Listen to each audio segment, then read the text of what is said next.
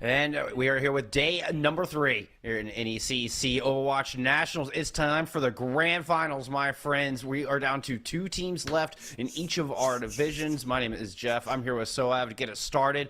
We're going to top things off here in the Emergence divisions. 2 undefeated teams from the spring split going head-to-head once again. Yeah, this is going to be a great one. We saw them a little bit earlier, a couple days back on Tuesday. The Dragons came out on top there. So, this is the final chance. It's the final moment. The Dragons want to close it out, and I see no reason they couldn't with how they've been playing. But meanwhile, Concordia, Wisconsin, who doesn't love a good grudge match? I'd love to see them kind of upset the status quo here and take it away. But who can say? I mean, it's 7, right? This is best of 7. So who's also prepared for the long game, Skunk? Like, who's been prepping for these longer rounds? I mean, Howard CC versus Concordia, Wisconsin. It's starting to feel like a rivalry in the making. Your 2 top teams, from Emergence Cyan and Emergence Yellow, respectively. And let's take a look at our bracket. Let's see how these teams got here. Both coming through with clean 4-0s in the semifinals, completely unhindered in their path to the grand finals here. And in fact, I think the only team that could beat Howard or Concordia are the other. And last time they 2 met, it was the Dragons who took the dub in a 3-1 back in group stage. We'll see if they can have a repeat performance here today. That's the hope, right, for the Dragons, is that you'll be able to just kind of run it back and pull it out. But like, both these teams have just had such great performances this whole midweek, right? Like, they've just both been playing so well. To 4-0 in the semis to get here is that's no laughing matter. Like, this is definitely going to be a match to determine it. And I think this is something you have to pay attention to going into the next fall split too, is whoever's on top here for this emergent divisions probably is someone you need to keep an eye on, and probably who you need to be preparing for down the line. So really a lot to pay attention to, even if you aren't in this match. And this has been a year's work in the making. Down to nationals and down to these 2 teams, and it feels very apropos. Like you said, strong years for both sides, and definitely teams will be keeping an eye on going through into fall split. Now, Howard CC is a 2-year college. 3 of their players are sophomores, and so we'll be moving on to newer opportunities. With any luck for them, they certainly deserve it. But still, a lot of strong freshmen on this team, including Optimal. Optimal being the captain, the IGL, and the cornerstone of this Howard CC Dragon squad. Really one that everybody in that team leans on to kind of push them forward and drive them to success. It's kind of bittersweet in a lot of ways, because it is a 2-year college. There's only so much time these players will get together. So to bring in and constantly have a repeating and changing roster like this, it's bittersweet, because you found a great lineup, you got a good running team, but unfortunately you're not going to get too much long with them. So let's see who is here from the Dragons, and who we will get to spend this time that they do have with them, because we know Optimal will be in there, right? We know it's going to be Optimal who has leading. We got Paulito, Rico, Rosanto, Risaku, and Big Body Tank. I mean, we were talking about this before. These are the 6 that we were kind of expecting. This is exactly kind of the lineup they were in before. It ain't broke, don't fix it, Bull Skunk. There's no reason for the Dragons to do anything out of what's expected, right? Absolutely. And Big Body Tank and Rosanto will be in the tank department. They'll be the ones leading the charge. And in talking with Coach Winkle, Rosanto, it was the fastest rising player that Coach Winkle had ever coached. And just said the potential of this freshman is outstanding. Had barely competed prior to this and has really stepped up big for the Dragons. So looking to see these 2 freshmen lead the charge here on the front line. And that tank battle is one we're going to be keeping a sharp eye on. If we take a look at the other side, look at the Concordia Falcons, we will see Kaneem, who is the IGL for this squad, the main tank, with Pectus alongside. Both of them freshmen as well, and that's going to be the tank duo that's going to have to hold off Big Body Tank and Rosanto if the Falcons want to take this grand finals. And that's going to be an interesting kind of an aspect to this also. We saw this in other squads where shot callers and leaders who were on DPS kind of struggled in some places. Typically, you would see that kind of leader in the main tank or maybe main support slot, but both these teams have found their rhythm. They found their strides and successes, and both these teams still having a lot of fresh players, a lot of new players, and doing so well really speaks to the quality of both of these teams. So again, there's so much good work and prep put in from both these teams, and CWU is they're no slouch. They're going to be here to play, and they are hungry for revenge, I think. Most certainly. You can almost feel, kind of a bit of a seething need for revenge coming out of the Falcons. And, I mean, what better time? I mean, what better stage to be set here than our grand finals in nationals, battling out for their share of the $5,500 prize money. It couldn't be a more perfect stage to have these two rivals go head-to-head once again. No, I think this is, they could not have paid a poet to pen it better ourselves. But let's check out where we're going to go, Skunk, because we are going over to Ilios. I think that's kind of not to be unsuspected, but CUW banned Busan, and the Dragons picked Ilios. And yeah, I mean, I think if it's not Lijiang Tower, this is a great map just to open it up on. Lots of different variety. We know that there is at least a Pharah on one of these teams, so whoever is looking at this Lighthouse cinematic right now is probably excited to see the Pharah probably making an appearance here today. It's a very good chance they may or may not, but good all-around map to kind of test these guys. Yeah, it would not surprise me at all to see Jamaro pick up the Pharah once we move on to Lighthouse, possibly even well. Not so much here on Ruins, which will be our first round. And there's an important factor there to Busan getting banned out. Back in day one, Concordia banned Lijiang Tower, and Busan was picked by Howard CC. Howard won that in a very clean 2-0. So here today, Concordia have learned, and they banned out Busan, in which they lost so devastatingly last time. And just Ilios pick may play in their favor, as we're actually going to get So Fresh showing us the far, even here on Ruins, where not a lot of good places to find cover. 6-man coming out from Howard CC. Yeah, the 6-man is Howard Dragons is a very good 6-man comp. You have to have taken notice of this by now. The Far probably just gonna just keep itself a little bit away of that, so try to put some resources elsewhere to avoid those hacks too. But still not as open as you might like there, Skunk. The surfer's kind of sitting back where you might see a sniper sit. Kind of this back right high ground. Almost got an environmental kill to start things off, and here comes the dive from Big Body Tank. And Howard CC are moving in, pushing forward and trying to find kills quickly, but Jamaro doing a good job at keeping them at bay with the shotguns here so far.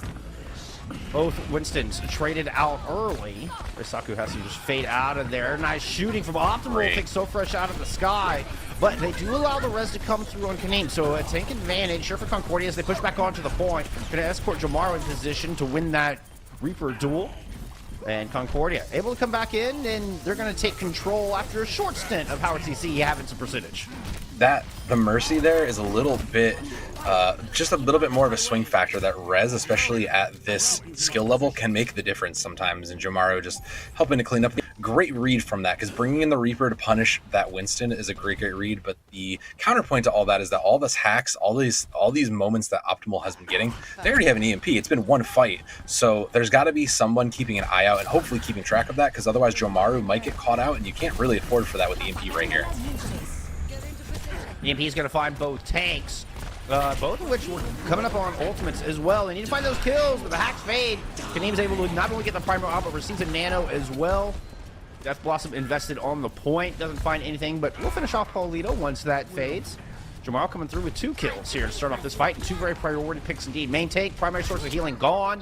Howard CC need a reset. Yeah, I mean, the plus side for Howard CC, you forced out most of the ultimates. 4 out of 6 is pretty good, but there's still a barrage in the sky to keep an eye on. Pectus will get rezzed up, and that's just kind of saving some speed as they're building up the rest of this. So with those 3 ultimates for the side of the Dragons, Jomaru is just trying to keep it by a little space, trying to hunt that Sombra to no real success. But Reisaku does have this Blossom, and that may be what we have to keep an eye out for, because there's 2 ways to look, and if they can combine those ultimates to keep everybody looking, they can get some value on it. Optimal almost has another EMP. Seriously, well, the generation on that is insane. Peck is able to gobble up most of that Death Blossom, but the tanks are still very low here for Concordia, Wisconsin after that ultimate with a Coalescence at their back. The Dragons are able to drive forward and push Concordia, Wisconsin all the way back to spawn. They're going to grab hold of this objective. Looking for an exit pick. Jamaro can't stick around. Nah, not worth it there. Optimal still holding onto the EMP, and they know they didn't need to commit it. So that's if they hit this right, and if they can and they can even throw in that self-destruct. This is a free win here. They can play aggressively. They can keep this percentage rolling up. Concordia is still holding on to that barrage though. If they can find the value, it'll be good. EMP is massive. That's going to find Huge. supports and tanks. Self-destruct is thrown in. Looks like everybody had time to run for cover, but little remake kill takes Pectus out of the fight. Death Blossom in from Jamaro, shut down. Oh, and Howard CC indeed are able to win that fight with that EMP. Nah, the real ultimate there was the remake, as we all know. That's the true diva ultimate nowadays. But nothing left in the fuel in the tank for nothing fuel left in the tank for the Dragons though. So they have no ultimates going. It's gonna have to win this in the neutral. But Concordia still has several for them. Including that barrage. Gotta be big. Libba likes to throw that nano onto the So Fresh onto the Pharah. Not going to choose to this time. It's just going to be a dry barrage from outside, and it's far enough away that the Dragons are able to handle it. The nano comes in onto Kaneem as Rez comes through. Rosanto gets demected in the edge to Concordia at the moment, and that's just steamrolled. Nice play from Kaneem and Jamaro combining to get quite a few kills. Good focus fire from Concordia in general. And they're going to flip this thing back. We're going to a 99-99 fight. It will. So Fresh kind of just throwing in that barrage, pulling the great attention while Kaneem and causing the distraction for everybody else to come in. But distractions aside, there's yet another optimal EMP coming in. So if they have to keep an eye on them, where are they going to throw it? Whoever they get and can focus out here is going to be the deciding factor in this fight, Bullskunk, because those tank ultimates can do some work, but maybe not enough. EMP, Death Blossom, Coalescence, all thrown in. Pectus immediately demacked. Really the only victim of that triple ult combo.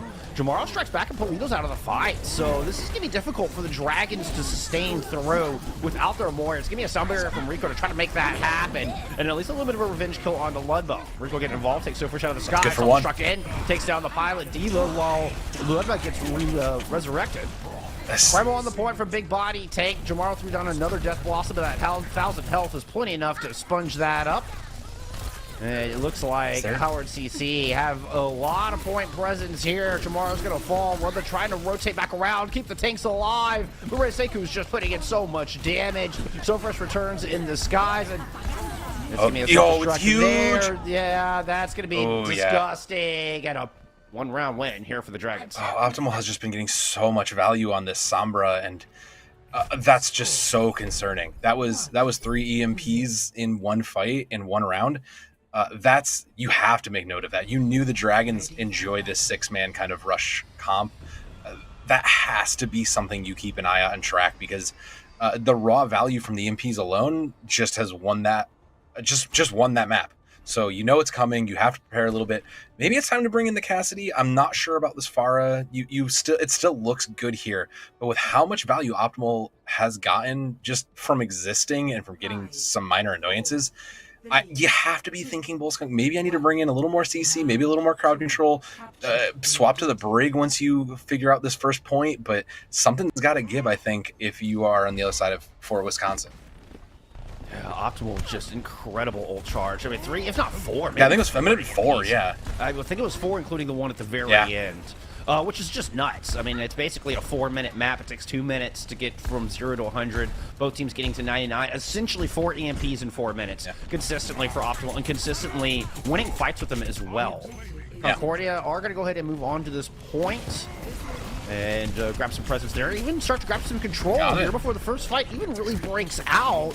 Howard CC are moving on to the objective now, trying to evict the Falcons and manage to find Jamaro in doing so. Oh, So Fresh, very low. Optimal knew it. Good kill from Pectus.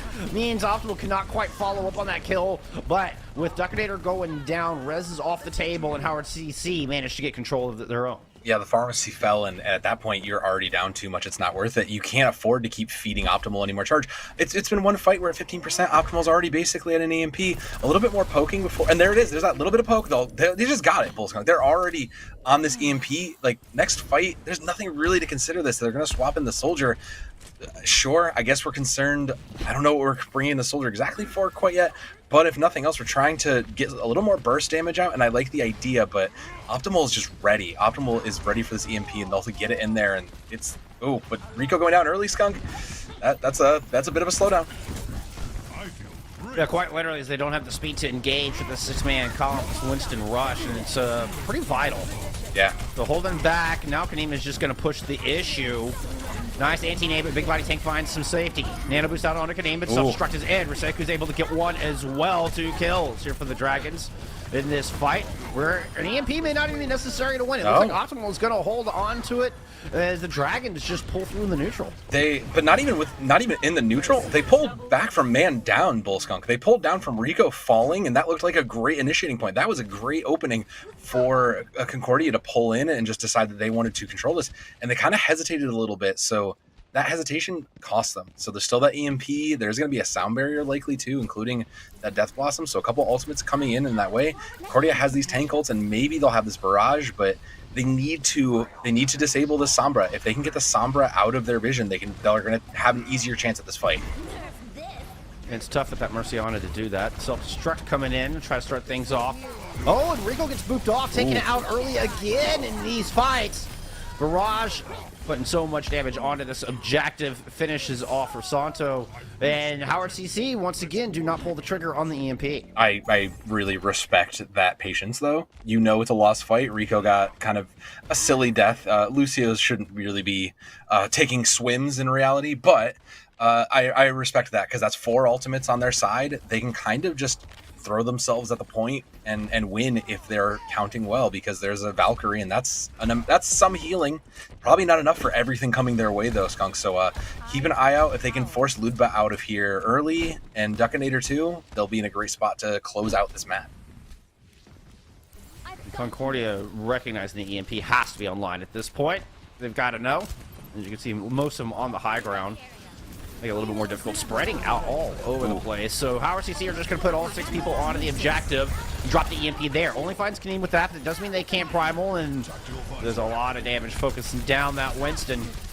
Overtime is going. Jamar with attack visor from the outside, shut down by Rosanto. Rez is there. Kaneem's back in this fight, but there's a Death Blossom on the objective. Forced into the corner. Yeah. Kaneem got manually hacked, couldn't jump around, and not even that 1,000 health was enough to keep them in this fight. Howard CC are going to take Ilios another 2-0 on the opening control map versus Concordia. That's disheartening. A lot of things that looked good for Concordia just kind of got overrun. And again, this 6-man comp from the Dragons, if you've been following them even from the spring split, you knew that this was one of their strongest comps. This was one of the things they're doing. And Rico here taking the play, really interesting. Must have hit that. Yeah, must have had the final blow there. I wouldn't have seen it otherwise, but that makes sense. Yeah, Dragons just looking like a fine-tuned machine. Yeah, just looked like a fine-tuned machine there. They knew exactly what they wanted to play. They timed it well, and Optimal was just burning through the team, quite literally, just barely letting them play the game at those points. And like we were kind of said there, an EMP a minute is efficient.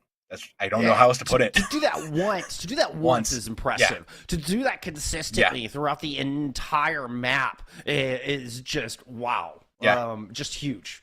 I mean, and that's the power we've come to expect from Optimal, and this is the kind of heroes you play when you're a DPS playing, as the IGL, as the shot caller, playing something like a Sombra. We've also seen the Doomfist come out from Optimal as well. They're able to get in and kind of dictate that pace. They're able to make those calls with just some smart hero selection and superb execution on those heroes. It was dominant, and I mean, this is a good start in our first of 4 series for our grand finals here for the Dragons. Yeah, I agree completely. When you talk about initiating and having to put those initiators, if your in-game caller is that, like you said, Sombra's a great option. Tracer good. It's so easy just to say, gotta hack off. This is the weak target. Everybody pile in. And that's exactly what it was. The second the call was made, the rest of the team was there. This is just a well-tuned and practiced team here that, they earned this victory. But going into Payload, we've got a Gibraltar ban and Yeah, I don't blame them. I'd be a little bit afraid because that is a good comp for this 6-man. Even if you're not necessarily diving per se with this 6-man comp, that is a great place for the Winston Diva combination. So if I'm looking to try to avoid that, and I do know Howard has a couple other things up their sleeves, I might be trying to see where I can go that avoids dive, and Junkertown is going to be a great option for that, Skunk. Yeah, Concordia tried this one last time these two faced off as well. We went to Junkertown, and Concordia were able to put up a full hold, stop the Dragons from even picking up point A. Unfortunately for them, the Dragons came through with the fuller hold, and did not allow Concordia even as much room. So it became a very defensive battle on Junkertown on Tuesday when these two last met. That one went in favor of the Dragons, but just by a narrow margin. We did see the FAR come out, had success on defense, not so much on the attack there for the Falcons. Yeah, when you talk about playing to your strengths, being able to know that you have a full hold and you feel comfortable on a map goes quite a bit of a ways, right? Like that is something that you can keep in your pocket, even if you know that you got beat on it before. This still doesn't mean you're bad at it. It just means that you just kind of, mistakes happen. You might have just gotten outplayed. There's no reason to run it back here again, and I don't disagree with that. This isn't a great map for a Sombra. You might see the Doomfist, but you're likely to see those double snipers come out, and that is way harder to make those calls on. So that is going to force possibly a little bit of discomfort, depending on what the Dragons decide to do with it. But I think strategically this map works in their favor in a lot of ways. The question is history going to repeat those, Skunk? That is the big question. We are going to get a substitution coming in. We did see this one a little bit. Chip Milk coming in for Polito in the support role. Was previously a tank player for this squad. And has moved around into that support role just to fill in the void wherever is needed. And a lot of the players from this Dragons team have done that. Oh, yeah. We heard of similar things from Reisaku, Polito, and Rico. The three sophomores on this squad have all swapped around what roles they play just to fill the need and to do what was best for the team. So, it's something you love to see, and it doesn't feel haphazard for the Dragons. It feels very calculated and very practiced. Yeah, there are some teams where you flex because we just kind of have to put our best player where they may be needed at the time. And then there are some teams that flex because they are just comfortable actually doing everything, and they know that their team needs that. I might be very good on a Winston, but if we need an Orisa, I know I can count on my teammate to do that, and I can swap to somewhere else where I might have a good Tracer or something of that nature. So these swaps are calculated. Nothing the Dragons have done has not been calculated just from watching them. And again, both of these teams have had an incredibly strong showing, but the mind games are real, Skunk. This is exactly these mind games that I can see kind of playing out that isn't direct battlefield knowledge and advantage, Right. It's just so much to do behind the scenes, especially in these longer best of sevens, right? Well, if we're talking about hit string repeating itself, we did see double shield on the defense last time that worked very well for Concordia, Wisconsin.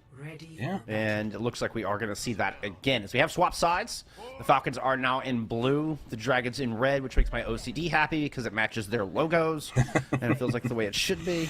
All is right in the world, Skunk. All is right in the world. It's exactly right. It's exactly right. This double shield comp worked to perfection last time. We're not seeing the FAR this time around, which we did see on Tuesday, and really to great effect. Instead, it's going to be the 76 and the Hanzo, so a little bit more frontline pressure. I would argue that Fresh kind of struggled a little bit on that Farah. Surprising they're not being, a Cassidy or a counter soldier on the other side. Like they did kind of struggle that. So I think moving away from that isn't a bad pick. Sometimes it's just not a day to play a projectile hero. Sometimes you just play the easy click the heads and burst things down. And the only initial concern I have right here is just this is a little bit further back. I might have wanted to see a little bit closer, or at least a little bit more contest. Like you can still run these front holds on Junkertown, and I think this is a bit of space to give up for free, Skunk. It is a lot safer, I will say that. Yeah. The primary fight on this map doesn't really happen until you get to that back corner that we're seeing Chip Milk kind of try to pepper down at the moment. Yeah. Not surprising to see the Bap Zen. This tracks with what we've seen from Chip Milk before playing the Zenyatta. The Orisa is a new look here from Howard CC, trying something different this time around on the attack, combining it with Rosanto's Diva for a little bit more mobility. And here we go. Cart is at this very important corner, and so fresh. finds Optimal right out of the gate. You can see Pectus was up on that high ground trying to contest. Is doing a good job of maintaining that ground. So Rosanto's going to loop around the right-hand side, pick up the kill onto Jomaro, but with the attention diverged, well, Jomaro's just going to get res back up, and Wisconsin are back to a full 6. Yeah. Kadeem falls. Ant Matrix out from the Dragons. They still got a bit of work to do, though. It's still advantage to Wisconsin. Yeah, but the space they're slowly taking is enough to kind of force them back in this open area. So now these distance heroes can finally get some angles and create the crossfire they're looking for to create some more success. And Concordia is slowly getting boxed in. This Dragon going to be their tool for this. So watch that Dragon Flux. There it is. Dragon Flux lands, forces up the Immortality Field. Request to use that just to save themselves. Cannot save the tank. And tomorrow, able to put up a big stand on the back of the huge gravitic flux coming out of Pectus. Yeah, I like that. That's great teamwork, great calling, and you saved most of your other ultimates you're going to want. Keep an eye out for that supercharger, that supercharged visor probably to win this fight. It's going to force out that trance. So the key for Concordia, if they can get that trance out early, that just means they'll have the free win coming their way. Reisaku can get some value on their own, but I think if they press this issue, they can keep this fight in their favor. Ooh, big body tank down to 52 health before even approaching That ain't much body. corner. So much poke coming through, yeah. Well, you know, the Orisa does, you know, kind of fits the namesake. Yeah. It's kind of a big target. Agree with you there. Howard CC just trying to punch this thing up the gut. Not a lot of frank pressure so far. It will be the attack visor to open things up. Finds the kill in a Duckinator. Jamara falls as well, and Howard CC just storm onto the objective in the back of the war. Jumps the supercharger out from Big Body Tank. Oh, no. So first gets shut down out of that attack visor.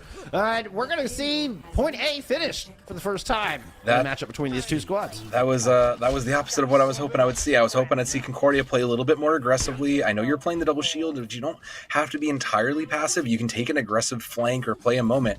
And they got punished because they threw down that supercharged visor first for the Dragons, and they took the advantage. That's that aggressive play that gets you keep going on these maps. 3.5 minutes, still 3 ultimates.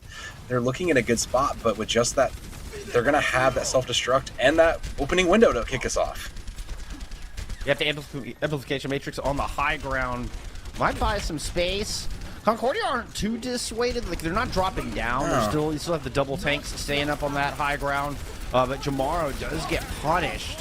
Quite see where they're positioned. Self-destruct. Oh, the flank bomb. Gonna fly 3 right over the back. Oh. Both tanks are down. Shields were out, and this is the Dragons gonna waltz through point B. Yeah, no contest needed here. They didn't really keep an eye on Rosanto there. They just snuck in the back, said, "Hey, no one's looking for anybody in the back line. Great, here's a delivery, straight for all of you, and they're rewarded for it." But well, that was one haymaker. Concordia has 5 ultimates on there, so commit what you need to make a stop here. Hopefully it's not everything. A Nano could probably go on to the Orisa if you need it, but I don't see a great target. You're probably going to hold that for the visor, but these Dragons to kick it off here from Optimal. Coming in huge. Yeah, that's going to claim some space at the spinner, and Howard CC move in to take advantage. Oh, Rosanto going in deep. Really wants this kill on So Fresh. I think that might have been a little ill-advised. Uses the boosters, able to find safety. Unbelievable. Good play. Way to toe the line there, Rosanto. I thought you were a goner for sure. We've been Hanzo battle up on this high ground, and it's going to be Optimal coming up with that pick. Dragons moving forward, just have a Gravitic Flux with a supercharger to avoid. It's Optimal finding Lubba in the back. Transcendence comes out, will heal up on the back of that Gravitic Flux. And Dragons are just have an answer for everything that Concordia are throwing at them right now. Pectus has to use the kinetic grasp just to back up and find some safety. And Howard CC, they've got sights on the throne right now. They're looking to close it out, and that visor's the first step to it. Oh, no one's even there, though. Target-rich environment. So Fresh, I think it was the one on cart and ends up taken out right at the end. That's unfortunate. That payload just drifts right on in front of the Queen's throne. And not only 3 points on the board, but a considerable time bank to boot. Yeah, 3 minutes. I mean, the Dragons just they quite literally ran Junkertown here, physically and metaphorically in some ways, because they just had control.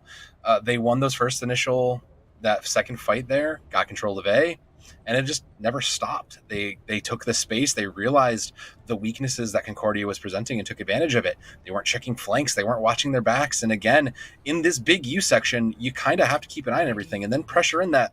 Rosanto was just creating havoc. The frontline tanks there from that diva was just making pressure, forcing attention, and that was the capitalize of it. The other part of this that kind of stuck out to me was that Chip Milk was just kind of uncontested, just never really bothered. They held that transcendence as long as they needed to, and they only kind of threw it in for that flux because it was, well, this seems like the best case and best use for it. I want to see a little bit more. I know it's so hard given that you're playing this kind of ranged comp, but you got to find a way, take a flank, something to pressure out Zenyatta. That, like, this is a, all things considered, pretty fragile backline. Forcing out Immortality Field is big, but also just being able to get any sort of pressure onto them takes away a lot of additional damage you might have had. So I want to see that here too. I want to see them kind of work on that, and that is not the opening I was expecting to see. No, but that feeds into what I was going to follow up with, because Optimal's doing such a good job in creating so much pressure that it made it very difficult for Concordia to find that room to work into the back line. You always had Optimal in a spot to get the one-shot kill, just like that again. Ludma falls for the second time in this fight to an arrow from Optimal. Now throwing down some storm arrows onto the front line, and I mean, Kaneem and Pekka have to hesitate. They have to think twice about pushing forward. Not with the Hanzo right in your way, and that was almost a third. It was almost a third in Jamaru, and Optimal already has those dragons, and they're gonna send him right in, Skunk. Yeah, it just buys a lot of space. Doesn't really get any kills with it, but Concordia have to rotate. Now they're all moving up to the high ground to try to address the Optimal issue, because they have been a real problem here for Concordia so far. I like this flank from Jomaru. I wish they'd committed a little deeper, but never mind. I say that. They just took the back-to-back headshots. Optimal is popping. It just winning fights. Yeah, it is such a huge threat. It's ridiculous. This freshman has just been outstanding here so far today, and have almost, they've gotten over a minute off the time, basically single-handedly. I fear we're looking again towards this full hold, Skunk, and you have to be concerned. Are you even keeping track here? Because Optimal's already to another set of dragons, in addition to, has lapped their team for ultimates at that too. And Matrix on the high ground from Rico. Immortality Field is forced out early. The Pectus might have some room to do something with their Gravitic Flux, assuming they can survive these dragons. Pectus found at least a couple with that. Health bars are low, but Optimal's still not dissuaded. Still clicking the heads, putting down the hurt. Finally, Optimal is taken down at the hands of Kaneem on the Orisa, and it's a 4v4 pushing forward here for Concordia. The menace has finally been silenced for now. We'll be back soon, but tank ultimates for the dragons can put up a bit of pressure here. They will have a supercharged visor in their pocket to put the foot down here. So again, I want to see this aggressive play, but the dragons get aggressive first. That was a beautiful halt to pull everybody together for that Gravitic Flux. And Concordia scrambling as, look at how much space Howard has claimed. They surround him, absolutely hit him from all sides, and just finish him off on the back of the two tank ultimates. That's exactly what I was kind of alluding to here. Like, these open areas, you need to utilize this. You're giving up the space if you're Concordia. You're not really taking advantage of it. You're kind of just trying to run it down mid with your head against this wall. And unfortunately, the wall is steel right now, and it's the steel of Optimal's arrows just constantly just piercing in. So a minute left, 3 ultimates. I want to see a Jomaru flank just assisted by Duckinator. I want to see a flank come to life here. 60 seconds remaining. Jomaru working through Main Street right now. So far, doesn't want to break off. Needs to find some kind of off angle to crack open this defense. 50 seconds left. This could be final fight, depending on how long it takes. Tanks low after Dragons coming in. Optimal moves in to finish them off with some Storm Arrows. Risako finds the better end of the duel against their counterpart Soldier 76, and Optimal denies res. So Fresh doesn't fare any better. And only good news for Wisconsin was that was fast enough that they'll get one more try. They will, but there's an answer. There's so many answers for the Dragons still, and again, you know, the support line just goes unbothered for the Dragons. They're able to sit on their treasure hoard of ultimates, and they have to commit something. So again, you know, Concordia, here's your chance. You get a reset, make a flank, take some of the space, put some ultimates out there. Dragons tanks were playing a little out in the open there. Could have been some opportunity to punish. Oh no! Oh no! And Matrix Tag Visor is not even going to be enough. Double damage Tag Visors coming out from both sides. And the overwhelming ultimates available for the Dragons will solidify this point. They hold on point A Junkertown for the second time in a row against Concordia, Wisconsin, and have a 2-0 lead in our grand finals. That was brutal, Skunk. That was really rough. That's a morale hit for certain. Rosanto with this triple. I'm not surprised it's here, but I am surprised. Just look at that. No one is looking. Everybody kind of saw it. It was too late. There was no shield available, nothing there.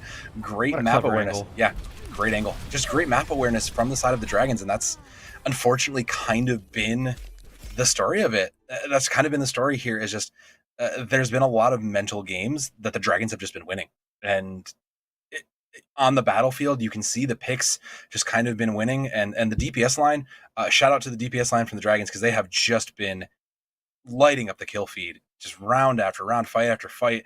They have just been there. And that's not to say that nobody else is putting in work, but they are absolutely stealing the show here.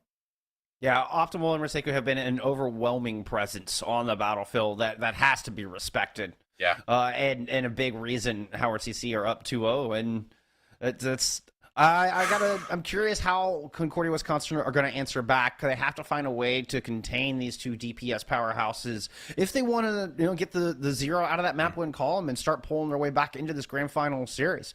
We're going to take a little break before that happens. When we come back, we're headed to hybrid. It'll be map 3 when we return.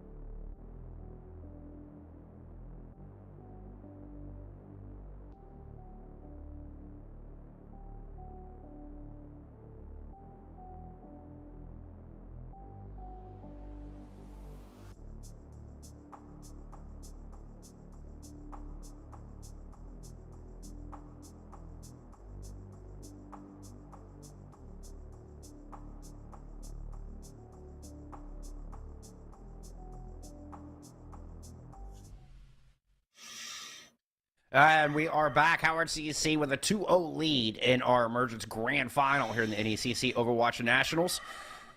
Yeah, it was convincing.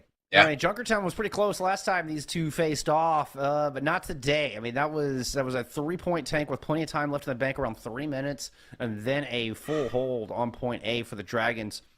This brings us to map 3 here, so we've got a bit of an interesting, ban and pick choice coming through. Yeah, the ban was Numbani, which we've seen Concordia go to before, and that is a good map for them.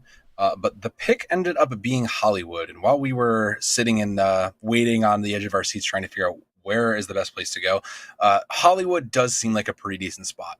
It does force a lot of different things that maybe you think the Dragons may not be prepared for. You can run that double shield and kind of hold down that cafe on the capture point segment, but then it forces a bit more of a space control for that high ground. So you might force a swap onto like a hard full dive, or at a minimum, you're then going to be vying for a lot of space with a very slow double shield comp, depending on how this opens up. So this presents an interesting mind game, I think, for the side of Concordia, and this was the best outcome. But I think, Skunk, after that Junkertown, that was your pick, your spirits are probably hurting. I mean, it's still early. There's no reason to get too down just yet. And this pick fascinates me for, not just the reasons you were talking about as far as strategically how the map plays out, but just the history between these two teams as well. So the first time these two met on Tuesday in the group stage, Howard banned Hollywood for the hybrid map, and Numbani was picked by Concordia.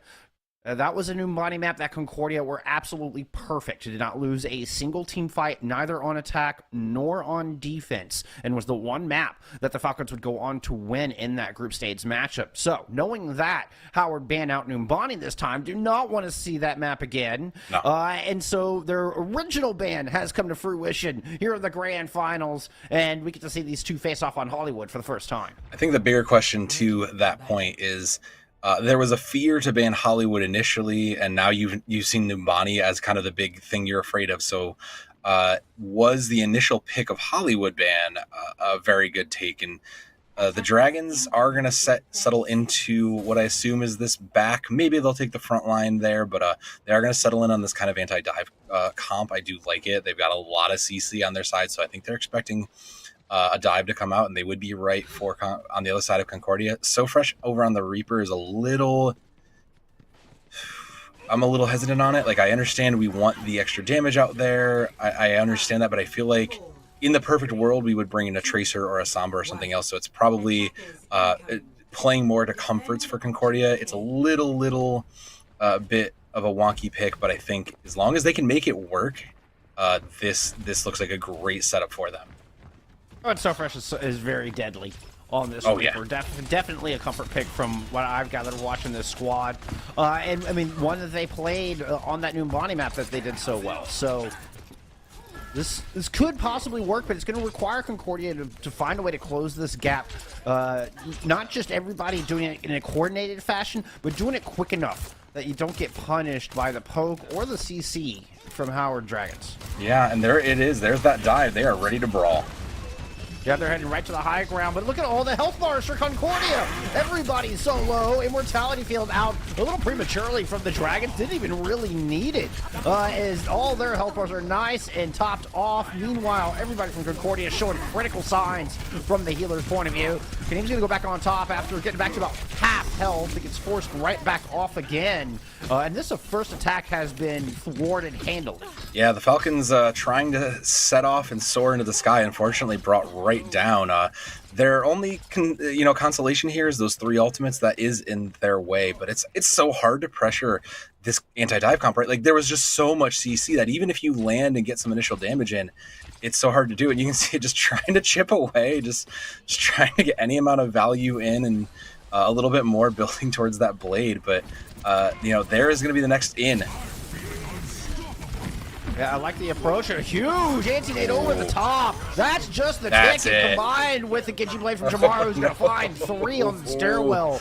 That'll do it. Second time the charm here for Concordia. I think you're a little Maybe a little upset if you're the Dragons, because you kind of just let the Genji build up that blade. You just kind of let the Shurikens come in and went, cool, you can trade that. You can trade that for us. We'll trade that. And it didn't end up being a trade that worked out in your favor. So now the space is in the favor of Concordia. They will contest this high ground sooner. They'll get this cart rolling. And it didn't cost them too much to win that skunk, so you're pretty happy, I think. They'll still have a Primal Rage to work with, so fresh close to a Death Blossom is a little bit of a battle for high ground right now. Howard CC definitely want to hold on to this. Extremely valuable to have not only your attack visor available, Risaku up here, but to have Optimal on this high ground with the Cassidy as well. Yeah, and not to mention just the plethora of ults for the Dragons, just hoarding them, and the test is going to be there. Yeah, they've recognized they can't let this cart roll for free, and I like that. The rally armor will eventually start to fade for the Dragons, and I think that's just Concordia trying to bait all that out, and they know the time is coming. Concordia with this very bursty composition. You get in and get the job done quickly. They're going to be dissuaded a little bit here by Optimal, who dropped out, lost the sight lines there on that little ledge. Still bought a little bit of space, and Howard CC still holding on to that high ground. So self-destruct from Pectus, going right up there. Finds big body tank. Did not have the shielding to make that happen or to prevent that death. Kaneem's going to chase a few off the high ground, looking to pursue Rico. Rico caught in a corner, but look at that peel from Risaku. Comes through with 2-3 kills on Soldier 76 and denies Concordia any progress. Optimal had put in their time, so I guess it's time to take a break. And what a great, smart play from Risaku coming up huge, recognizing the Hana was isolated and just shutting that down. Great awareness from the Dragon's hit scan. And Risaku's positioning really got Duckinator killed as well. Duckinator couldn't fly out because Risaku was standing on top. Well, I'm going to call that essentially a 5K for Risaku in that fight. That was awesome. Yeah, that was just a smart play from the Dragons. The great awareness, and again, giving up that space. They didn't give up a lot though, Bullskunk. It's still not quite to that corner, and this is the most difficult section of this Streets phase. Once you clear that corner, it gets a little easier, but Paulito is going to make it difficult right away. With Optimal and Risaku taking a decent amount of damage. The Amp Matrix does prevent Concordia from trying to contest the high ground momentarily. As you can see, Kaneem and I believe that's So Fresh back there kind of working in. Diva and the Winston will head up to the high ground here for Concordia. Kaneem takes a bit of damage. Leba already has Nano online, so no real benefit there. It's going to be the Nano Blade coming out this time, combined with a Primal Rage. Everybody on that high ground looking for some melee action, and they will find it. In the form of taking Big Body Tank out of the fight. Risaku is going to get one, but not bringing this one back, I'm afraid, as Concordia Wisconsin get the job done here on their second attack. They did. It cost them quite a... Ooh, the flashbang still, though. It cost them quite a bit, but, the progress for the cart is the most important thing there. They'll commit the rally early. The Dragons want to fight this. They don't want this to go. Though they are going to contest. Master done. Death Blossom coming in, though. Immortality Field gets taken out immediately, as is Rosanto. Big Body Tank is anti, but self-destruct answers back to pick up a pair. And the Risa stays alive through the bio nade, and Howard CC stopped this cart just a meter shy of the door. 1 meter, 1 minute, run down to one last fight, Bullskunk. So no ultimates on the side for Concordia.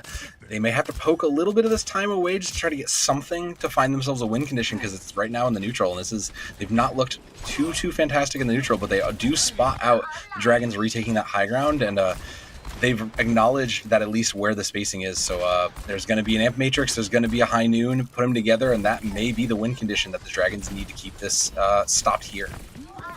And in this relatively neutral fight, you do have a couple ults here for the Dragons, but their composition way better just in the neutral poke phase. Concordia kind of rely on those ultimates to get those burst kills and finish fights quickly. Jamaro almost up to another blade, though. Just used one here recently. Ludba only 7% away from the Nano to cap it off. They've got to stay alive long enough to get this combo online. Final fight, at least for this point. Nano Blade's up. And Jamaro finds one already. Tanks are low here. Jamar goes down before pulling out the blade. Optimal picks up another. Res available. 3. Oh, not going to be able to get it. Duckinator is just under too much pressure. Optimal continues to wreak havoc. That's 4 for Optimal in this fight. Pectus will finish on Big Body Tank. Rosanto is out of mech, and Concordia are moments away. Amp Matrix up, and the 2 supports are here for the Dragons. They're still investing in this thing. They still want to stop this cart right where it's at. reinforcements starting to show up, and Jamaro's back with his blade. Does he need it though, Skunk? Is it even necessary at this point? I think they've got it, right? Looks like it for me. I mean, Wrecking Ball coming back onto this point. And now I think Howard CC are just trying to draw out as many ultimates and get as much value out of this hold as possible. Yeah. I mean, got the clock down as low as it can possibly go. Don't really draw out much. They draw out self-destruct, but still a blade available. Yeah, I'd say the big one is still there, though. Jamaro showing great patience and a great restraint and not using that. If it was me, I'd probably have thrown at that blade to try to close this out a while ago, but there's the reason I'm behind the desk right there. So 2 ultimates, they'll have a lot of chaos incoming, put them together, and Jamaro can, again, just find those kills, but they're playing so far back, Skunk, that this is going to have to be an efficient dive coming in. There is going to be rally by the time it gets there. So preemptive rally can put a lot of these advantages for Concordia on the back burner. And particularly since Concordia are kind of playing the game of hoping that they can kill everybody else before Optimal and Risaku get the damage in first. So the rally is going to make that exponentially more difficult. Nano Blade needs to be huge. Going into the back. Immortality Field is there. Chops through 1, chops through 2. Polita goes down. And the Cyber Ninja does the work necessary to push forward. Jamaro's going to follow up with another kill as well. 3 for them in this fight. Rico under a lot of pressure as this cart inches forward. Only 20 seconds on the clock. Obviously, Respawn's heavily favoring the defense of the Dragons right now. A lot of low body so fresh with the Death Blossom. Gets stunned out of it, but not before taking Polito out of the fight. So Fresh finds yet 2 more on the back of that. And Dragons are starting to fall apart here. Concordia might be able to get the job done, but it's not going to be until overtime, if at all.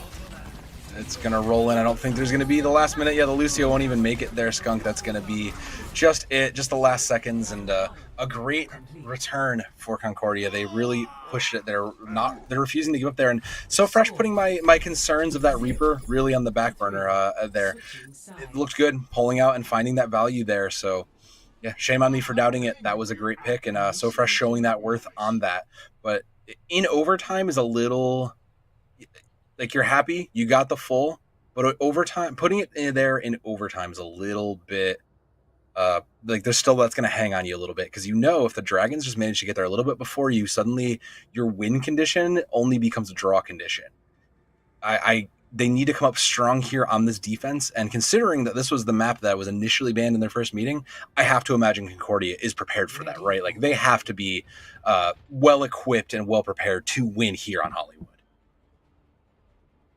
I mean, and that would track with why it got banned out in the first place, right? We know that Coach Winkle and the rest of Howard CC have really done their homework, particularly against this squad. Bragged about being prepared for anything that the Falcons could throw at them. So they knew this map could be an issue and was a strong pick for Concordia, Wisconsin. But, I mean, Howard CC are able to hold it down. 0 seconds on the clock. Like you mentioned, if Howard can finish with more than a minute, then Concordia won't even get an opportunity to get an attack if we go to extra innings and additional attack phases. But first things first, Howard CC have to complete the map. And then, first goal on that, got to complete point A. Let's take it one step at a time here for the Dragons. Yeah, but these the dives on both sides, I do like So Fresh opting the Soldier over that Genji, and yeah, I like that. But Optimal down already does not look good for the attackers, Skunk. Almost punished Paulito. The stickies, don't think quite all 5 of them landed, so Optimal's back into this fight. Sancho taking a bit of damage. Risaku's going to go in, put some pressure on the Sky, grab some high ground, but sticks around a little too long. Gets punished by Kaneem and the rest of Concordia, Wisconsin. And Howard CC's first tack is kind of stalled out here a little bit.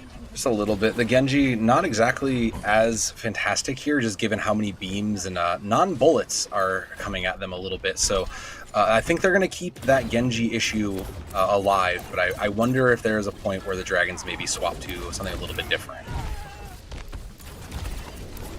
See Kaneem trying to punish Risaku already. Oh, there's a pick. Yeah, it's the focus fire from Dragons that gives them the early advantage. Nano boost out onto Rosanto. As Big Body Tank has to sit and get healed up inside the bubble. Rosanto will move everybody off the high ground in Concordia, Wisconsin, trying to rotate back. Jamar with an auto pick, ranks to sleep. Oh, gets the nade down. We've seen the Ana pick become Okay. more prevalent since Overwatch 2 has come out, and it's working here. Even get the BAM's Nano Boost, that going on is so fresh. That'll finish off the rest of the Tac Visor. What a smart dude coming out of Jamaro. Huge play. Great decision making there. Yeah, the bonus nano is always going to be good, and that's what keeps them into this. Pressure's not done though, Skunk. They still want to fight here, but the Dragons know that they kind of need a break. There needs to be a reprise. You have your 3 ults. You'll have a duplicate of your own. You force that a little bit. So I think a duplicate Winston might be in their good spot. They may take the Ana again, but I think that this duplicate onto a Winston might be a good place to be. There's the blade though, Skunk. Second Nano Boost onto So Fresh as many fights. Drop through Duckinator. So Fresh is trying to run away. Has about 25 health. Close. Has the Tac Visor in their pocket. Needs to survive. Runs all the way back up to the store. Cannot make it to the Mega. Rosano chases him down. But here comes Kaneem in tow with the Primal Rage. Able to batter down Rusaku after the use of that blade. Didn't see a whole lot of value out of that one. Kaneem under 100 health. Nice move from Optimal. That could have gone real south real fast there for Optimal as well as the Dragons. And coming up with that pick is going to give them a good advantage in this fight as they moved on to objective. They've got 2 ticks already. Rez, though, does buy a little bit of time. They're going to force out the Visor, too. I think this might be in vain, though, Skunk. I think the damage might have already been done, and So Fresh is just getting forced back again. There's still some contest on the point, though. Can they turn this back? With 3 kills, it most absolutely can, but you still got to take care of Optimal. It is not one until you've dealt with the Optimal problem. Let them back to provide some sustain. So Fresh is going to fall. Risaku coming in with the good G. That's a big Winston to deal with, and they're out. Optimal falls, Risaku falls. Dragons only get 2 ticks. I love this. They are finally getting the chance to contain the DPS from the Dragons, and that has been an important factor in their games so far. Not getting as much value as they could have on those ultimates for the DPS was huge. Just Rosanto's self-destruct. Oh no, but the early pick, that's so tragic. That's going to open this right up, Skunk. Tank's moving in. Nano Boost on the big body tank to start off this fight. 24 seconds on the clock. Last opportunity for Howard CC on point A. Duplicated Winston coming out of Optimal. There's 2 of them on the battlefield now for the Dragons. Blade from Rusaku as well, investing heavily in this fight. Howard CC know this is a must-win scenario, and they're willing to put in the ultimates to make it happen, but they can't avoid the self-destruct from Cactus. Bringing it back. The late ultimates from Concordia, Wisconsin are coming out on top. Primal Rage finishes off the biggest threat in Optimal. Rosanto is not going to last on point. And this is going to be Concordia taking Hollywood and getting back into this series. Howard CC coming back with 3 onto this point, but a Bionation's big body tank will not last long. Sakura doesn't last long either. Attack Visor from So Fresh will keep anybody else from touching. From Concordia. Get a map under their belt. They're going to take Hollywood 3-0. Yeah, I see why you were afraid of Hollywood now if you're the Dragons. That was a pretty dominant showing from them. So this was a tough scenario coming into Escort. Hopefully, if you are the Dragons, this doesn't come back around. But yeah, look at this blade from Jomaru. Had just looked good across Genji this entire map. And yeah, good to see the DPS coming to life for the side of Concordia, because up until then, it had been a little bit rough in some ways. Like the comps they had pulled out just kind of didn't quite click. But this looked like the team that I was expecting. This looks like the undefeated teams that I would have expected to see go at each other. And that's a great start to this run back if you're Concordia. So take a breath. You know, you've done good. You keep yourself in the game. We're going to go back to the next map. And fortunately, you don't get the pick, but you do get the ban. So you at least have that going for you. And it does create such an interesting strategic element. As we saw here with Nubati getting banned and Hollywood getting picked, there seemed to be no good option for Howard CC. Wishing they could ban out both of those maps at this point, I think. Concordia, though, I mean, look good on Hybrid.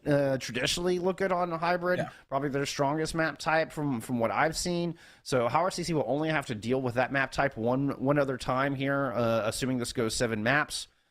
This one, it's going to be Escort, where Howard CC get the map pick. And they've managed to win both Escort maps last time these two faced off, and took Junkertown pretty handily this time around. Yeah, they've looked good on these non-hybrids, so I have to wonder what's coming. CU is going to go ahead and ban Havana, which, I could see that being a problem. The double shield from Junkertown looked very strong. You might want to avoid that, and that prevents a full hold from the opening point.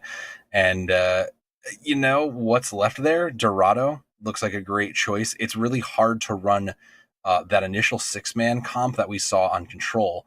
It does force a bit more of full committed dive, and you've proven if you're Concordia that you can beat them in dive. So I think that is actually kind of a sign of hope for you if you're Concordia. And in fact, Dorado is the pick. So yeah, Dragons taking us to Mexico, hoping that could be the one. We haven't seen this one yet between these two teams. Yeah.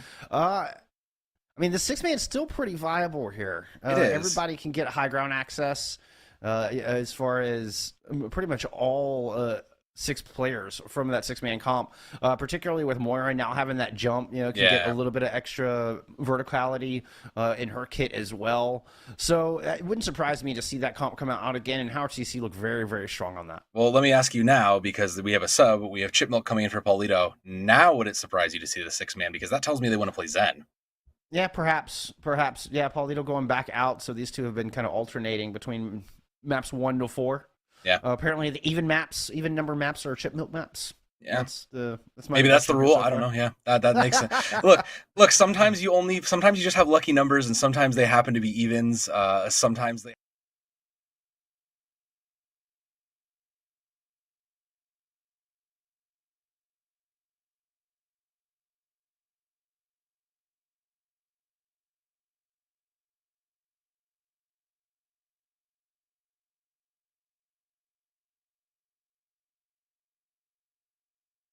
A strong option for Dorado, particularly on defense, if they want to run more of the Orisa Diva comp. Yeah, that we saw from him before. Definitely viable here. It is, but my concern at that point then becomes if you're going to run this anti-dive, you're expecting your opponents are running dive. That B section is still a little tough because maintaining that high ground is going to be tough on the defense. If you're playing Zen, you might even have to consider maybe you extend out a little further away from that. Maybe you're bringing in the Zen to play a bit more like pokey comps, like maybe a Ball Diva. We haven't really seen that, but that's like not off the table at this point. So if we are presuming that Chip Milk is coming in to play Zenyatta, that might be a thing I have to consider is what happens when we get to the later points where Zen isn't as great. Not that to say that Chip Milk is just going to be a one trick, but to say that this is going to be a bit of a tougher take. And then considering that the Dragons will be defending here, my second guess looks like the right one. Yeah, coming out with a bit of the ball hog. Yeah. Okay. And with a Briggs in backline, a lot of utility there, and both Roadhog and Wrecking Ball are fairly self-sufficient as far as tanks are concerned. Yeah, seems fine. Like you bring in the Zen when you know you don't need to pump as much heals into your main tank, which is exactly what Wrecking Ball is perfect for. Big body tank picking up that kind of a main tank, but still kind of an off tank. Everybody's the off tank to Wrecking Ball, as it were. So that Hog, though, going to be good. This is a big self-sustaining comp. There's no one you can really dive down here except for the Brig. And if you dive onto the Brig, everybody's just going to rush you right down. So Dragons looking pretty divisive and decisive in their comp choice. I'm just trying to create a kill box here as this cart rolls down the street. Rosanto taking a little bit of poke damage, but is easily able to get out of there. Vectus gets demacked early. The first real casualty here on Dorado. Going for the Dragons. It's in their favor. I mean, it's not slow but surely here, just working it up. But now they've lost their mercy, so it's becoming increasingly difficult. But the cart's turning the corner. It's getting underneath the archway. Yeah, it's a little unorthodox, but now the pressure will come in because it's choke point, and you can just kind of park Roadhog down there and stop this. So now the pressure is quite literally on. We'll slam into the back, build up some more ult charge here for Rosanto. Moves back to the high ground, doesn't want to give that over. So Fresh is going to teleport up and try to drive them back, see if they can claim this for Concordia. Hog is holding down the stair side as opposed to holding down the choke. Eats a flurry of sticky bombs, has to use that, take a breather, and back on out. Yeah, it's just kind of where it's going to be. Again, this is such a thick, self-sustaining comp with several Cs, so it's not exactly easy to get the pick, and that DMEC's not going to help too much with it. If any spot is going to be a good spot to hold here, this is probably one of the best, and those four ultimates coming in going to be huge. I want to see Concordia double back a little bit deeper, try to get onto Chip Milk here and pressure this out, because that is going to be an important ultimate to take away. or their success. And with this nano, it's probably going to have to come from the Winston. Yep, indeed. Winston receives an ammo going out for Chip Milk. He's just going to go ahead and pop the Transcendence. Reiseku with attack visor to couple with that. Ends up killing themselves with their own Helix Rocket from Intact Visor. That's unfortunate. But the Dragon's doing a good job around them to hang on. Bionade has gotten Big Body Tank very low. Going to let that fade before hitting that take a breather. Kaneem trying to make something happen, but it's just a lone Winston here left deep in enemy territory. It's so hard. This is such a good anti-dive comp that is so, like the only people who aren't mobile are your Hog and your Brig, and as long as they're playing near each other, there's lots of CC that is just basically going to be coming in your way. So this is such a difficult comp to dive, and it's great decision making from the Dragons here. So smart. They're so smart with their comp choices and just the reads they have on the map. I mean, this is perfect. Concordia, struggling to adjust as Jamaro has moved on over to Soldier 76 at this point, trying to find a way to break through this front line. Big Body Tank doing such a good job of holding it down. Self-destructing into the back from Pectus. Oh, it gets 2? Oh my goodness, it gets 2? Oh no, how does that happen? That's how you break open a point. Concordia thinking they're lucky stars right now as they start to push in. Duckinator is going to go ahead and pop this Valkyrie, keep everybody nice and healthy. As So Fresh moves into the back line. Does get punished, but not without doing enough damage to Risaku. The rest of the team can take him down. And Concordia, Wisconsin finally finds some room to work here on Point A Dorado. Yeah, but it's going to be the rally that keep this going, and the reinforcers are back, Bull Skunk. They're here, and they are not happy to have died to that error. 30 seconds remaining. That is unfortunate. It was such a huge advantage here for Concordia. They had the space cleaned up and just get absolutely pushed back with one press of the Q. There's been a little bit of a disconnect when it comes to completing kills for Concordia, and that's kind of been one of my things nagging at me in the back of the head. Was just you see Rosanto following out kills all the way to the end, but Concordia, people have just been escaping, and that's been punishing them. But it's going to have to be a Nano Blossom to close this out here and keep this alive, because that's all they've got. Teleporting in goes So Fresh. Risaku pops the Sacrificer on the other side. Stalls out Concordia for a moment. Oh. There it is. That's the Nano Death Blossom stunned out. Immortality Field, Transcendence up as well. Big Body Tank does fall, and now a return Sacrificer coming out of Jamaru. That's going to pick up Chip Milk.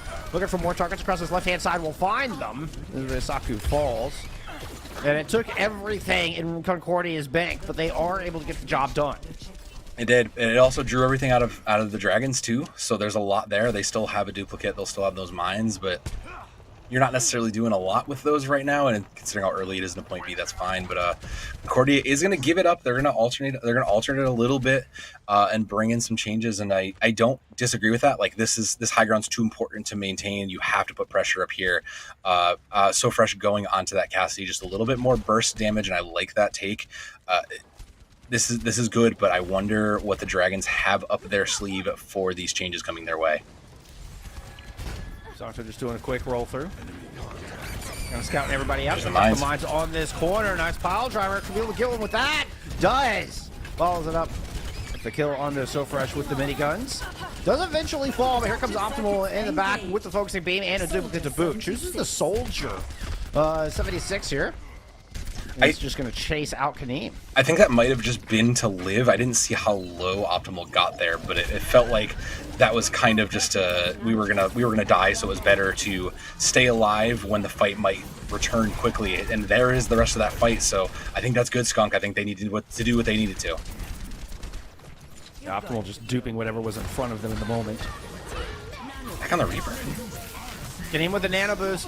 And up to the high ground, you'll get a little bit of work done. Rosanto falls. Now So Fresh on that newly swapped Reaper, heads up to the top, gets booped off, discorded, as does Pectus as well. Sport's doing a great job here from Howard CC. The card continues to make a little bit of progress around this. Jamaro coming out of Volk with the tack visor out onto the high ground. It just gets so much damage in. Peppers through the ranks of Howard CC. And Concordia do it again in the waning hours here on Dorado. Ludva making Jamaru look so good there. That anti-nade came in the clutchest of moments. So 2 minutes, 2 ultimates, a little bit of space here from Concordia. They were looking good, and the teamwork is really showing through for them. This was a good choice for them to go through, and finally the Dragons will kind of give up and change up their anti-dive a little bit. I like these adaptions, but it might be a little too late here, Skunk. Oh, nice hold! Oh, Beautiful stuff from Big Body taking Rosanto. It takes So Fresh out of this fight early. This allows them a lot of space to work with on the high ground, and Concordia to pause there for a bit. Almost got that exit pick on a Duckinator. Yeah, that's great. Buys you a little bit more time, and the Dragons didn't really have to commit anything. You love to see some value found from just your normal abilities alone. It warms the soul as it does, but this dive is going to be a bit harder and a bit heavier when it comes in, but the counter dive first to pressure it out is big, Skunk. Oh, but what a priority pick out of Jamaro, able to find the Baptiste. Optimal's going to fall as well. Oh, it's a late transcendence from Chip Milk, just trying to keep Reisaku and the tanks alive. Reisaku hesitated to pull the trigger on that attack visor because they were so low. Never could find the healing of that transcendence, and Concordia are going to push through yet again with less than a minute remaining. They're going to win this fight. Still time for one contest, though. There'll be the contest, but Kaneem is going to go ahead and send that in, try to stop that, and Jamaro on the flank just to lead the assist there. Can't quite make it through. They couldn't make it through. No, Kaneem was just playing gatekeeper on that doorway. Yeah. Nobody can make it out of spawn. Yeah. You shall not pass, indeed. Quite a stamp of the foot there for Concordia. I love to see it. Yeah, just a great realization of knowing when they have the advantage, when they created the 6v5 and when to go, catching everybody out. Yeah, this is what I wanted to see out of Concordia. They're looking good. They finally are clicking. These moments are coming together. They're supporting each other well, and they're creating advantageous positions. This looks like a great map for Concordia, and you'll love to see it. Both of these teams not wanting to go out here. Down 2-1, Concordia is coming back to life in a fierce way, Scott. Yeah, I mean, after getting completely shut out on both Ilios and Junkertown, they managed to put 3 points on the board for a second map in a row, hoping it'll be a second map win in a row. Yeah. As Concordia head over to the defense. Jamaro did great work on that Soldier 76 on the attack. That opening pick onto Rico's Baptiste in that final fight, instrumental in their ability to put those 3 points on the board. And we're going to see Jamaro return with the Soldier 76 on this defense. Yeah, I see nothing wrong. Like, run it back. You ran it through, Concordia. You go. Girl boss your way all the way to keeping everybody here. But the Dragons, they are going to just make slight adaptations to their poke comp.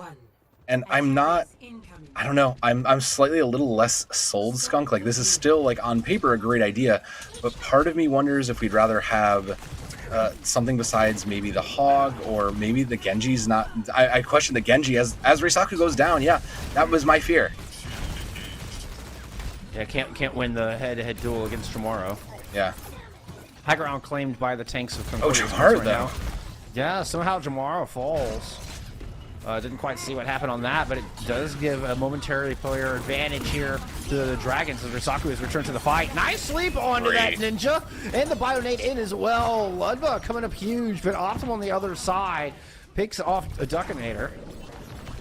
And he picks up a pair down low. Pectus finds Optimal, and this is going to be a stop from Concordia. Tank line, like the rest of the tank line, has looked very good from Concordia. They have just brought in these last moments. They really have come to life on this Winston Diva, and I think this is their groove right here. They are feeling good. They'll get the cart through one of the toughest parts, but it's going to stop there. So now this poke comp has to find a new angle to get in here, and suddenly the space they had is getting lost. Oh, and Jamaro is putting a lot of pressure in from this high ground. Chip Milk has to just duck for cover.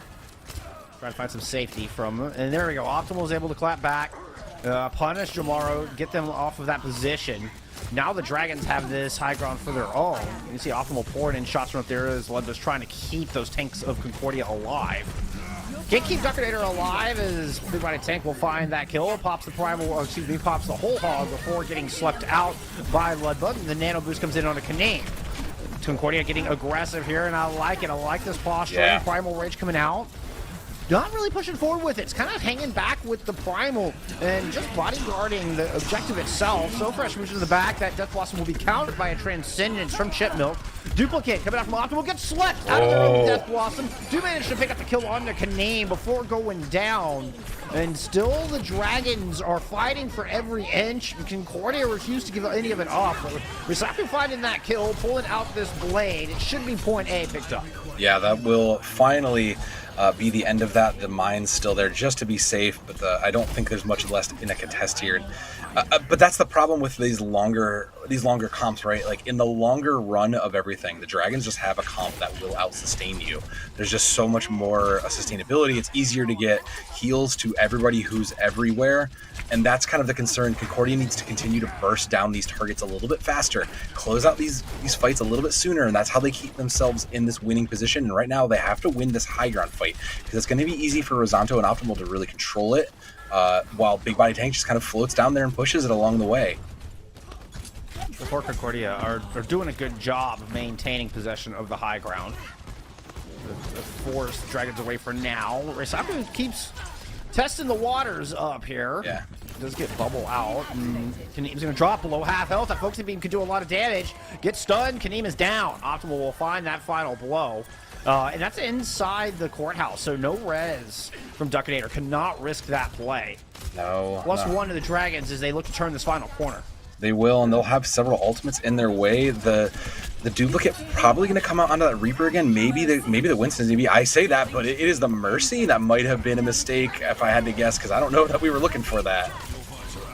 No, certainly we're not. Attack riser from the high ground from Jamaro. Nana boost out onto Pactus. It's a 1-for-1 trade so far. Make that a 2-for-2. Res in. Gets Kaneem back into this fight. Who's 5% away from a primal raid. Risaku pulls out the blade, but has 4 health. Will chop through Ludma. But that is going to be the only fatality. And Concordia stopped this cart.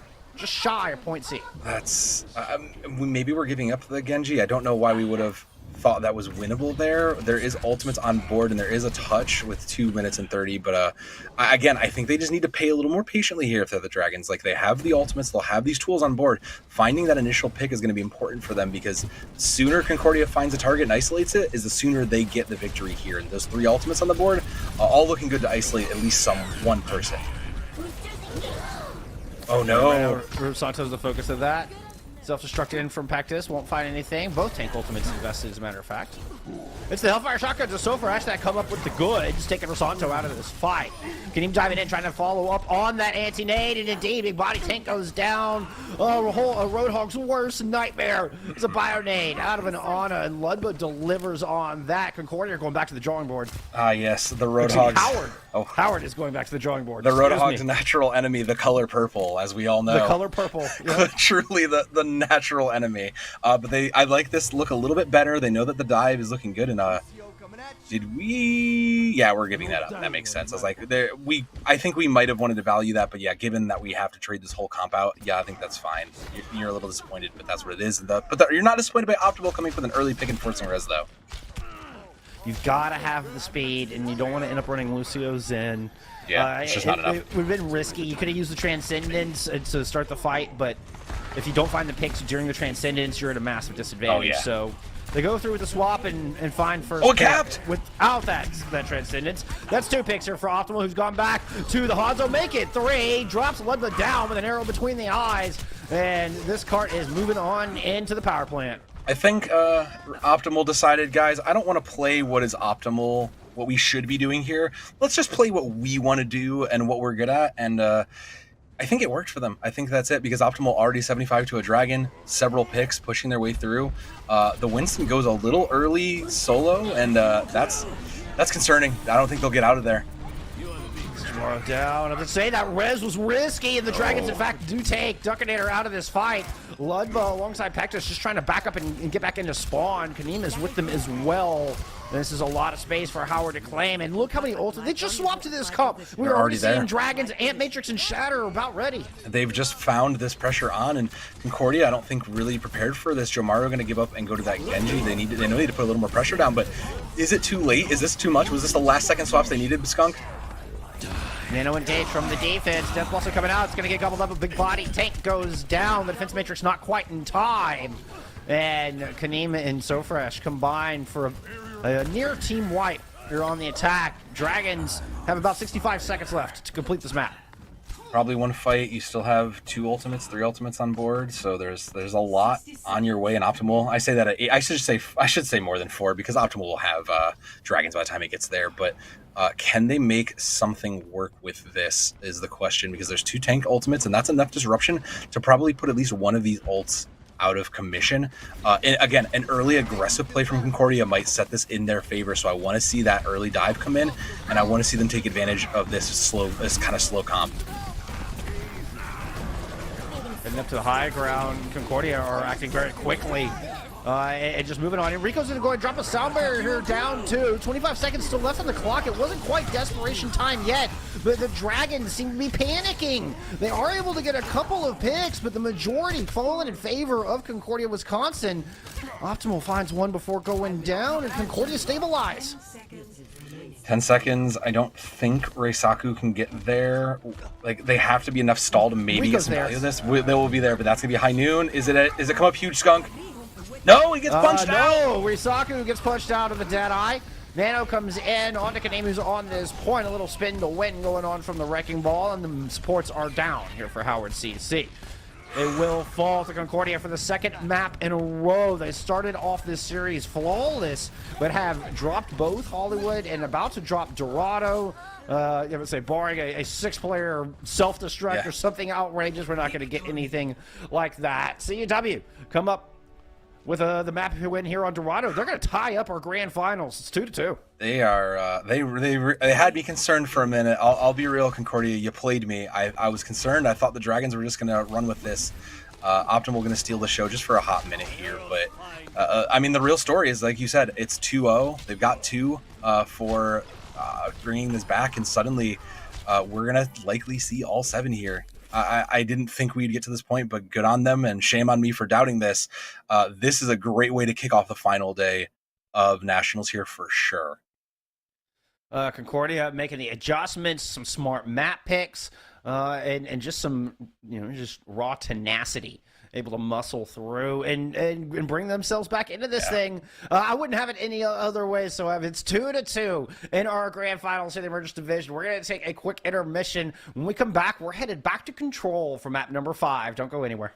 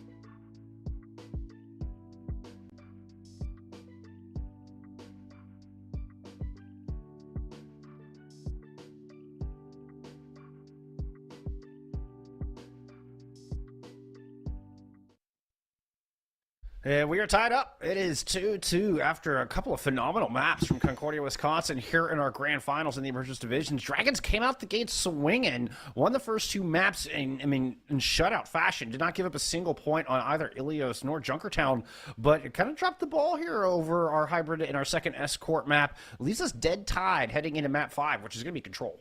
Yeah, we're going to Control, and more specifically, we are going to Nepal. We were kind of talking about it. It was a coin flip of where we're going. And, we each picked a different side of the coin. I guess my side won because I had a feeling we might be going to Nepal. Oasis leads to a lot more comps that require controlling high ground, kind of Winston comps. And Nepal, you can kind of escape that in some parts. So if you're the Dragons, this makes sense. You want to try to play face-to-face. You want to try to keep it on your terms. And this is probably the best chance to do that if you think you want to close this out because, we're running out of time, Skunk. We're running out of matches and games to play here, so someone's got to win eventually. True. You are not wrong in that fact. And I mean, right now, I can't help but feel that Concordia have the momentum at their back. Oh yeah. Putting together these two maps, but I mean, Control has gone in Dragons' favor every single time these two have faced off. Dragons have won Control. Granted, it's a fairly small sample size of 2. So this will be the third time we've seen these teams play. I've never seen them play on Nepal before. So I'm curious to see what comes out. We are getting a sub as Paulito comes back in for Chip Milk. Of course, this is an odd number map, so this is a Paulito map. Yep. It tracks with our math. Yep. I see no other logical reason other than just odd and evens. Yeah. That's it. That is the basis for the decision making. As someone who counts to 4 for a living, this makes incredible amounts of sense to me because I only know odds, evens, and 1, 2, 3, 4, so this makes sense to me. But now as we head into map 5, we're running out of numbers that I know how to count, so I don't know that I'll be able to keep up with all this incredible play from both these teams, Skunk. You just got to use the second hand. Wait.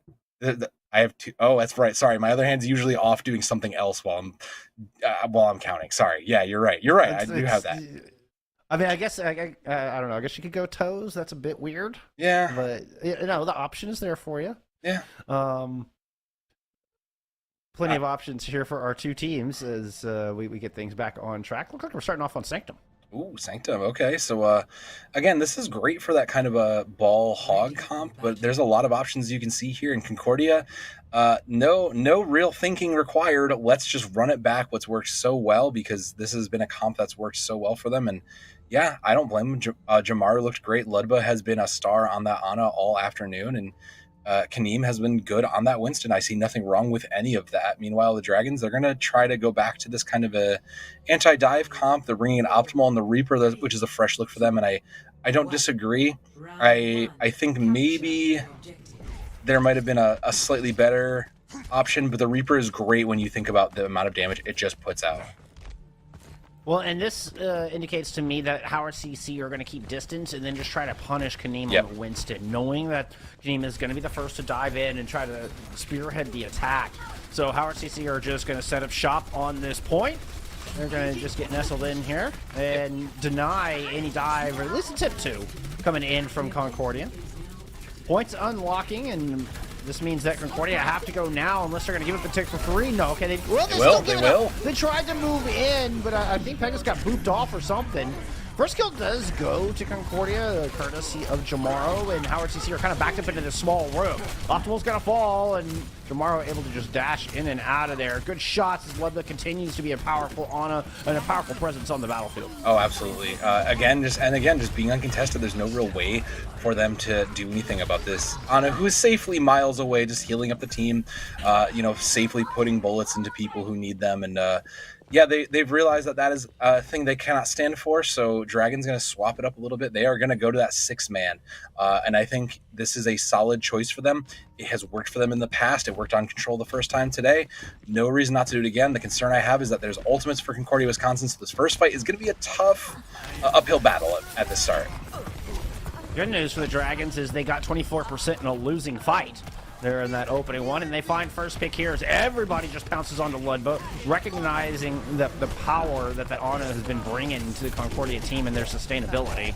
Yeah. Kaneem trying to continue that with a Primal Rage, but just gets absolutely melted, taken out of that 1,000 health with the quickness. Self-destruct coming in from Pectus, and the second ult coming through from Concordia, not finding a whole lot of value. Does buy enough space for the res to come through. And Kaneem is back in this fight, but everybody looking a little low right now. Ludba has returned. Nano Boost ready to go. Big Body Tank is down. So Fresh looking to chase down Paulito as well, but Risaku shows up to shut him down. Ludba getting harassed in the backline and still manages to get that Nano Boost out onto Kaneem in the meantime. He's built up yet another Primal Rage. All while this is going on, Concordia continue to build percentage and further increase their lead. Oh, no! Paulito! Oh, I was looking for that angle and, well, found nothing but a pit. Oh no, that is sure the pits for certain, Skunk. The pit claims another. F in chat there for Paulito's coalescence. All glory to the pit because it has been fed, and now with that sacrifice, maybe they'll buy some Providence for the Dragons. Maybe that sacrifice will get them some percentage here because it's last fight, Skunk. EMP and Blossom are available, so isolating this Ana is step 1. Trying to get the kill there, but the field is really good. Cactus comes in with the defense matrix at just the right time, but reinforcements show up. Death Blossom coming out. Sound Barrier on top of it. Duckinator goes down. Ludwig will fall as well for the second time in this fight. No supports left for Concordia, Wisconsin. They managed to get it to 99, but Rosanto showing up in a big way, cleaning up the back end of the fight. So the one thing that has kept them in an advantage here for the Dragons is that they acknowledge that win condition of Ludwig's having too good of a time. They're allowed to have fun in this game, and that can't stand. So Optimal going to try to get this EMP and keep this growing, but they have to be checking now, right? Like, they're looking now for it. Oh, everybody's looking the other direction. Oh, the other way. 6-player EMP, but the bomb goes all the way went too long. Never mind that, though. Recycler is still able to find some purchase on the back of the fight. Picks up 2, make it 3, as most supports will fall, and an EMP fight win indeed here for the Dragons. Yep, that was pretty easy to read. The unfortunate a second F for the self-destruct that just missed, but the positive for Concordia to close this out, they have 5 ultimates. They'll get the Valkyrie too as the fight goes on. So plenty of tools here to just kind of close this out. As long as they don't make an error, they should be in a good spot to swing this back in their favor. Coalescence out early, and it looks like the flank going around the side was the error. As Jamaro and Ludbo going into the right-hand side, Howard CC push out the front door and start finding kills. Do lose Rusako, but still up in this fight, especially considering they've taken Duckinator down, and, well, with it goes the rest. Here comes Jamaro with the nano-boosted blade, trying to bring this thing back. Paulito falls early, and this is going to be a final fight scenario on this objective. Paulito goes down. Dragons looking a little hurt right now. So fresh got taken out of it, I believe. Death Blossom did not find the purchase, but Big Body Tank still goes down. EMP comes in, that's going to find 4. Death Blossom this time from Risaku into the small room. Takes out So Fresh, gets the DMAC onto Pactus, and Howard CC claw this thing back from a deficit all the way back to 100, and they will take Sanctum, assuming they can clean up this Mercy. Yep. There it is. The last Angel falls, unfortunately, and 0.1 going to the Dragons there. A great adaptation from them. This was their bread and butter. They know exactly what they can do in the 6-man. They can isolate their 1 win condition right away, and as long as they are doing that, as long as they're finding a target to collapse onto, they're looking great. And Optimal back on this Sombra has looked great there, has looked great across the board. But again, considering how much shot calling Optimal's doing, this is perfect. This is the best case scenario for them. So they are going to stay on this, and there's no reason not to. Concordia going to make some adaptations. I'm not sure exactly to what, but I think that you have to be a little bit more aware. I would love to see a Brig. I know there's probably not really a Lucio really available for Duckinator, but I think that you need something a little bit more in the CC department to try to prevent the Sombra from just wreaking havoc in your backline, because otherwise Optimal is going to get that hack, make the call, and the squad's going to roll up. And once Ludwig goes down, it's so much easier for Howard CC to finish off the rest of the fight. You also, you deny any anti-nades and building up some nano percentage, so it wouldn't hurt my feelings to see a Brig. Duckinator can provide a lot of healing on this war. I mean, it's just raw heal outputs from the support line of Concordia at the moment.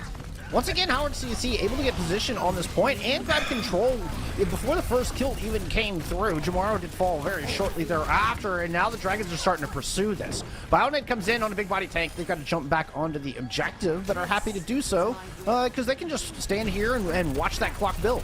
Yeah, they've got what they came here for, which is point control, and that's all they need. Pectus will go and get that free mech back, but again, the healing is great and Coalescence is there. It does get you through a lot, but my bigger concern is that you don't, if they're just going to take away the damage, what does it matter? It's so easy just to get a hack and isolate the target before Duckinator gets there. So I would love to be proven wrong here. There's dueling Coalescences. Let's see what both of these Moiras can do here, because Optimal's EMP is there, and it's big.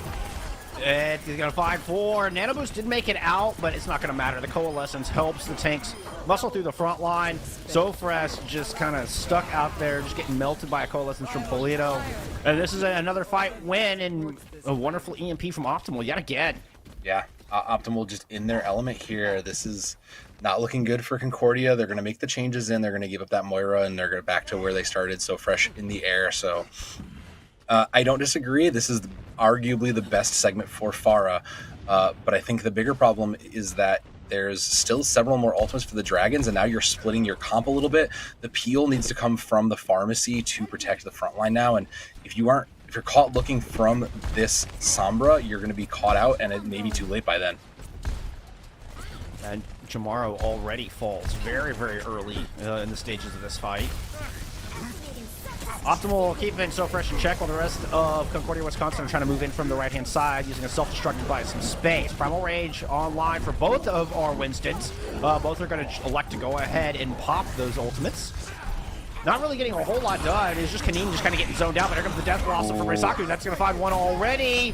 Kaneem down low. Pectus down low as well. Both tanks are out of this fight here for Concordia, Wisconsin, and Howard CEC will take a 100-0, a convincing win on Shrine to get themselves back in the lead here in our grand finals. Yeah, control is definitely their element for certain. They have this comp and they have these concepts mastered on lock, and they showed it there. Again, a dominating performance from them on these control maps. And thankfully, we won't be seeing anymore if we have to keep going.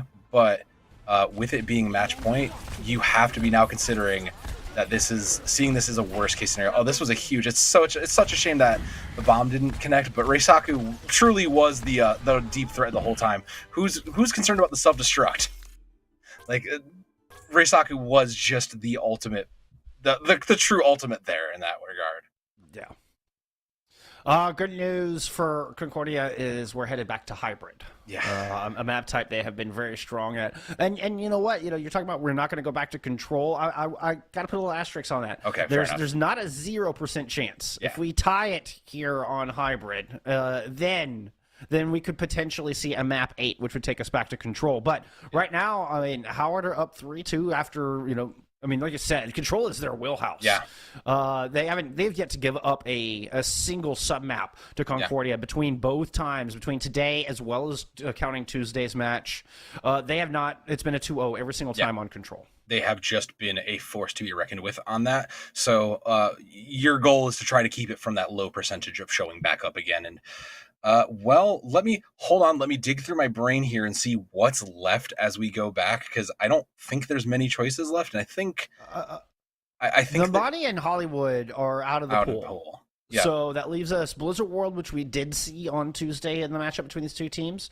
You've also got Eichenwalde and Kings Row, of course. And as you say that, Eichenwalde is out. And considering that 2 of those maps were very, very strong for Concordia, what's left is going to be a big question mark. My guess, Blizzard World would be my guess. Blizzard World is probably where they want to go, is my guess. And that is confirmed from, we'll see it on our end. We will go to Blizzard World, and to make it this far and to have that left, this is probably your next best shot if you're Concordia. So all things considered, this is it. My fear is that this is still a decent comp for that six-man rush. Like, that is still a pretty decent place you can run this. So short of the Dragons deciding that they want to play something different, maybe they want to go back into their double shield here. Sure. I would be afraid of that showing up again. And I would be thinking about, what do we need to do to stop this Sombra from continuing to run through our team?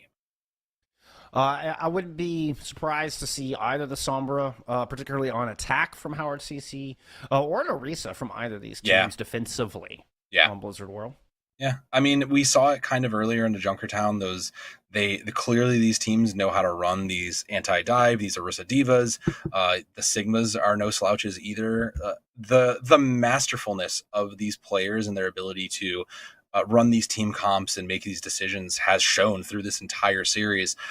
This one truly going the distance from these 2 undefeated Titans from the spring split. Like you said, I wouldn't have had this any other way. And I mean, even talk about Sigma, like Pectus has an amazing Sigma. We haven't got to see a whole lot of it today, but I've been very impressed when I've seen him pull off that hero. That's certainly in the cards. Again, double shield. It's entirely uncommon, particularly on defense here. Yeah, I mean, the B point, you're gonna maybe want to bring back that dive a little bit. That high ground is important to control. You don't need it because you can still there's easy access from everywhere. But this initial point, definitely double shield viable. There's a nice long sight lines. But the other counterpoint to that is So Fresh still has been finding success with that Pharah. Not as much as maybe they wanted, but that is an option. And there's plenty of sight lines and places you can use it. We also saw Torbjorn rear his head last time these two played this map. Yes. That was, I believe, on the defense for Concordia when they pulled out a Torbjorn. And when that particular instance, Howard CC were running kind of a rushdown comp with a Reinhardt on their attack on point B. So, I mean, a lot of variety. I mean, we might see 3 or 4 different compositions between both attacks and defenses from these pairs of teams. Indeed, getting a little bit of the anti-dive as anticipated from Howard CC is they're going to have the Brig BAP in the back line. I mean, you've got the coach gun from Optimal is obviously the flashbang from Risaku. And then some high mobility from Rosanto to help peel and protect from the dive coming in. Looks to be a good guess from what we can see so far. Still time for Concordia to change their mind on their offense. I think they're pretty set on this. Jomaru would be the only question mark, maybe going back to that. Genji has had phenomenal plays over on Hollywood for that, but they are settling on the Echo, and I see nothing wrong here. This all looks great. This all looks good, and I think the concern that Jomaru might see is that there's double hit scan across from them, triple if you include the Baptiste. Like, that may be a bit of a deterrent, but it looks like they fear no dragon here. They're looping in through Lost and Found. Jomaru is. Well, the rest of the team moves in through front door. That is Sticky's up top. I believe that got eaten up by the defense matrix. Didn't see it on the shield. Kaneem trying to engage, just doing a little poking up top. It'll help Ludlow to build up towards his first nano boost, which I think is going to be the real go sign for Concordia. I think they're going to wait for that nano to hard engage on this high ground at Griffin. Yeah, because this is going to be too tough to crack. This is kind of that poke dive, and I say that, but Reisaku already finding 2 is going to shut that right down, Skunk. And a pretty expected result. Yeah. Keep an eye on Rico with those whip flails as well. Has done a wonderful job of keeping Kaneem at bay. Really good at just denying the dive with the whip shots coming out of the Brig. Yeah, you can tell that the Dragons have worked on this. They know exactly how to push back the comp and to push back these dives. So kudos to them on that. But Concordia is they're still a big threat. They still know how to get in. They still know how to do that. They can eat the dynamite like the best of them, and you can see them. They're setting up. This is kind of what I was hoping for. They'll push the point and they'll start us off here. Trying to force a rotation off of Griffin, and it succeeds. Howard has to back up. They're a little too split, recognize that. Need to regroup and just fall back to the objective. Looks like they are going to loop all the way around to grab that far back high ground, where you get the balloons tied up in that little boat that's anchored up there.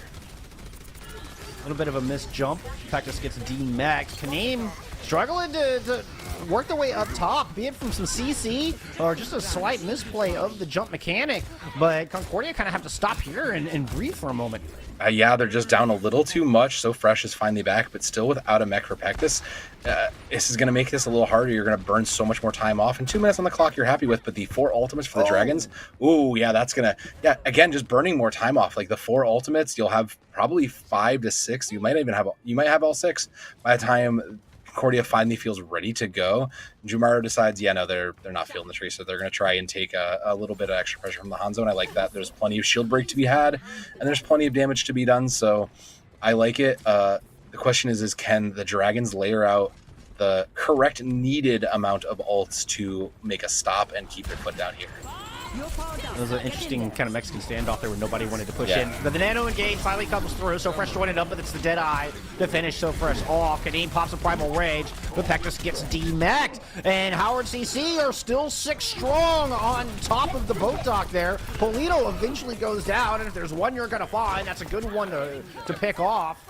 Might be able to create a power play for Concordia next time, but they've lost this fight. Nope, and with that 1 fight remaining, both DPS ultimates forced out, 4 left. It's still a bit of an ask. The early rally from Rico could keep them in here and towards this full hold, and there's not too much for the side of Concordia.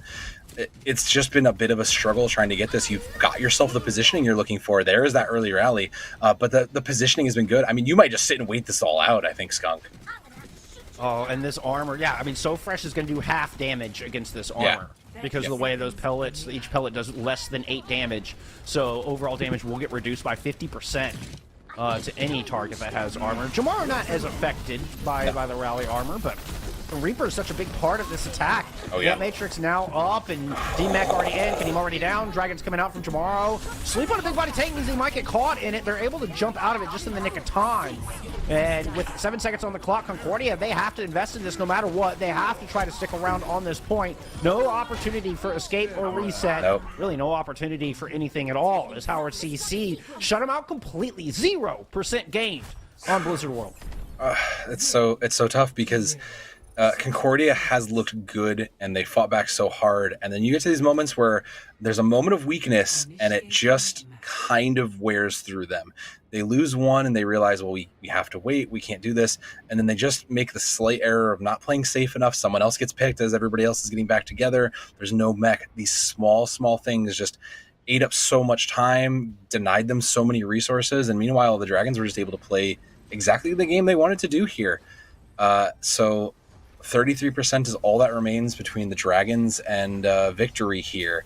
If I had to guess, they are going to run it down mid. That was kind of my thought is they don't want to play games anymore. They are here to win, so they are just going to try to probably run this down mid and try to force 33% as quickly as they can. Attackers incoming in 30 seconds. Yeah, they could loop around. They have a couple of options as far as pathing. One of the most important parts of running a rush down composition.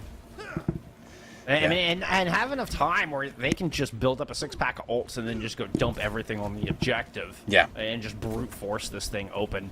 Yeah, no reason not to at that point. You only need to play for the first third. And again, you've already kind of seen this. If you can force one mistake out of Concordia, you can capitalize on it. So with that in mind, the mistake that they might make is not picking the right comp here, because this double shield is very easy to run over.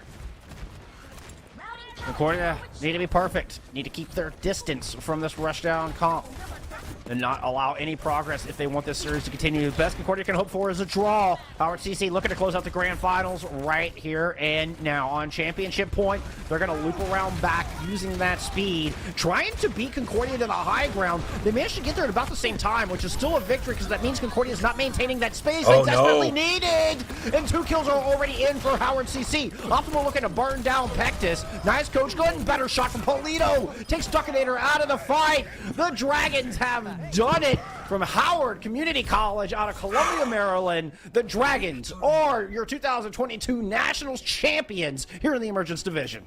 What a well-deserved after such a long slog of a match, Bullskunk.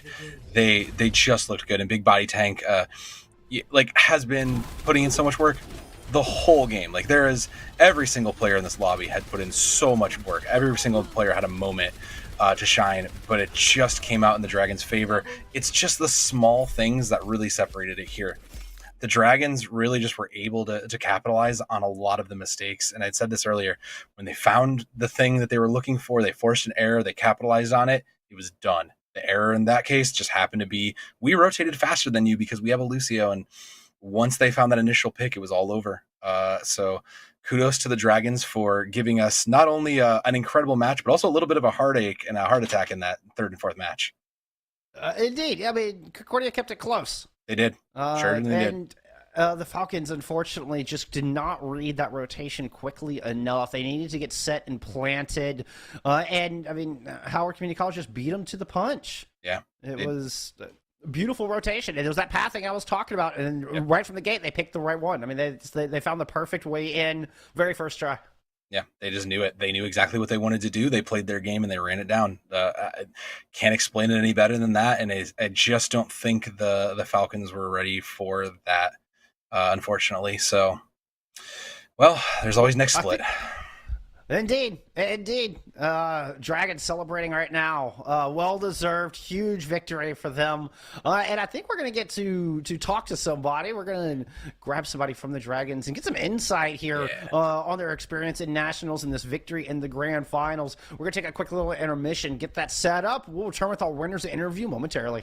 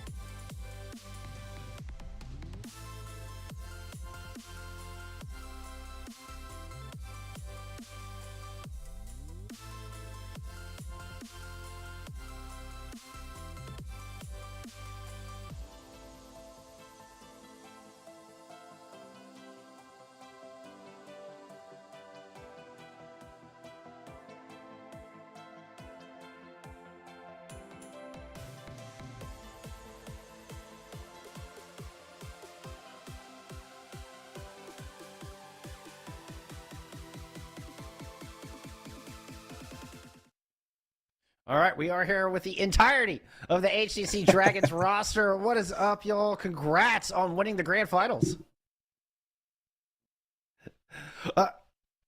Let's get some introductions. Who's who? I want to be able to put a name to a face here. Yeah.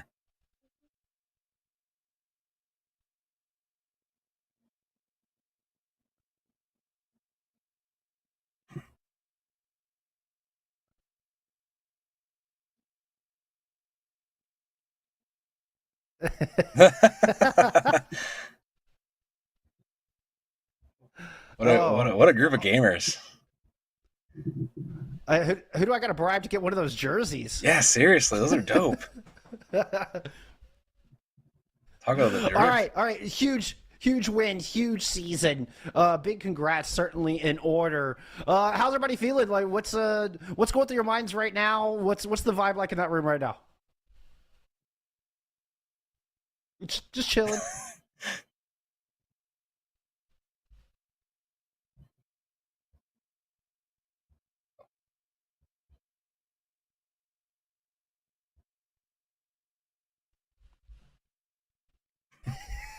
Yes. Yeah.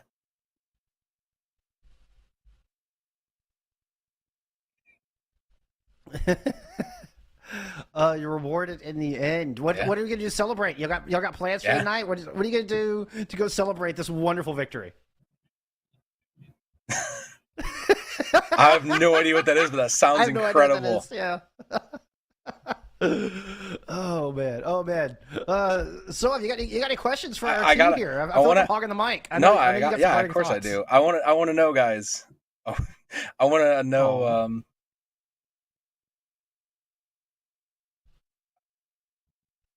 Oh, it's coming through. Okay, audio's coming in through an odd spot. Okay, that's. Oh okay. wait, so stream cannot hear them? Okay. Oh, that's That is vastly unfortunate. That is vastly unfortunate. Well, so far that they have told us that it was a very emotional finish. I'm going to play translator here. Yeah. And that there was a big tackle at the end. Everybody just kind of dogpiling on each other. A lot of emotions running through a very excited crew, and they're heading to what was the Hip Hop chicken. Hip Hop We're Chicken. headed to Hip Hop Chicken Hip-Hop for Chicken. celebration tonight. So that's pretty much what we've heard so Yeah. far. We did get some intros going around. I'm not going to try to repeat that because I know I'll screw it up.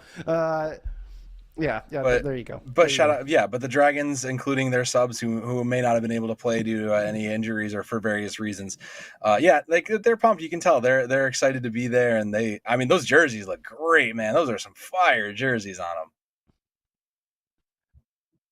them. Yeah, they look really good. They look really good. All right. Let's talk about the series for a second. You're up 2-0, strong start. And then Concordia bring it back in map 3 and 4 and tie up the series. What changed going into map 5? What did y'all do to keep the mental stable and succeed and propel through map 5 and 6 to take the dub?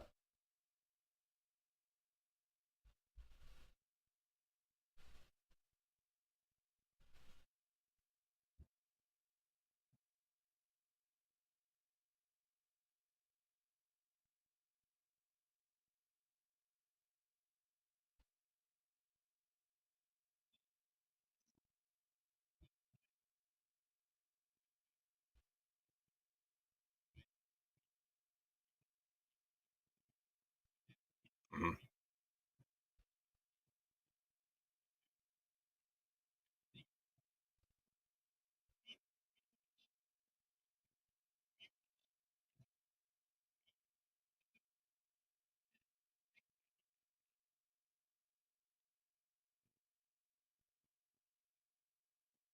That's amazing. That's Yeah. amazing. So we started off with Optimal talking about how it was all about the mental and just keeping the mental strong. Everybody looking at each other, knowing that it was winnable, and just kind of reassuring each other, taking a little break between maps 4 and 5 to kind of go splash some water in your face, kind of refresh a little bit, knowing mistakes had been made. So, some calls that needed to be adjusted and fixed after map 3 and 4. But they make those adjustments. And I'm sorry, remind me who's on the far left? Who was speaking there the second time? Is that Paulito? Okay, that's what I thought. I was thinking, guessing myself. Then Paulito comes in just saying that they knew they could do it, and they wanted to show the world how much that they deserve this win and prove to everybody that they could take the dub, and just came in reinvigorated in map 5 and 6, and you all succeeded. You did. Yeah. You showed the world what you're made of, and what kind of Overwatch team you have there at Howard. But Bullskunk took my first question, so I'm going to chime in with my second one. But looking around the room, we were kind of talking about it. It's a 2-year college. There's such a short amount of time y'all get to play together, and it's so unfortunate that 3 of you guys, after winning such and having such a strong nationals run and split, have to go off. How does it feel? Like, how are you guys preparing, knowing that some of your guys, like, this is going to be a whole different team next season? There may be some new players brought in. How does it, like, what's that keeping on your mental?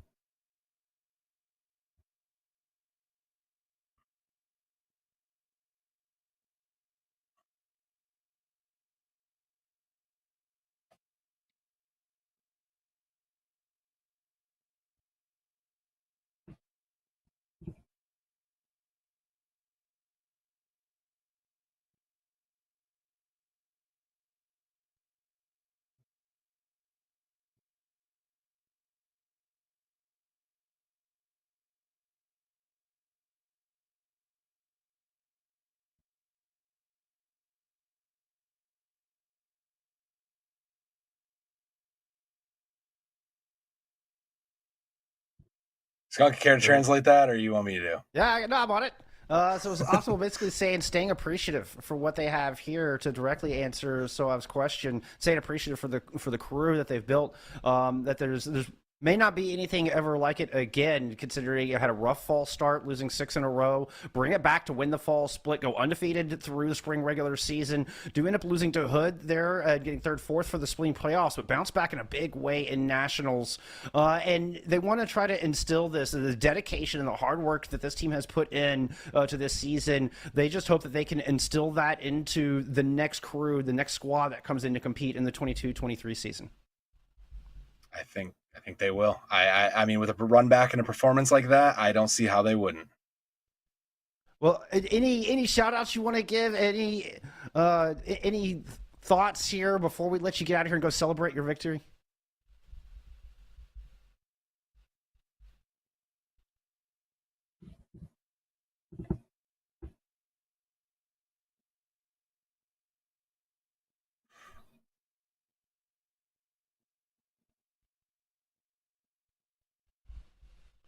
Nice. Yeah, of course.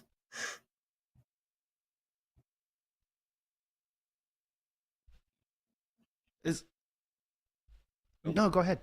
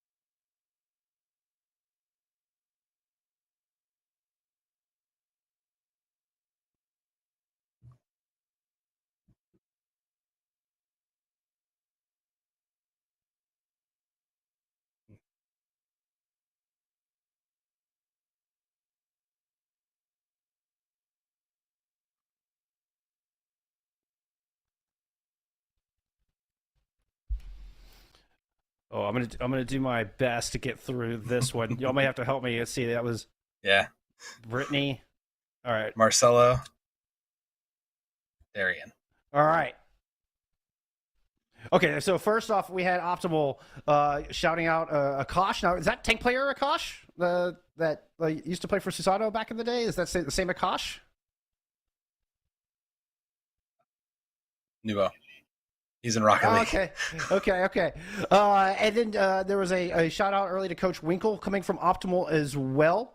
And then we handed it over to Paulito, who was talking about they were on the very first Overwatch team there at Howard CC, and then handed the mic over to his teammate then and teammate now, Rusaku, who's the tall one in the middle, the flex DPS extraordinaire, the Genji master himself, who proceeded to shout out that original team and that this team today wouldn't be where it's at without that very first Overwatch team that they put together. And that included shout outs to Brittany, Marcelo, and Darian, who I think were part of that first squad as well. Oh, and can't forget Optimal also shouted out his mom. And all the moms for the crew. Yeah. All the moms. All the moms. Well, thank y'all so much. We'll let you go celebrate. Apologies for a little bit of the scuffed audio, and I had to translate for you. I hope I did it justice, but this has been an absolute treat getting to speak with y'all. Huge congrats. Thank you once again for taking time to join us and for being such an awesome squad.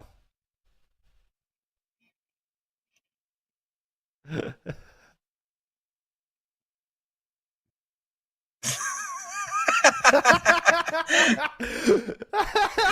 was Big Body Take on Apple Music and Spotify. You heard him. There from You heard him.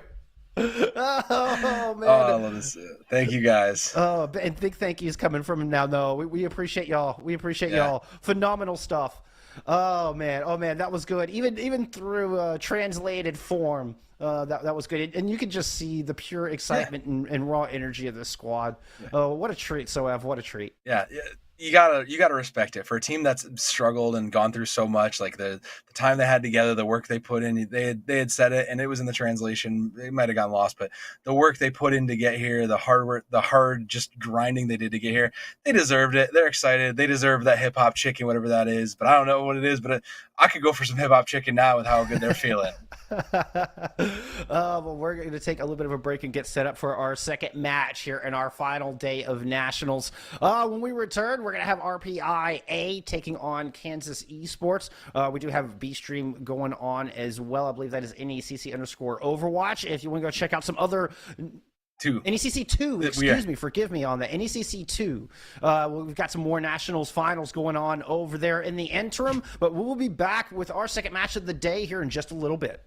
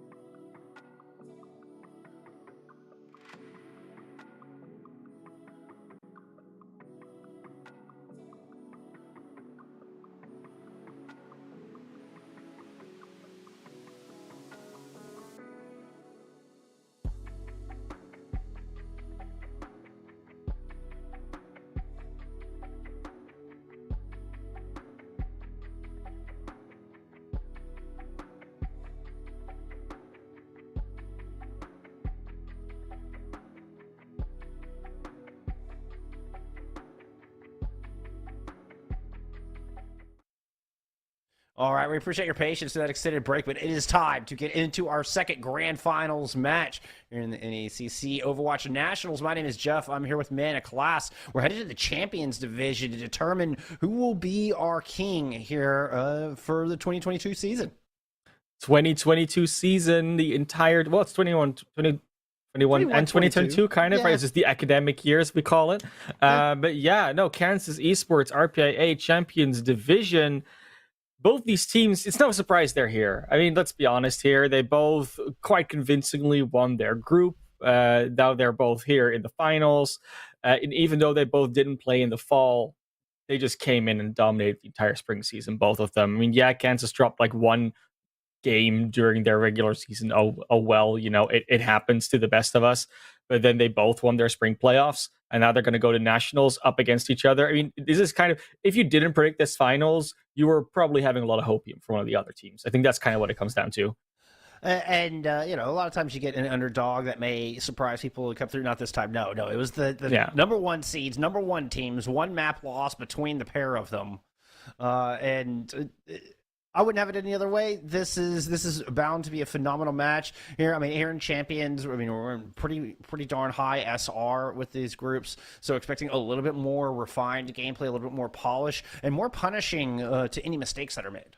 Yeah, for sure. And of course, we're talking about these two teams, RPIA and Kansas Esports from the Rensselaer Polytechnic Institute and the University of Kansas, respectively. But what are these rosters that we're going to be talking about? I mean, we're talking about it like these are such known quantities, and to us they are, but they might not be to you. So let's see who we're going to get to work with, or at least we're going to tell you who we get to work with.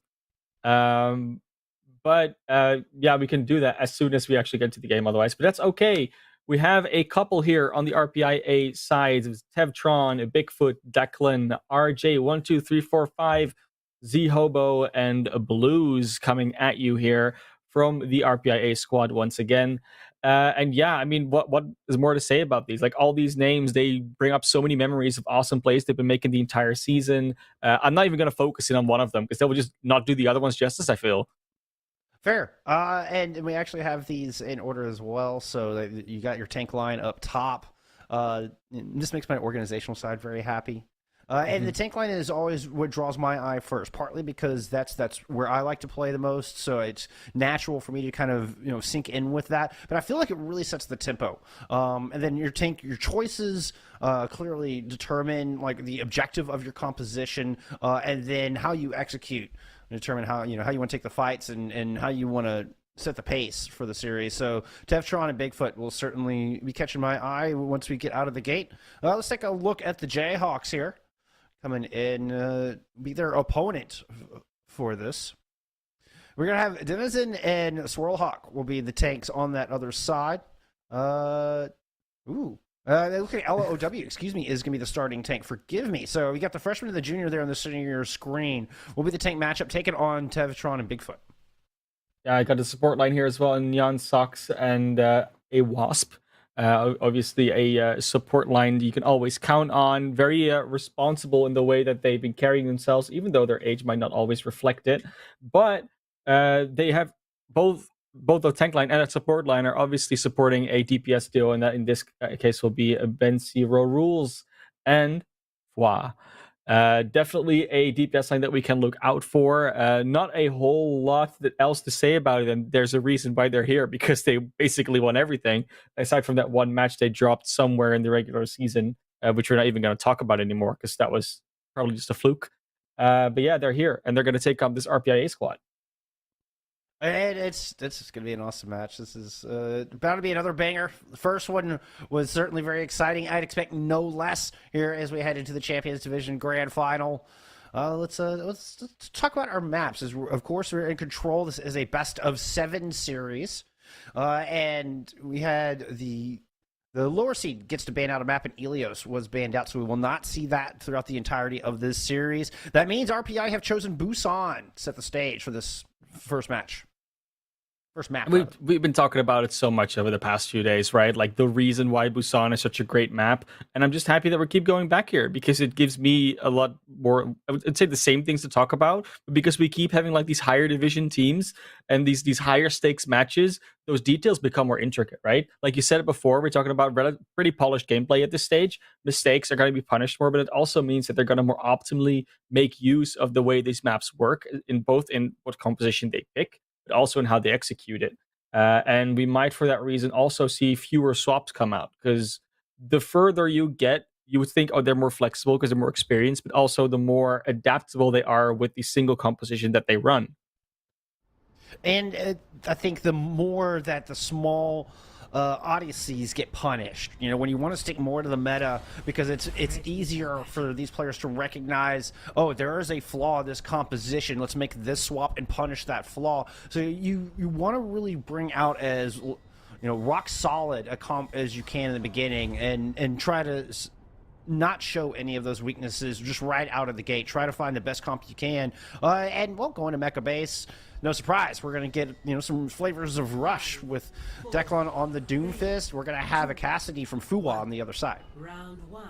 Yeah, it's going to be a very, very, very small difference between the two, but also a very understandable one. Like, a good Doomfist player can just set up a lot for your team, but being able to deny that with Cassidy, do that consistent damage, also very important. So it's the choice of the team. They meet in the middle. Good Maywall's right out of the gate. Denison almost had an advantage, but got frozen up, had to back up. Team's still fighting over the center pillar of the high ground. Declan down low, gets frozen, gets taken out. Nice ice signal from Ben Crow Rules. Now Ben Crow Rules is starting to circle around. RPI looking to be a bit into trouble, particularly with an Ant Matrix coming out here from Kansas Esports. They're going to win this first fight. The Jayhawks will grab first control. Not a problem at all, and you kind of saw it happening really quickly. As soon as Z-Hobo had to throw out their Immortality Field a good 5 to 6 seconds before Neon Sox had to, that's when you get into trouble, because your Reinhardt is already being punished harder than the other one, and they were able to sustain through it. Nice dive into the back, but a shatter comes down from Tevtron as well to try to couple with it. Still no joy. No dice on the back of it. Declan going in for another attempt. Has the Meteor Strike to get up. It's just going to land right in the thick of things. Z-Hobo, 5 citizens, and self-destruct comes through. That's going to take the Baptiste out of the fight. Blizzard now out from Ben Coral Wolves. Kills going, excuse me, that was from RJ. And a huge Blizzard indeed here for RPI. Is able to win the fight on the back of it. So much invested, though. I mean, they used the Amplification Matrix, Meteor Strike, Blizzard, Shatter, like all of that for a fight win, and it didn't even win that quickly because the percentage was still ticking up. So now we're getting a Kansas coming in here with 5 ultimates of their own, and there's almost no way they can win this one. Not without a big eat to start things off, and we're not going to see that happen to Blizzard. This one actually from Ben Pro Rules makes it through. The Mortality Field get dealt with, and a Deadeye Times finds Tevtron. Diva trying to chase down a kill back there, didn't quite make it happen as the entirety of Kansas Esports just swarm onto what remained of RPI, and this is going to be a quick flip. Quick, clean win, not even having to use all their ultimates. They'll still have the Amplification Matrix to block an approach or to stagger an approach, and a Shatter as well to be that quick denial ultimate in a lot of ways. Let's see if this change in route is going to be picked up by Kansas, though. Now Kansas, they get the rotation. They throw an Ant Matrix out, trying to split it off, and a good Maywall. Shatter comes out from Denizen. That's going to find 3. Pick up 1 kill on the back of it, and slowly but surely Kansas Esports are just muscling back RPI, catching them on this bridge. Tevtron falls. Now the Baptiste is in a bit of trouble. Z-Hobo trying to leap out of there. Fuwa able to catch him out of the sky, and Kansas Esports hold on. It's a very sort of telegraphed way of defending that, right? Like, they're going to put up the Amplification Matrix because that just stalls or blocks off or splits the approach. It at least buys time. And then afterwards, the Shatter just start cleaning things up. Oh, wow. Good combo. Oh, my. That was incredible. Nicely done. And getting out of a very difficult situation that could have been easily stymied by Kansas Esports, but huge play from Bigfoot, and they're able to find that opening triple kill. I mean, that was Declan just punching the Reinhardt at the right time so the shield was down. That was just a really nicely, coordinated combo between those two players. You're like, oh, throw the self-destruct out. They're all behind the shield. I punch the Reiner at the right time, and it will just explode and kill them all. Exactly what happened. Very nicely done. Now we're gonna get another Blizzard out, which probably will catch up Tevtron after the Immortality Field's gone, and that will go into the last fight with trades back and forth. Kansas Esports, I think, are still on top of this despite losing their Lucio there on the back of that fight. Shatter comes down from Denizen finding 2. Gonna find the DMAC onto Bigfoot, looking to hammer down this Lucio. One hit away, there it goes. Declan has managed to respond in the back, and RPI still have control. So despite a good start from Kansas, they're not quite able to finish the fight out. Now a wall to block the Reinhardt forces them down low. Ella loses that mech all the way to the objective, which means there's nothing to block this Blizzard. Denizen able to back out of it. A-Wasp throws down a sound barrier. Blues responds in kind, and Tevtron gets aggressive with that shielding. Going and swinging in on 2 members, finds those 2 kills, and we're approaching final fight. They got so greedy there. They really shouldn't have walked in there. They barely had a sound barrier online, and NeonSox was nowhere near to come back. That was why they were sort of like half winning that fight. They lost their Baptiste super early. Now they're going to be able to re-engage the 6. They will all be there, and at least they drew out a lot of ultimates for it. Trying to run onto the point, but the Maywall is blocking NeonSox momentarily from getting healing down onto the tank line. Tevtron's in a lot of trouble as a result. Falls before the Shatter comes online. Denizen close to one of their own, and Bigfoot is now the focus of RPI's attention, or excuse me, Kansas's attention. Climb that D-Mech, nice boom. Almost went off the edge, but it's gonna be AWAS stealing that kill. All red in the kill feed here. Bigfoot's gonna pick up 1. Oh no! Fuwa taken out.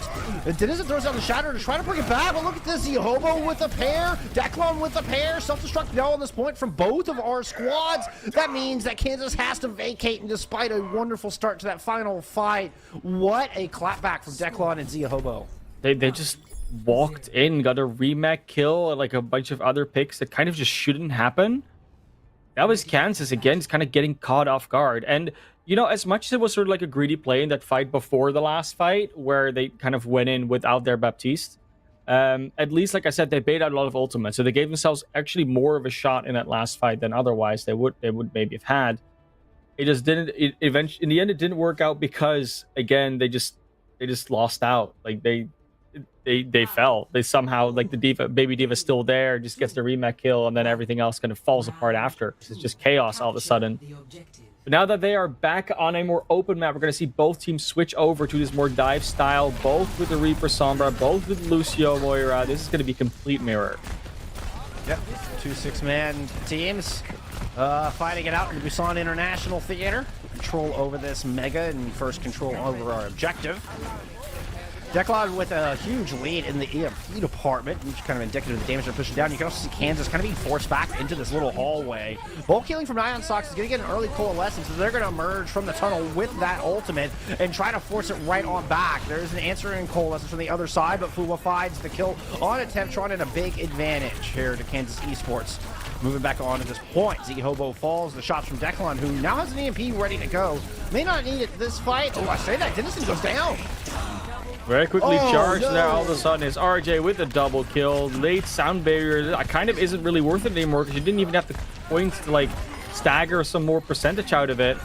That's a Wasp probably wishing they had that back. That was incredible. Did not see that one coming through. Declan able to hold on to the EMP. Bincro Rules has one of their own. Kansas looks to get back into this thing. Yeah. It's EMP versus EMP. The big difference, of course, the Blues has a sound barrier that can potentially come in after the EMP. And it was Declan who pulls the trigger on theirs first. A-Wasp falls combined with the self-destruct. Nice combo. Classic stuff here. RJ coming up with more picks on the back end of it. They're going to try and stagger out this Diva. They will be able to do so. Unfortunate for Ella, cannot really get out of there alive. So they buy a little bit more time with that. But, you know, of course, we do see this full ult combo being used, which means that Kansas, well, because they didn't use anything, will now come in with the ultimate advantage. Of course, they still have to watch out for especially that sound barrier. Biggest job of Ben Crow is to really find that Lucio or block the barrier. EMP comes out, didn't really hit anything, and Blues does get that sound barrier down. Hobo falls, and Fuwa does have a Death Blossom trying to move on to this point when it picks up a second kill against the opposing Reaper. Now hunting down the Winston, and that's a big old hitbox for those shotguns to unleash upon. 3 quick kills and really no ult needed after the initial EMP. You can see it, right? So Bigfoot uses self-destruct. Tevtron uses the Primal Rage. It's actually Bigfoot didn't have the self-destruct yet, but the Primal Rage was used. And a lot of that is just like in response to the EMP coming out. They maybe didn't hit a lot of people, but it's like an instinctive thing, right? Oh, the EMP was used. We must react with an ultimate or two. Ooh, nice choice in that tiny hallway for the Death Blossom, and then Defense Matrix was a touch late to save Blues. +2 to Kansas Esports. And they're just going to send RPI pack, and RPI has to stop and breathe and reset. Yeah, they do have a little bit of percentage lead. They have plenty of time to work with here, and they've got a bunch of ultimates back, including a very good opportunity for different combos. They got to be careful. Of course, again, we got to talk about the EMP versus the sound barrier conversation. And Bankro and no Wasp, and Declan with the EMP versus a Wasp. And Bankro has no sound barrier to worry about. Oh, Declan pulls the trigger on that. A Wasp does get the sound barrier down. Fua still falls. Coalesce, it's now in from Kansas Esports to try to respond. That's both support ultimates used. They are able to get a little bit of value out of it, at least pick up 1 kill. Blues goes down, 27% away from a sound barrier of their own.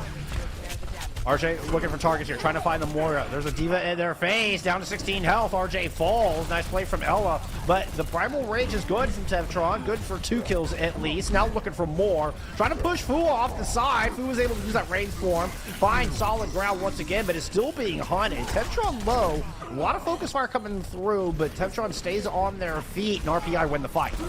They're still stalling out for percentage, though. 80 plus already gained, so at least they're going to be able to put themselves into guaranteed last fight territory. And they do have that EMP online, including the Death Blossom. They got the self-destruct. They could go for one of those cool combos off their own, as long as Declan does the EMP them first, because they've got another one up. Well, and Ben Rules goes down kind of in between fights. So that could be a disastrous turn. It might force Kansas to take an engagement before Ben Rules is back in position. Which wouldn't be a problem, as there wasn't an EMP online for Declan, but there is, and that is too much resource in their face. 2 down already. Bankro can't even use the EMP. Fua just dies as they yell the word, and that is a fight already ending here. Oh, a beautiful preemptive strike coming out from RPI, denying Kansas their win con of getting to use the EMP. Twice in a row, Ben Rules falls. In very bad timing for Kansas Esports. It means RPI start off with a 1-0 lead in our series. Play of the game. And it's funny, right? Because when I look at the way these teams use their ultimates, the way they manage their economy, I would say that RPI is being a little bit too lackluster with them. Like using too many for like too little or too short time value. But Kansas, just even though they manage them better, the value they get out of them is often just less. And because they don't use them as quickly, they also charge fewer ultimates. So it's more of like a quantity over quality type of situation here that we're getting for RPI. And yeah, unless the quality goes up for Kansas, they can rotate them as much as they want to. But if you don't find the value, then can't really say that you have great ult usage, right? Yeah, I'm afraid so. There was also, just that killer play. I want to go back to that play of the game, just because that was so spectacular. I love that kind of stuff. Those setups are so good. And we had Tevtron pinned out of the hallway with the Reinhardt, and that's what drew my eye. And then the Doomfist emerges to get that punch in. And I don't think Kansas ever saw it coming. I love that stuff. I love those little things. Just put a smile on my face. Classic. Right. We just and sometimes they're not even intended. They're just like, I'm just gonna press this button now, and if it works out, it's great. If it doesn't, well then, I just fat fingered it. Who cares? It's how it goes. But obviously, because we're in a first to 4 or best of 7, as you want to call it, we have plenty more maps to go. Next map type is going to be Escort. We're going to go to Havana, and Dorada will be banned out by RPI. First to 4 is a little bit more accurate, though we do not have Assault in It's hard to series. draw unless you're on Hybrid. Yeah, exactly. Hybrid's the only one you can draw on, but still mathematically possible. So it is.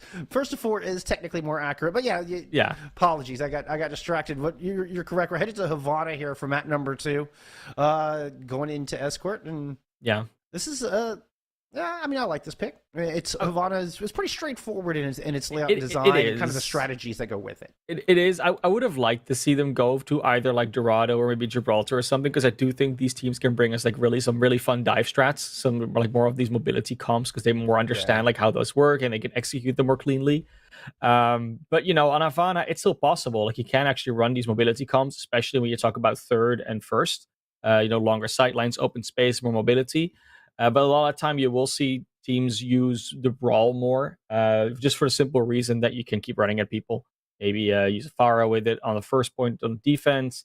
You can get some snipers around it, but shields, because it's so open, just provide you the extra bit of cover that make you not have to cross open space in front of said snipers or something else. And the brawl really works well on point A and B. You may have to change it up for point C. I tend to see a little bit more, bunker style compositions. But I mean, hey, if you can run through point A and B using your brawl comp, why not? It kind of depends. It depends on your old situation at that point, and what the other team runs. Like, there's always these things that you have to worry about. What I will say though is I do expect both these teams to play these brawls. Like I said, because it is something that teams will more go for, and I also do think they're going to have this tendency to defend very early on, right? They're going to defend on the gas station or straight up on that spawn, because these teams have gotten to that point where they trust themselves to do that, and B, they know they're going to have that next fight then, which will roughly be at that corner where a lot of teams will actually start defending usually, which is unfortunate because it only gives you one fight. These teams are they're guaranteeing themselves at least 2 fights on A, and this extra time they buy, extra space they buy for themselves, that just helps them with the rest of the map. And if you can hold them at spawn for full, that would be even better, because then the card is basically not moved. We have happen. Not often, but sometimes. Sometimes. I've seen the cart move 5 meters and get completely stalled. But no Symmetra here for RPI. Is there opting for Declan on the Cassidy? Often in the current meta, we see the Symmetra to teleport between the 2 doors. So Kansas might have an opportunity here, especially with the Great Wall section off that Reinhardt. Immortality Field's taken care of, and Tevatron is going to fall. So big picks right out of the gate, and the rest of the dominoes will start falling here for the defense RPI. They tried it, and it didn't quite work. I mean, they did buy themselves 40 seconds before the card even starts moving, at least, but it is definitely a very strong way of starting out here for Kansas. They're going to have ult advantage. They're going to be able to set up on that point a little bit more aggressively than you otherwise maybe would. But the ultimates are also coming around for our RPI, if not actually faster than they are for Kansas for a couple of these heroes. But it's still something to be aware of, that you want to fight, so you should be able to be in a good position for Kansas. Lucio enable, big speed engage coming in from the defense. They're going to drop right in behind. Amp Matrix out from Neon Sox, blocked by Maywall from RJ. Dennison loops around, tries to throw down the Shatter. That's going to find 2. The rest got blocked by the shield. Now Temptron has one of their own. And lower it down. That landed right on Dennison's head. Not even the Immortality Field is going to keep the Reinhardt alive through all of that. Quickly dealt with, as is the rest of the attacking Kansas Esports. It was a nice rotation for RPI to straight up go to that high ground, like not try and just fight them, head to head, but get into a position of power, of strength, and just strategically fight from there. It's a good execution. Teams making use of the map like that is just what you like to see, especially on levels like on a level like this, where they should have that understanding. And like if you're in a quick play environment, even in a competitive environment, you often will not see teams do this. It's just good that they rotate that decisively. Those are coming out here from Vinker Rolls. Went through the inside of the post office to make that happen. Sound barrier down as Denizen who falls. So no value from the back of that Blizzard. We'll get one kind of exit kill here for Fua, but I think that's going to be the only one, as D-Mech is imminent. Oh, self-destruct. Okay, to get the mech back. Might have wanted to save that to next fight, but it's still a fight win, and even happier for your RPI. You got ults out. Here comes Dragons as well to quick re-engage. They got speed boosted advantage. They killed the Lucio, and they're like, we can really quickly re-engage. They can't run away from us. It's exactly what they're doing. They're getting so much value here at Bullskunk. Oh, but the double kill with the remake. You gotta be kidding me. I don't know. But Kansas Esports are still not dissuaded. They're still continuing to press forward. Oh, Dennison spins around at just the wrong moment. Gets taken down. No Reinhardt's left. And this fight has dwindled. I think it's just this baby Diva on point trying to stall Cart for they're trying to do it again. They're going for another remake kill. Not happening this time. No defense matrix to save you from that icicle. They know they won't have the Diva or Lucio to worry about. They can go for an aggro push again. do lose the Hanzo, but no supports on the defense means that they're gonna have. This is like almost guaranteed a cap. Like you gotta be working on this. It's not guaranteed as how much is going to be in the time bank. And the speed re-engage finds Tevtron right out of the gate. And now Dennison just going to fall Killing back. May with the Blizzard around. Yeah, I mean, it's going to be a free shadow, though. There's no shields here. And I think Dennison was trying to bait a couple in. Declan from the high ground blocked off by the May wall. May Blizzard comes in and 2 quick picks on the back of it. Declan able to get some fantastic shots onto some frozen still targets. And this is going to be a hold. There's only 9 seconds left. Can anybody get back? This individual clutch potential is so high. I mean, Bigfoot with a double remake kill, then the May just comes in, freezes everybody up. Like, you can't get back to the cart this way. And that's a full hold on Havana. That'd be, like, I'll be honest, Havana full hold is not something that is very rare in Overwatch. It is a very possible thing to do, as we just saw happen. But it still is a very strong statement from RPI coming in here. Being like, we already won the first map to get 2 rounds. Now we're gonna get this one. You're not even gonna get 1 point on the board, which they still haven't gone for both maps, mind you. I mean, Kansas, they're feeling the pressure now. Oh, man. I can't help but feel that Dennison should have pushed forward a little bit more aggressive. Perhaps could have gotten a shatter down to stop the Blizzard coming out, to stop RJ from throwing that on the objective, which is ended up being the nail in the coffin there for Kansas Esports. There was no Reinhardt on the battlefield. Tevtron was gone. And still, Kansas Esports couldn't quite get it done. I mean, massive clutch potential. Tip of the hat to RPI. I mean, that was incredible. That was championship caliber. That's what we want to see. And now WinCon just right in front of the distillery. It it did get far. It almost got to that checkpoint. So there's a very good, there's a very good chance that Kansas can do as well of a hold, if not better one. They are going to come in here. Probably going to do the same thing, right? They're going to defend very close up. I don't think Tevtron's going to stick on the Roadhog. It would be amazing if they did, but, let's not kid ourselves. And we're going to get just a mirror matchup, it looks like. Yeah, he's going to try. He's going to actually go fishing for a bit. I think, just maybe look for an early hook or two. That's not happening. You got walled off. And that's just free ult charge there for Ella and Fua. I imagine we'll get a swap coming out. RJ capping up shortly. RJ's catching up really quickly, though. Those right clicks are just very strong.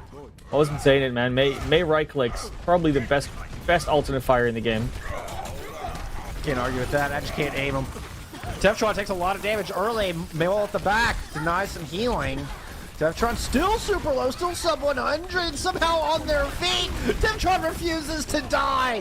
What play coming in for the rest of the team to keep that Reinhardt alive? Now let's see if they can do anything with it. RPI trying to push forward, frees it up Dennison. Dennison's going to fall immediately. And Matrix is a touch late to get the double healing out. That's a lot of low health bars, a lot of critical sides there for Kansas Esports that RPI are able to capitalize on. They'll eventually get them off. I think they took a little bit longer than Kansas did, but again, you still have 3 minutes to go. Only about 80 meters to push or 70 meters to push. It's not that much, and you're still going to come in here with an ult advantage as well if you're RPI. That's Kansas. Just I don't know. It just feels like overall they're not able to output the same amount of damage. No way! 5-player shatter. Oh, that was gorgeous. I mean, you showed them from Tevtron. But they're trying to do their own playbook, right? Like, that this is a possibility if you're RPI because you just did it yourself. Kansas just tries to come in, copy their exact routing, and RPI is going to be ready for that because their Reinhardt is just, they know that that's the thing. Oh, Kansas Esports now one opportunity to defend. They've got to be perfect from here on out, or they're going to go down 0-2 in our grand finals. And NECC is down early. No, and now the Blizzard is out. There's no immortality field to protect against this. It's a desperation sound barrier / self-destruct coming out. Both get kills, but guess what? There's only blue jerseys left on this point. RPI take Havana. They're now up 2-0 in our grand finals. They're trying to speed run this one, but of course, they at least have the extra map that they have to play, other than all the other rounds. It is again, first to 4, so at least 4 maps will have to be played and won by a team. But I mean, this is going to be played the game. Not surprised. Look at them, all of them, and that's the thing, right? You see the Diva actually check, and you just hear the record spin. It was at that moment they realized they were going to get shattered. It was just I really, if we get the chance to talk to LOW, I really wanna know how that went in comms, because you see the Matrix out, it's like, oh, there's someone there. Oh, yeah. With the wait, defense matrix and guys, Earth Shatter. Yeah. let's try next fight. This is not gonna be it. that had to just be a man. no, like the slow motion It's just nuts. hand out. Oh my goodness, Yeah. that was incredible. That's been my favorite play of the day so far. Oh man, a good Earth Shatter. A good Earth Shatter just warms my heart. I need a few minutes to recover from that. That's going to be an intermission here from us. When we come back, we're headed to hybrid. We'll see you on the other side.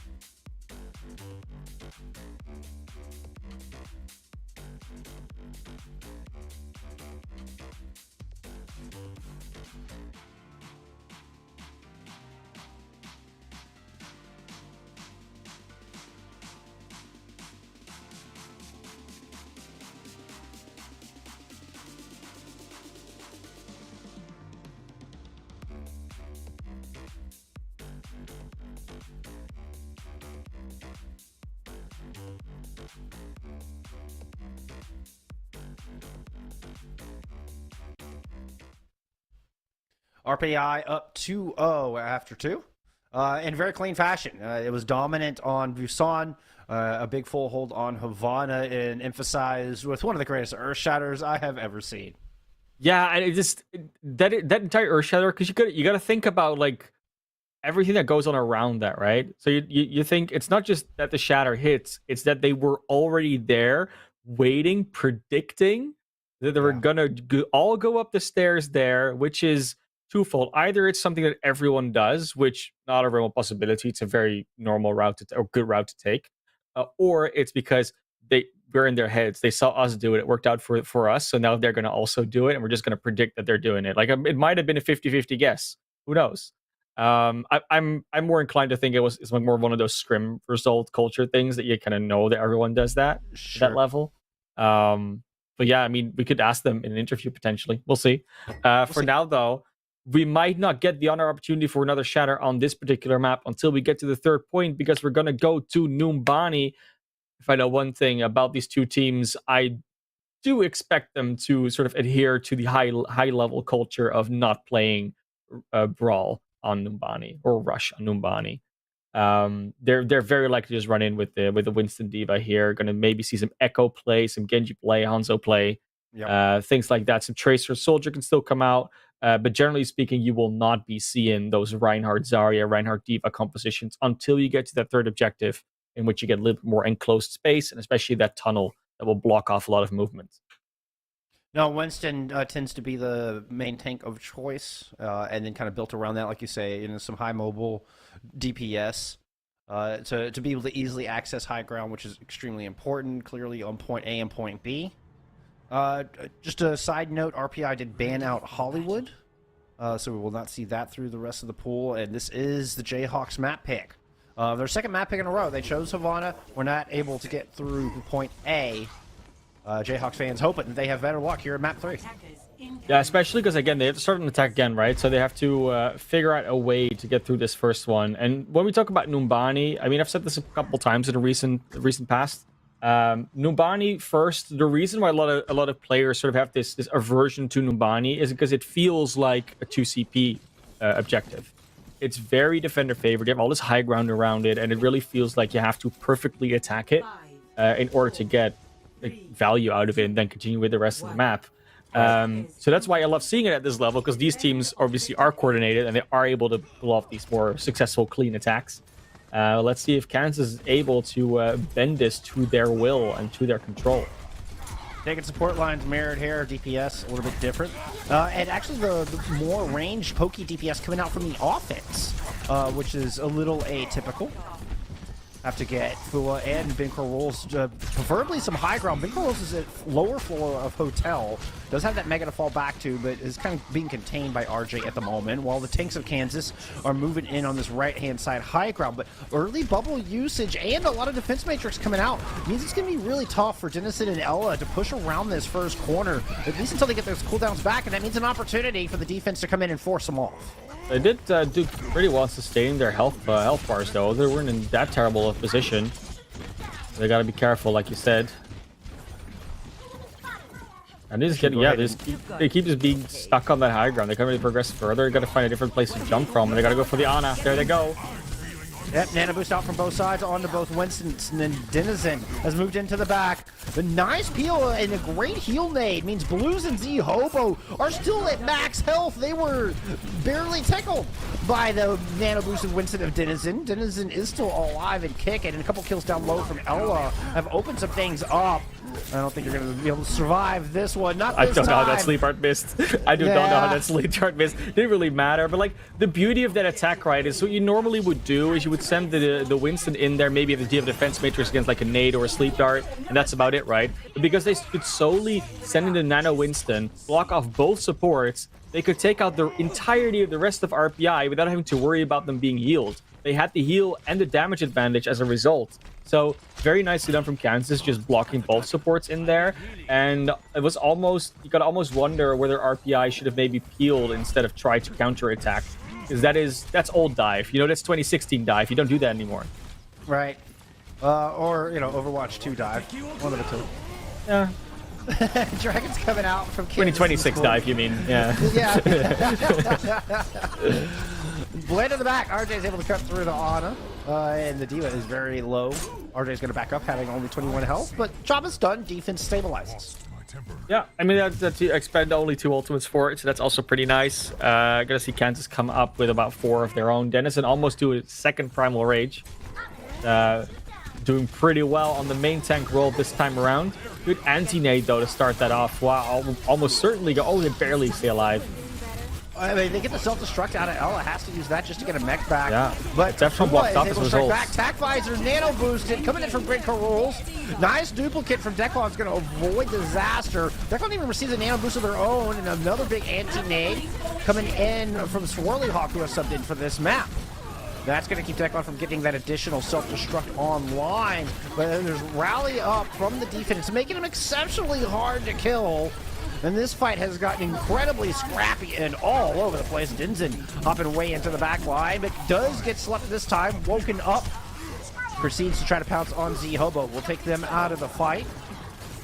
Kansas Esports emerge victorious from this very scrappy engagement. Yeah, just drawing out, right? Like, even if you lose this as RPI, you bought about a minute of time already, if not more, on this defense. And that's exactly what you want to do here, because this is not the point you're expecting to win. This is the point that will just also happen, and they're still buying time. It's still not over. Now they can finally push through. They might even have another opportunity to defend. I don't think the Diva will quite be there, but yeah, I mean, it's a great job. You bought about 2 minutes already on second, I think. Yeah, roughly. And I mean, I think the might contest. Yeah, the Genji went will. in. There's the Winston on, and RJ will fall, but Defron has a Primal Rage and just continue to eat up time and manages to find a kill on Nyan Socks with it. Now looking for some squishies into the back, gonna push the soldier off the point. Self-destruct will take Tevatron out of the fight. Here comes the Brig to try to hold down. Zobo close to a nano, but the stack visor is finished off Declon. Bigfoot falls, and now Blues is gonna go down on point, not able to get the rally built up, but I mean, you hit the nail on the head. Like, you're happy if you don't get steamrolled through second, and RPI ate up a bunch of time. They really did. 3 minutes 20 is still a decent amount of time to get through third. Kansas did have to spend a lot of ultimates, but it feels like they've gone to a rhythm where they're just using ultimates left, right, and center, and it's working out for them because they keep fights going that way.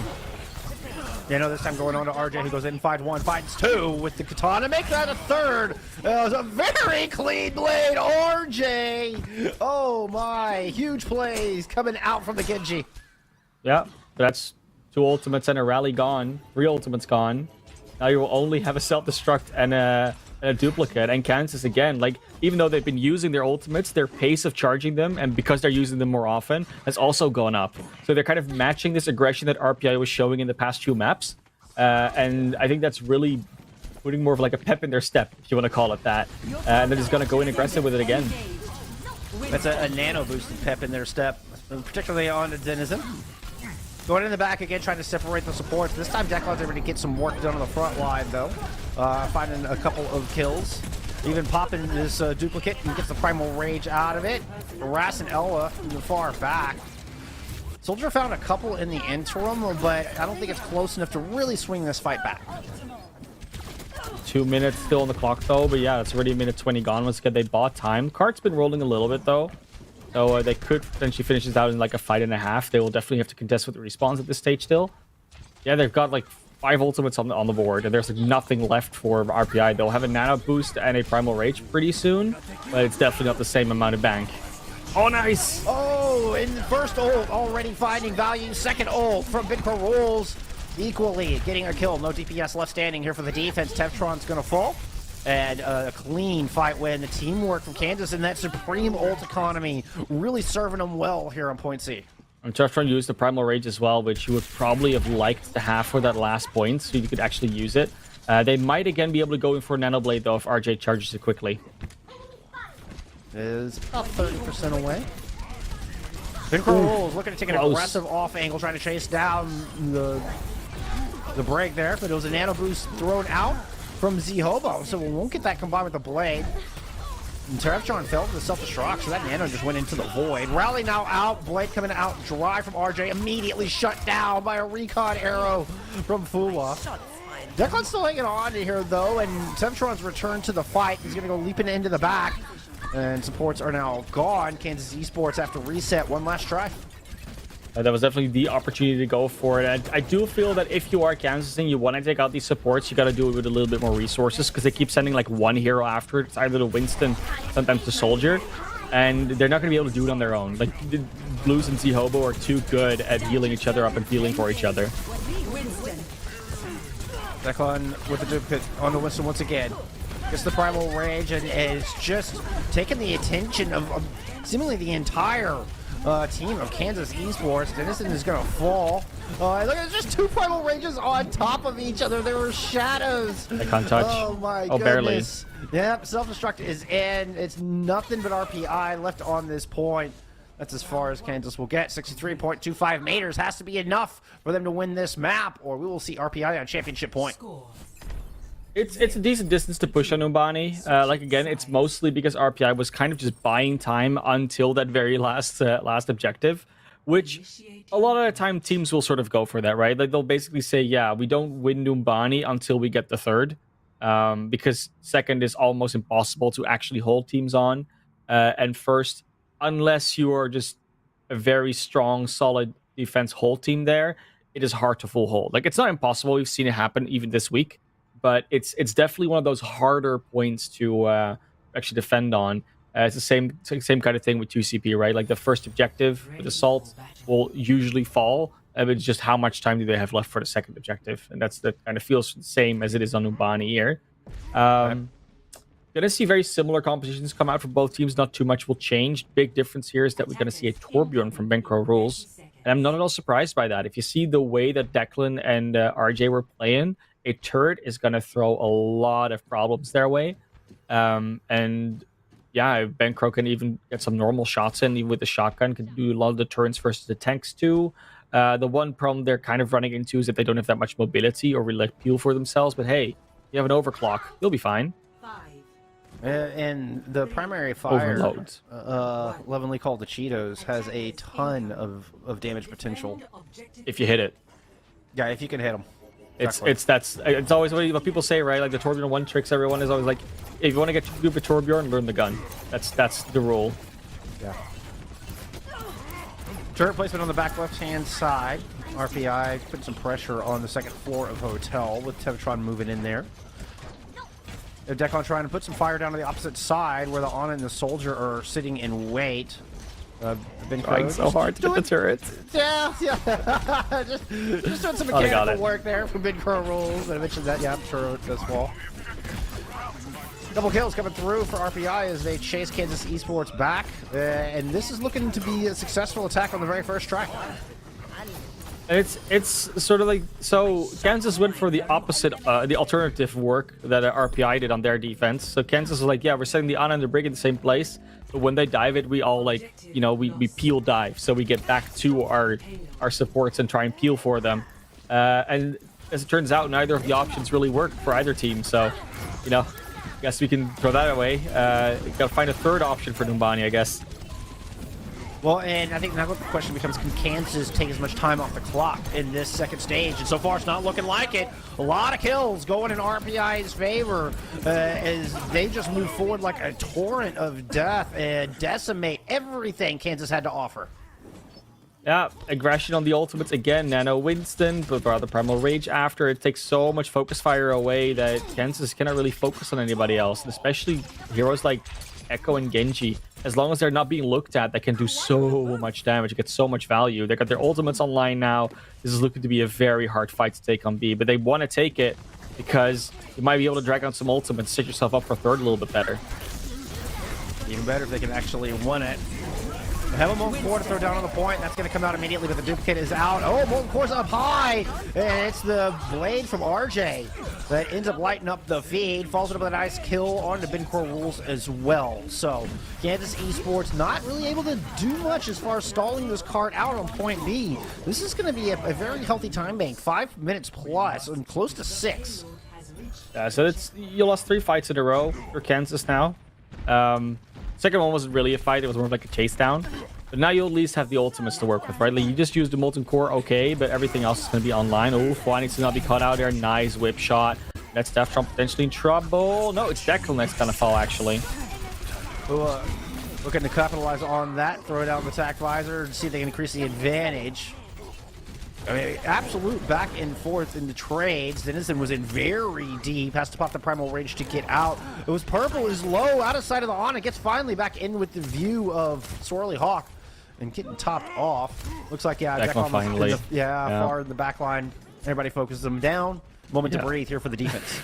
Blues that res them, and after that, they never really got back to their team. They're kind of constantly corralled by Ella. And then Denizen just joined in to help out. It's a little bit of a late respawn, but Echo's fast enough. She'll be back soon. Yep, there's Declan rejoining the squad. Halfway to a duplicate. Nano Boost out onto Tevtron. Self-destruct thrown in as well. And Brig is caught out. Had to stand still. The shield. Nyan Sox falls. Declan does go down. Kills onto the support line. Oh my, Denizen are able to get in and execute that support line. Denizen and Ella both very low, but Tevtron will be finished off from that Primal Rage. Somehow, Denizen at least survives. Ella's going to go reset and get that mech back. And that's Blues back on the Brigitte. That's exactly what they needed. Because as much as Mercy can just heal the Ana like through a lot of the Winston damage, in the end, it's not as effective as just pushing him out of your range. Stunning him up, whip-shotting him away, just keeping him at range. And Z-Hobo is now going to go over to the Baptiste as well. They're going to go over to straight-up rush with the Reaper as well. I mean, this is what you see a lot of teams do, especially when they still have plenty of time left to build up the ult cycle. It is arguably the stronger comp on this objective.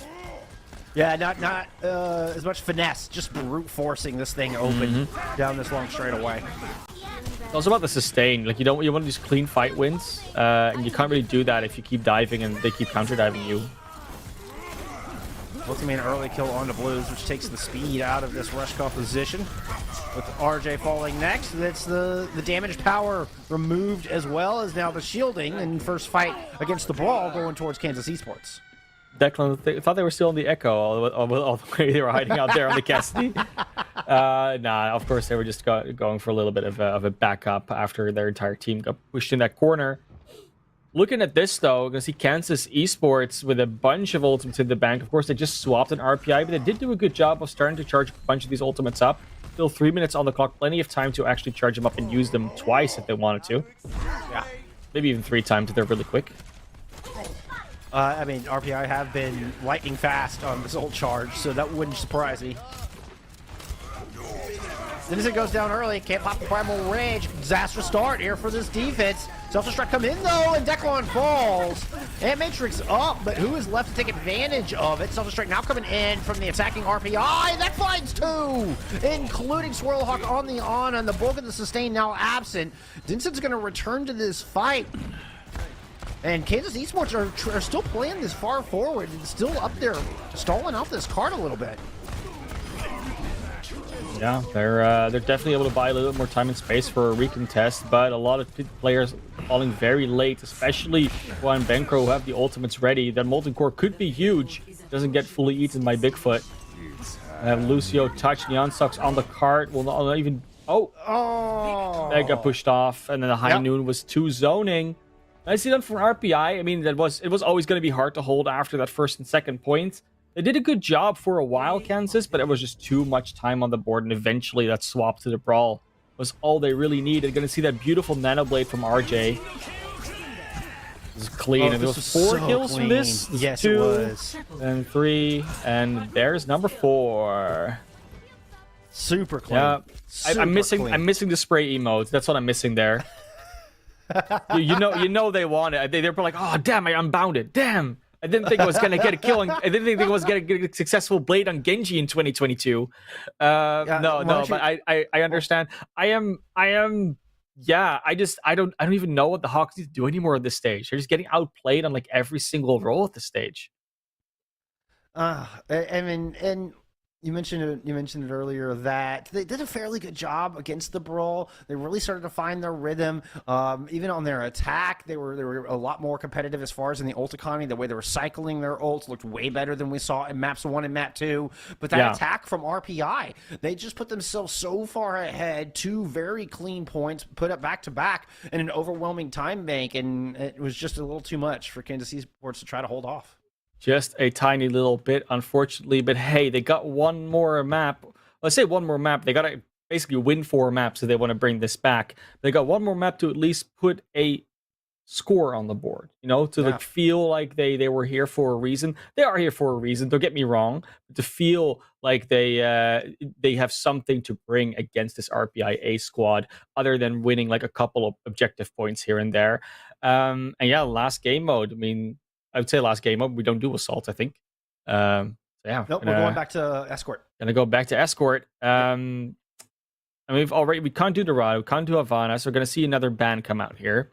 Another ban from RPI. That's going to be Junkertown. Yeah. I wouldn't have wanted to see them go to Junkertown anyways. I would rather see them go to, I don't know. Do we dare? Do we dare say it? Which one? I know. I think we both know what we want to see, but we're probably not going to see it. I would expect them to go to Route 66 or Rialto, but in my heart, I want to see Gibraltar. I just want to. Yeah. I would love to see some WPG as well, but no, I'm thinking Rialto is my. It seems more logical. Yeah, Route 66 is a good shout as well. Certainly possible. Yeah. Either way, I mean, it's got to be something. Like, how do Kansas combat this? It seems that no matter what comp RPI bring out, they're able to execute at a high level. So I think that Kansas will struggle to find a map that is just a weakness for RPI. I'm not sure that there is one. Well, they've been more inclined to play the hit scan. And since we're going to Westbourne Gibraltar, there is a good opportunity to see some Widowmaker come out. And especially if you're talking about that Echo from Declan, RJ on the Genji, what do you want to do? You want to shoot them from far away and just click their head so you don't have to worry about them anymore. And Gibraltar, perfect map for it. Widowmaker, perfect hero for it. I see the combination. I see what they're going to do. I'll probably be disappointed, but a man can hope. I'm certainly not disappointed in the pick. You got my little happy dance earlier because I never get to see this map, and this is one of, if not my favorite map in the game. That's right. Do your happy dance too. This should be a good one. Let's see. The Widowmaker could do it. I mean, the Echo's still very prominent here. The Genji can definitely work here, and obviously Winston. This is Winston's playground. This is Winston's home map where his office is set up, and it gets newly revamped and all that stuff in Overwatch 2. If you hadn't seen it, it does. Yeah, May has her slippers there now. It's great. Yeah. They're super cute. I still want those slippers. Like I just want them. That being said, though, beautiful drop shit that we actually been seeing used in missions, some cinematics. This is where it normally is stored.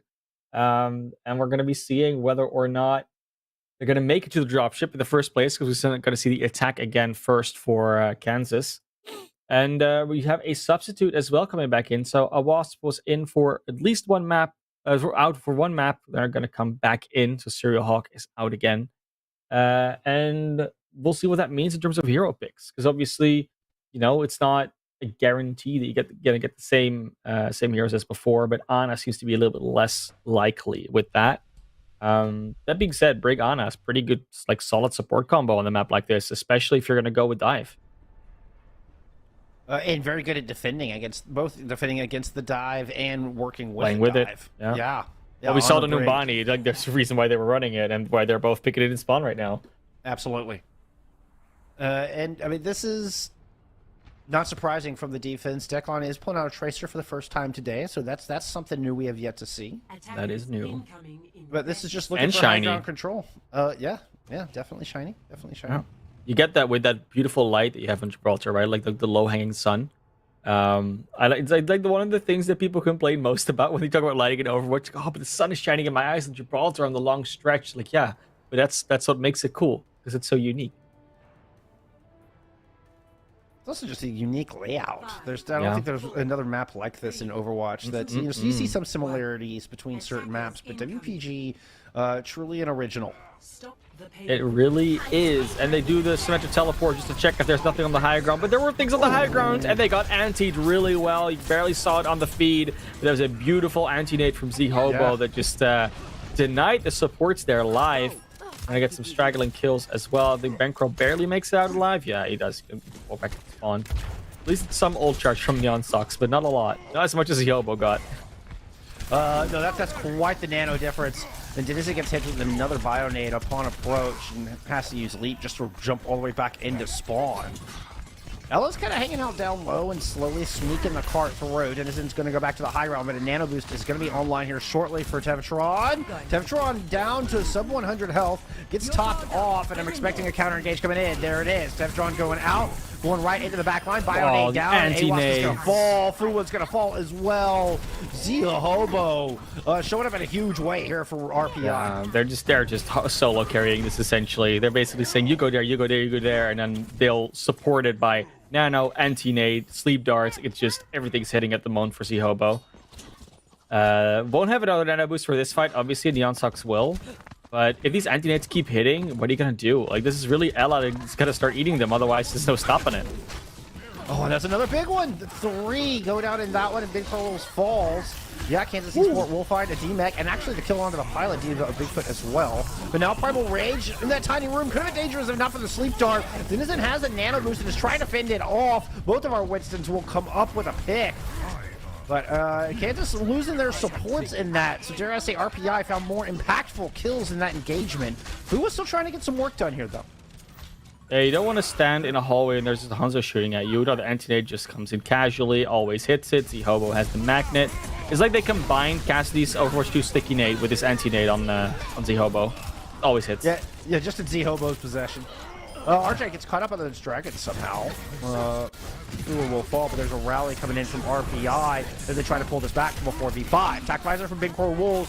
Try to close it out here for Kansas Esports, but under a lot of pressure, and Tevtron's going to find that kill. The Kansas Esport running out of resources, certainly lacking in damage here on the back half of this fight. Self-destruct from Ella just to get back in mech, but it's another nano boost onto Tevtron. Awas has to pop this rally just to try to fend him off, but Declon is in there with the Tracer getting the work done now. What do you do at this stage? Like, you're looking at all of this, and every single time they go for one target, then and the entirety of RPI just focus on a different part of their team. Like, they keep turning around, keep making them look 5 different ways at once. It's exactly what Dive is normally not actually doing. Like, Dive normally just, the classic Dive is you will focus on the same target. But it seems like RPI has just decided we're all gonna not do that because we're individually good enough that we don't have to do that. And if they're all not gonna be able to heal for one of their teammates, then we're just gonna win. Oh no. Okay, good start for Kansas Esports. They take out RJ as soon as the katana was unsheathed. Tevtron, though, again in this tiny room with a Primal Rage, has already found 2. Is trying to chase Ella out, decides that they're going to fall back because they were a little bit low in health in their own right. But the cleanup is there, nevertheless. 30 seconds on the clock. Only 69.15 meters has the cart traveled, and that is, generally speaking, not going to be enough to win out Gibraltar and get yourself a map win if you're Kansas. So this last fight with 20 seconds on the clock needs to be it. Nano boost is out. Denizen trying to make it happen, but it's already looking bad. The self-destruct down into the hallway. 2 kills for the defense here of RPI. Kansas Esports struggling to even get around this first corner. Denizen cannot find safety. Okay, it's Ella there who had to move on to the cart just to try to get some overtime going, give Kansas a little bit of hope. But I think that hope has been quickly snatched away here by Z-Hobo and the rest of RPI. Rally up, Nano out. It's going to be the Pulse Bomb thrown in as well. RPI have all the resources, all the tools they need to stop Kansas Esports shy. And now on championship point, only need a mere 69.16 meters to claim the throne. It's mostly surprising to be that on a map that is so open, that has so much potential to like move around, make use of the space, almost all the fights took place in small hallways and small rooms and corridors. There was rarely an opportunity for Kansas to fight more in the open because they also didn't create it for themselves. They kept walking up on the stairs. They kept walking in the server room. They kept walking into positions where the Winston cleave, Genji dashes, anti-nades, they will always find a large clustered up group and get so much value. Like the speed at which Fua went down on that Hanzo every single time was just incredible because they're standing still in an opening, which there's not even aim necessary for the side of RPI. And I mean, at some point you got to figure out a different way to path, a different way to walk, a different way to initiate that doesn't allow RPI to just sit there and hold buttons into a small space. It's a problematic thing to see. And sure, it's really good for RPI to be able to capitalize on it, to realize that, and to position themselves that they are allowing themselves to be in that situation. Yeah, but from Z-Hobo with Tevtron in particular. Yeah, and there's also the onus is sometimes also on Kansas to deny them from just sitting there and walking into that. 1. Somehow, Z-Hobo has always managed to work around the defense matrix, managed to find just the right angle.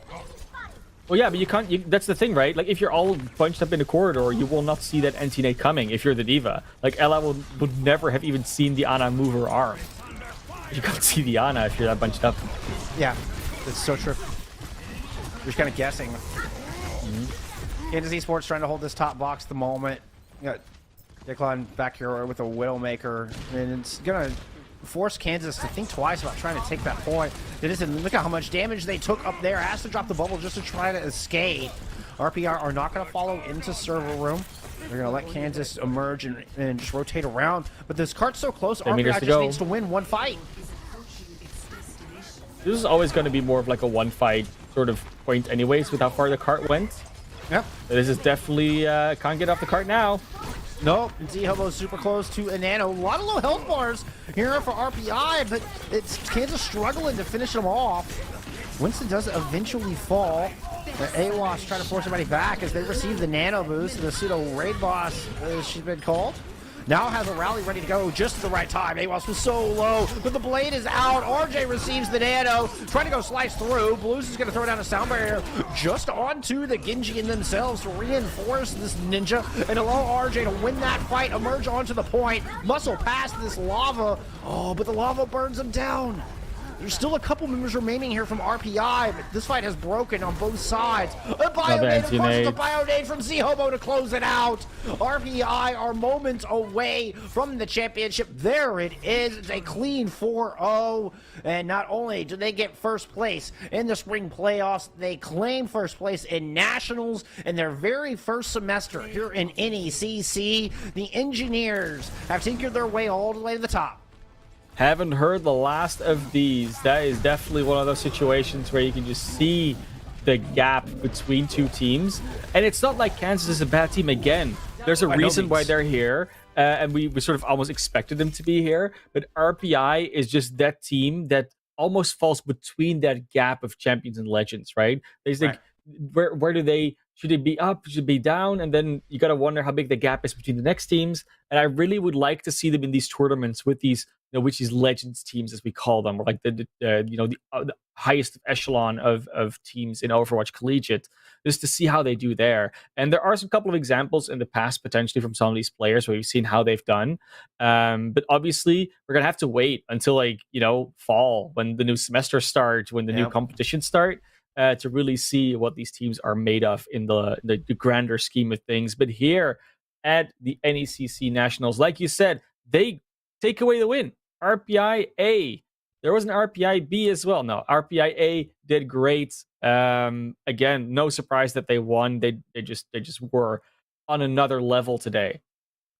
I would love to see them, try to join the ranks of those top schools.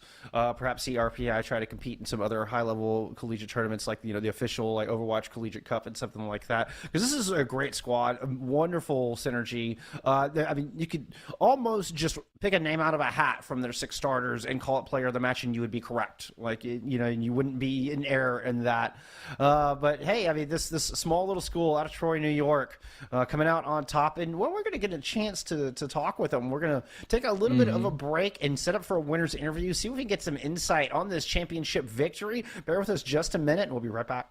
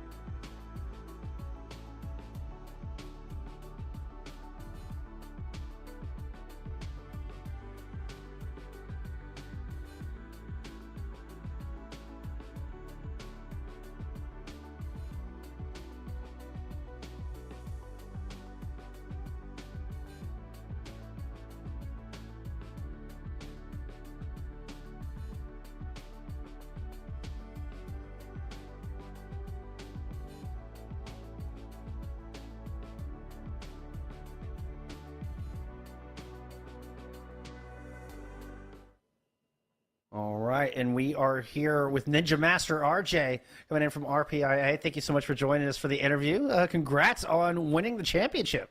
Thanks for having me, guys. Yeah, it was a really hard-fought battle between the two teams, especially the first few maps. What kind of expectations do you have, and what does this mean for your first season in NECC? You didn't play in fall, just show up in spring, and hit the scene absolutely. I mean, running fast. I mean, it was 9-0 regular season, I believe. First place in spring playoffs, and now first place in nationals. What does that mean to you and your squad?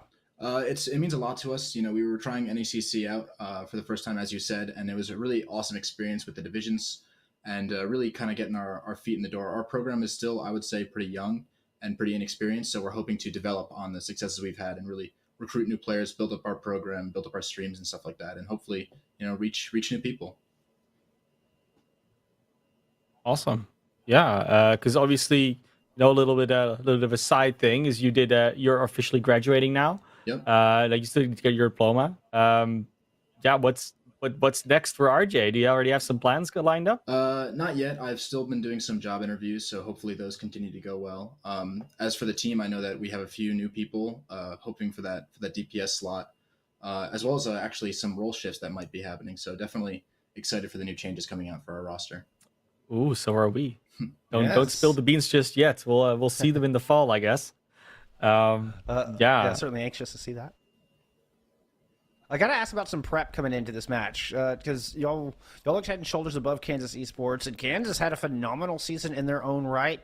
They were very dominant in their division, and frankly, we expected a much closer match, but y'all absolutely dominated, particularly after map 1. What kind of preparation went into this? Did you expect it to be so one-sided? So what we did was we scrimmed a few days, probably all of last week and a little bit of this week. I know Overwatch 2 came out, so a lot of us were kind of like took a brief break, let ourselves reset, and then came back to Overwatch 1 fast with a lot of hard and difficult scrims. And then with that, we also have a few players that did some scouting on terms of the previous NECC streams and stuff like that. So with that in mind, we kind of had a basic idea of what they might run, and we stuck with our own game with our own different comps that we enjoy. Makes sense. Yeah, I mean, obviously, the prep paid off, as they say. You guys already had a very clean season, so I was already expecting there was to be a good prep coming out because you guys are used to that. There was one moment though, or a couple of moments. I mean, you got to play Genji a little bit more. Got a really good nano blade out of that. No emote spray after that. It's not something you guys are into. No, we try to keep it generally low profile. I do spraying a little bit just like on habit, just something to keep my mind focused. And I know there's some people that on the team that do similar, but we try to make sure that Kansas is a respectable team, so we give them the respect they deserve. Makes sense. Yep, like that. Another huge play we saw was there on Havana. Walk me through that Earth Shatter. What were comms like? What was that moment like for the squad? Because that was explosive and maybe my favorite moment of the day so far. Tevatron, our main tank, it really finds stride. When he hits confidence, he kind of just explodes in value, and he was starting to pick up that confidence, starting to feel himself. So once he decided, you know what, I'm going to go for it, and we put 2 on the flank, we put Z-Hobo in front of us, and he really he knew what he was doing. He just put the hammer down and just knocked 6 people over. That's what Tev does, I guess. Were y'all just expecting? Were y'all just calm about it? Like, yep, that's what's going to happen. Yeah, there it is. Boom, it's done. Or was it like this big, uproar moment? Like, oh my God, Tevtron, what did you just do? He's definitely hit some fat shatters before, so we were kind of like, all right, let's put him on the flank, and if we lose the fight, then we did a little bit of trolling, but it was definitely, we were all really happy when it hit 6 people, or at least 5. That was impressive. So yeah, we were all kind of yelling about it. Definitely. Oh. My favorite moment, we got to see the replay, and Ella turns around and sees the corner, and you see the defense matrix come up. It's like just that oh no moment. It was beautiful. I mean, what a highlight! What a highlight! Indeed. Yeah. Oh no, like I'm like trying to still figure out like what happened because it was over so fast. Like we were talking about, oh yeah, it's the first to 4 series, like longer than we usually have. Then it's like an hour and 10 minutes later, you're done. It's I think it's still trying to process what happened here. And you said as well, like it started off like sort of close in the first map, especially, and then Numbani was also not like the most overwhelming victory.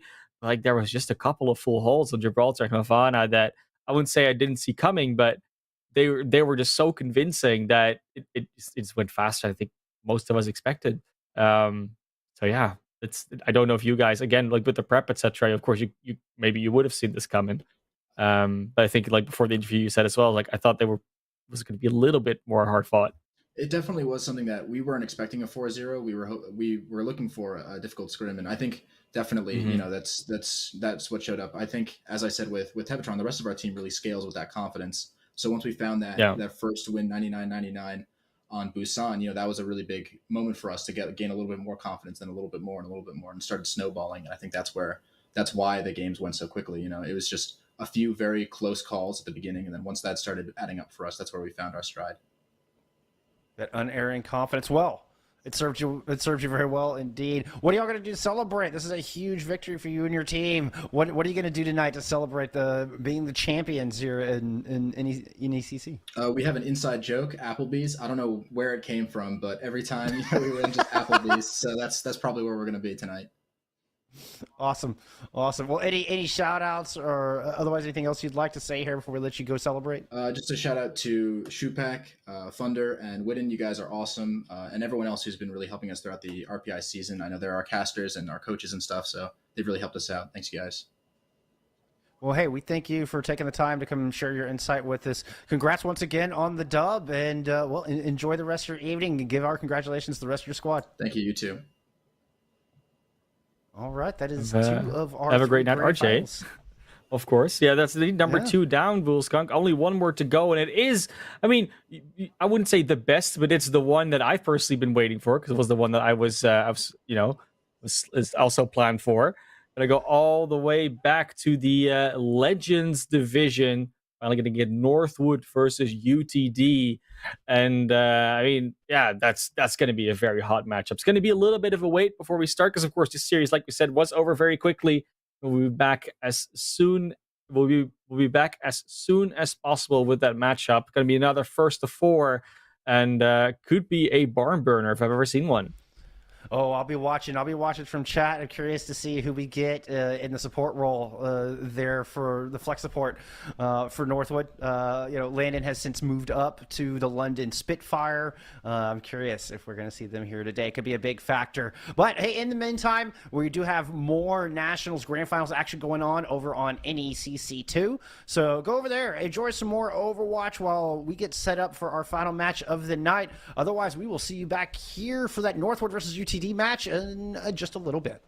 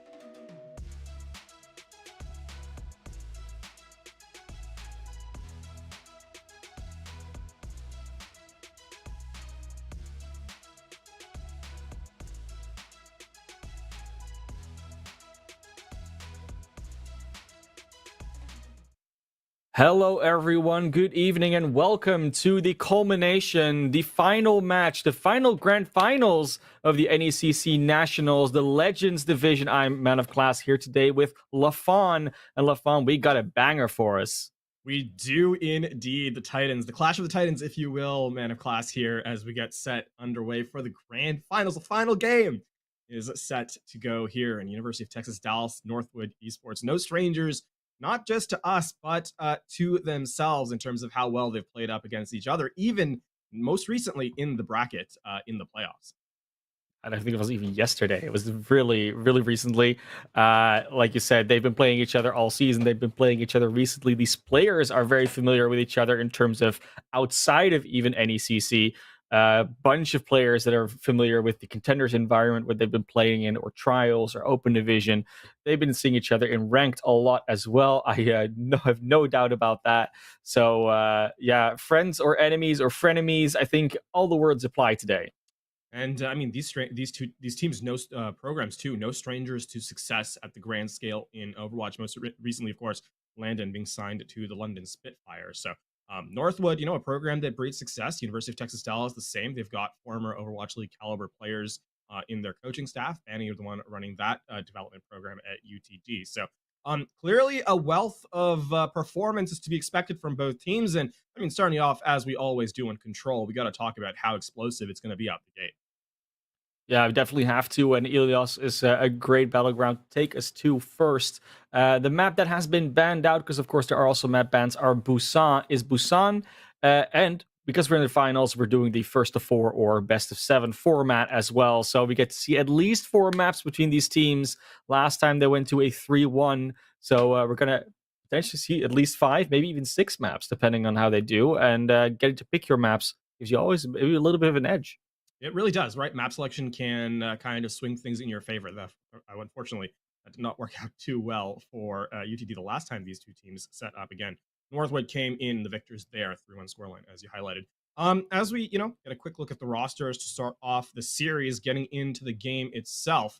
And I mean, looking for those standout players, Classy. I think Northwood, right? We have to say, lead by example. You're in the premier tournament, the premier level of Overwatch. You're going to have a target on your back for sure as Landon looks to make a reappearance for Northwood here.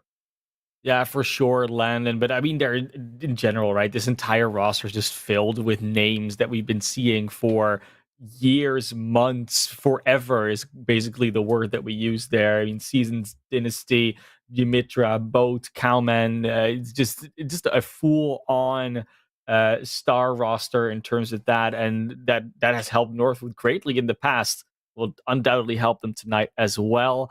On the other side, though, when we look at the UTD esports team from the University of Texas at Dallas, we are talking about, I mean, at this point, we've gotten to know these players pretty well. They have a little bit less of that path to pro and Overwatch League caliber in terms of name recognition, but we've seen how well they can do. They are nationally, if you look at all the collegiate teams, they're still there up there, like the top 4, top 5 most of the time. So yeah, we've got, like I said, with the coaching staff they got behind them, with a couple of these players that are a little bit more used to the high level environments, they are still bringing their A game, if not their S tier game, as we like to call it sometimes. So I'm really, really excited to see what they can do tonight. Indeed. Performance by committee is how I would describe UTD a lot of the time. They do have obviously hit scan prowess, and not to be surprised if a player comes in and takes over the game in terms of their sheer mechanical outplay. But for UTD, it is very much a case of how well as a team can they perform. And I mean, looking as we match them up against, I mentioned that hit scan prowess. Going over to Dynasty on Northwood, who can really take a game over by themselves. It's really going to come down to how well can UTD shut down those extreme angles that Dynasty likes to take, and kind of extrapolate a game plan from there. All that and more will have to be, sussed out in the map itself. As we said, Control our first look, Ilios, as a result. Talking about how Busan was banned out. But I mean, we've seen a lot of this map as of late in broadcasted Overwatch. It is back to the 6v6 format here for Overwatch 1. And in that head-to-head, excited to see if Dive makes a reappearance.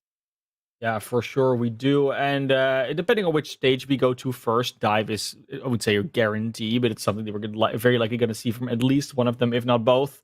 We know what level these players scrim at. We know that they've also been scrimming a lot on the Overwatch 2 client when it was still live, and maybe even post. They have the access somehow. But yeah, this is definitely one of those maps that you can, for that reason, also see them go to. Like we were talking about it, right? Before. A lot of these players, potentially either with OWL rosters or with contenders rosters, might already be scrimming on some Overwatch 2. And Ilios is one of the control maps that's actually on there. So, it's a map that they're still playing on. And just adding the extra hero in, it changes a bit, sure. The pace is not the same. It's all a little bit different. But at least you can do some strategies you're already working with and just add, the extra tank back in. And it will feel relatively familiar for most of these teams. Yeah, if anything, I would expect to see a little bit more, aggression from these teams. If one thing that Overwatch 2 has kind of highlighted is, it's a little bit more planned out, a little bit more hesitant in the approach, right? You have fewer mistakes made in Overwatch 2. Obviously, Overwatch 1, that second tank allows you to just make a little bit more space in terms of errors, just due to the sheer HP available to you. And as we kind of roll out here on Ruins for our first submap here of this grand finals, this best of 7 between University of Texas Dallas and Northwood. We do see the hovering of dive from UTD, though Northwood, no stranger, looking early at having in a pseudo rush composition to their name. Capture the objective. Some of this might be due to scrims. Some of it might be due to just, this is what you want to run today. Might not be the highest priority for some of these players to play for the 6v6 still, but they're going to show it right here as Dynasty already looking with the Doomfist going all the way up, all the way down, slams, goes for the punch, doesn't quite hit anybody, but at least they evict them from that high ground, from that bridge, and take that position for themselves. Does Northwood. Sheer looking for a couple of targets, doesn't quite find anything just yet, but the shotguns can be so damaging. Only a tank can chew away their health bar really quickly as Petal does fall to both. Nice opening. Cassidy with the 6-shooter. They do seem to just take sort of casual control of this objective of this fight that way. Yeah, Season's actually doing a ton of damage in that fight. Uses the Earth Shatter early. First fight ultimate online, and even though the it's not a clear team fight win, out with that early pickoff coupled with that Earth Shatter just creates space for Northwood. They're going to put pressure to it, not even allowing full reset from University of Texas Dallas. A lot of high ground control. And Petal just trying to isolate a 1v1 to generate this pulse bomb for a pickoff is probably what UTD looks to open this fight with. But Coalescence early from Nuntype from the backline. They get one for their trouble. That's a nice opening at least. Get the Cassidy out of the way. No more stuns, so Petal's going to have a very free run around now. Immediately goes back with Jukebox onto Landon, take the Baptiste out of the fight, and they're just going to chew through this entire team with the Reaper and the rest of their combos. Big self-destruct means that this fight's not over, and they haven't given the point back yet either. This is still very much in contention. Oh, it's not over just yet, especially you get the third one after. Cowman does find the trade on the Jukebox.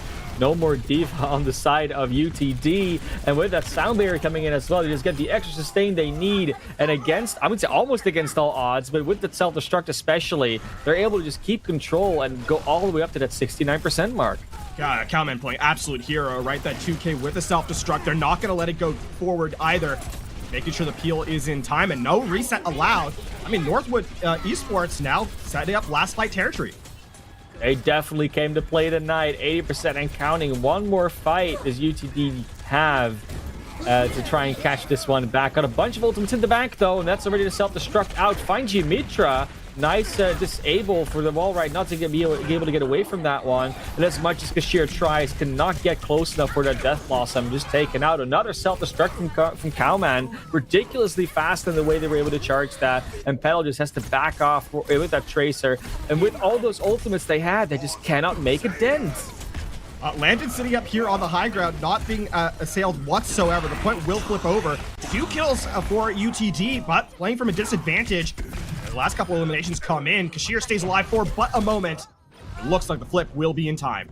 Yeah, they had a bit of a back cap going on, but Northwood's just going to clap that back, take the overtime, and take the first point for themselves. I don't think anyone can touch. And Northwood, yeah, like I said, they came to play, and they were playing it right. And make no mistake about this, Classic here. This is going to be a case of Northwood Esports and University of Texas Dallas. Two fantastic programs at this level in the collegiate scene, just full stop. And Northwood Esports playing with their food a little bit, it must be said, right? Landon playing on that high ground closest to UTD's spawn, using the amplification matrix selfishly, and it works out spectacularly because no one can assail the Baptiste on the high ground. So even in this grand final setup, Northwood playing with a little bit of fun and making it look good as University of Texas Dallas now has to find a response. Otherwise, map 1, this opening salvo heading over to our team in blue. I mean, to be fair, if you did get signed to the London Spitfire, you gotta show a little bit of patter, you know, a little bit of the walk and talk, and Landon already showing off that swagger, as we call it. The share now on the Farah, trying to dislodge some of these plays that they're trying to push Northwood aside a little bit, but instead just gonna find Landon and Cowman in their face, taken out by Jasoba, and this fight already starts off very similarly to how we saw that last point take place.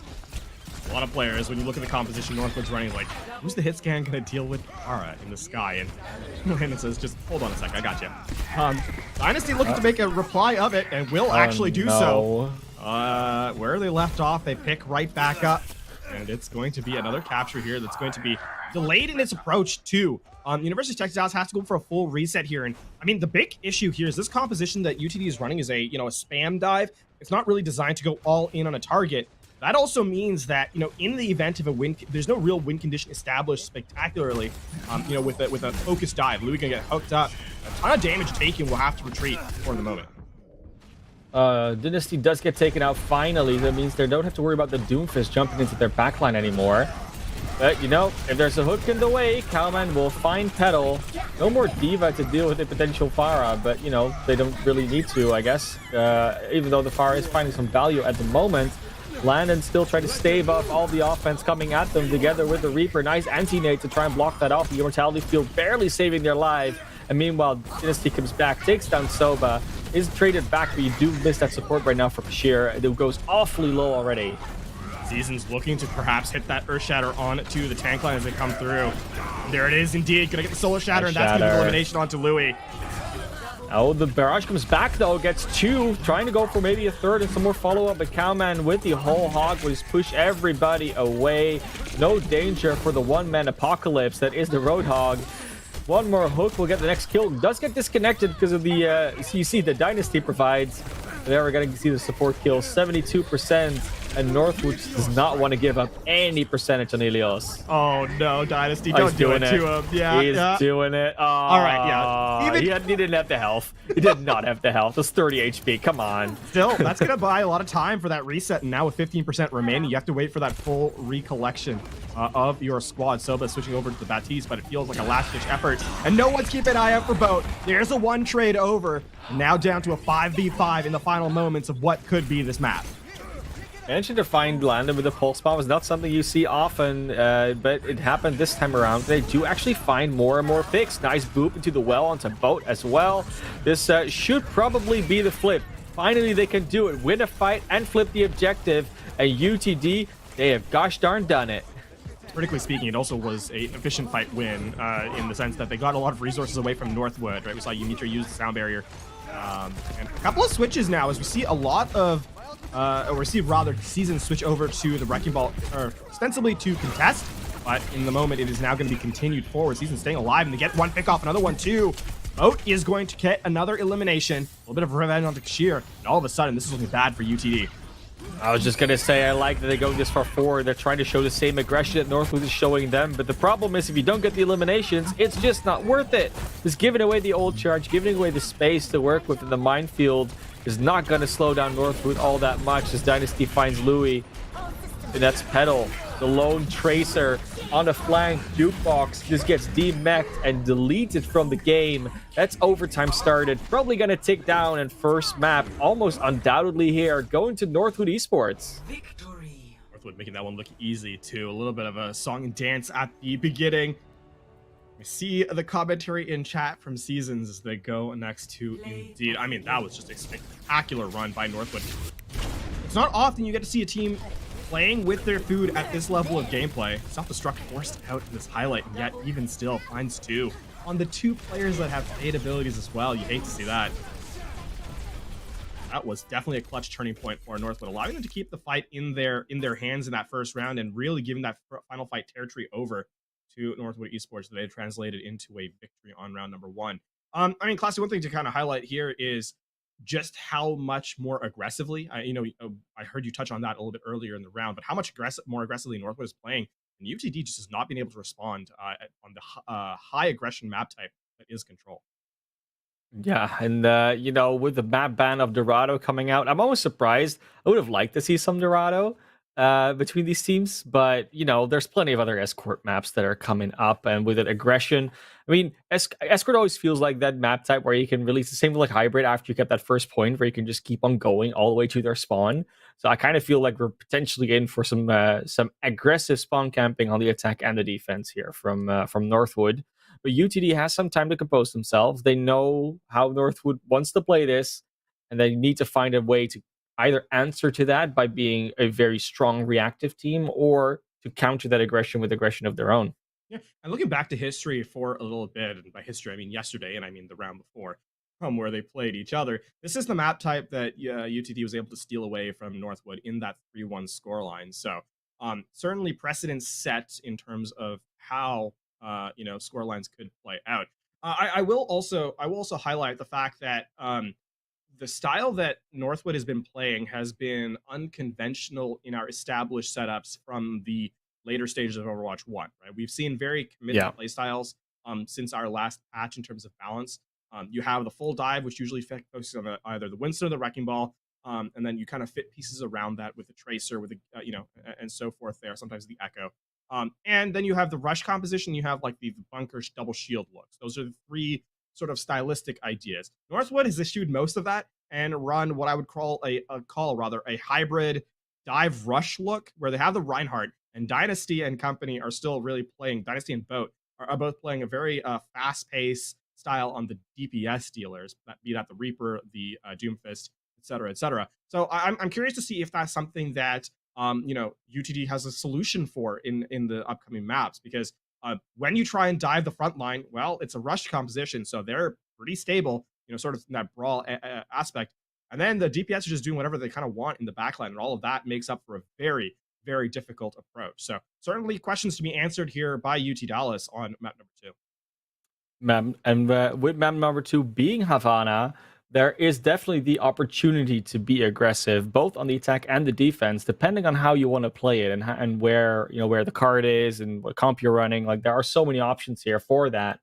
And while we've seen some sort of like standardization taking place, like you said, at the end of Overwatch 1, it doesn't seem like, especially Northwood, but also to a degree, Texas doesn't necessarily want to play that way. So maybe we're going to see some either fun stuff or some more experimental stuff.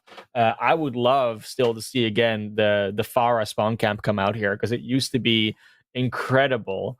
And it might not work as well anymore these days, but with the Farah pick already coming out on Ilios, it's a possibility.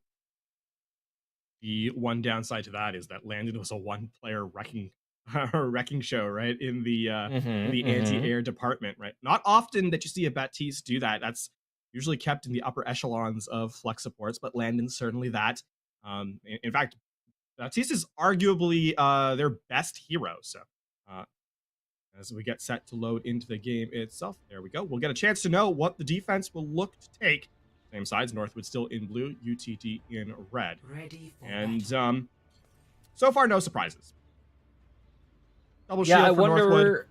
wonder what they're gonna do with this in terms of. Well, I mean, with Hanzo and the Genji, like you can hold the close hold defense. I wouldn't be surprised if they do it. Incoming. But I should clarify.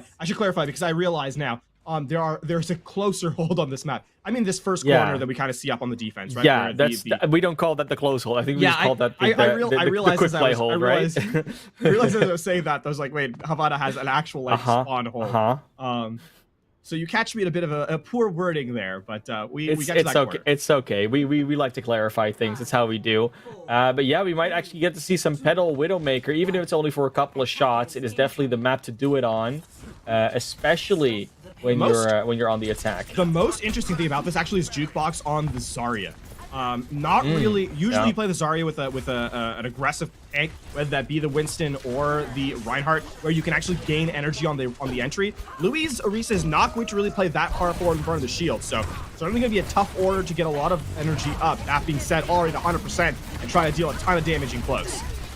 Especially when you get that comms up, it's not that hard to find the charge on the bubble. She just doesn't put a shield down, doesn't do the fortify. Your Orisa is going to give you plenty. You see Jukebox already being on that full charge. Zarya charging their ult in a fairly decent rate.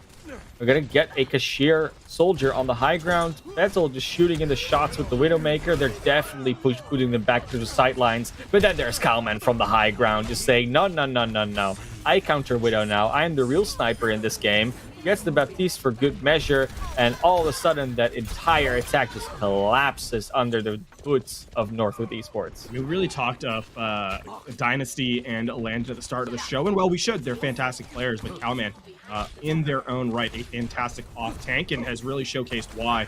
Diva, now the Sigma as well, and a big off angle now from the Sigma, solo off angle at that. It's going to be able to put a lot of pressure on the flank and, you know, keep a lot of support, or rather stabilize themselves. And that really forces UTD to take a different approach and see them rotating through that left side. That's an aggressive supercharger. Yeah, they really want to hold this, but that's a good headshot on Ymitra already. The Dragon also not finding a whole lot. Health bar's getting awfully low, but if they're able to heal this back up, they could have a strong fight going on. Unfortunately, Non-Type didn't get the healing off in time, and the Gravitic Flux finds that Baptiste. Soba with the Transcendence also now completely decharged. We're going to have to find a different way to push forward without a lot of sustain in the way. Decent grab, only found Cowman, and they don't really have the follow-up for it right now because Petal doesn't have the sightlines on it.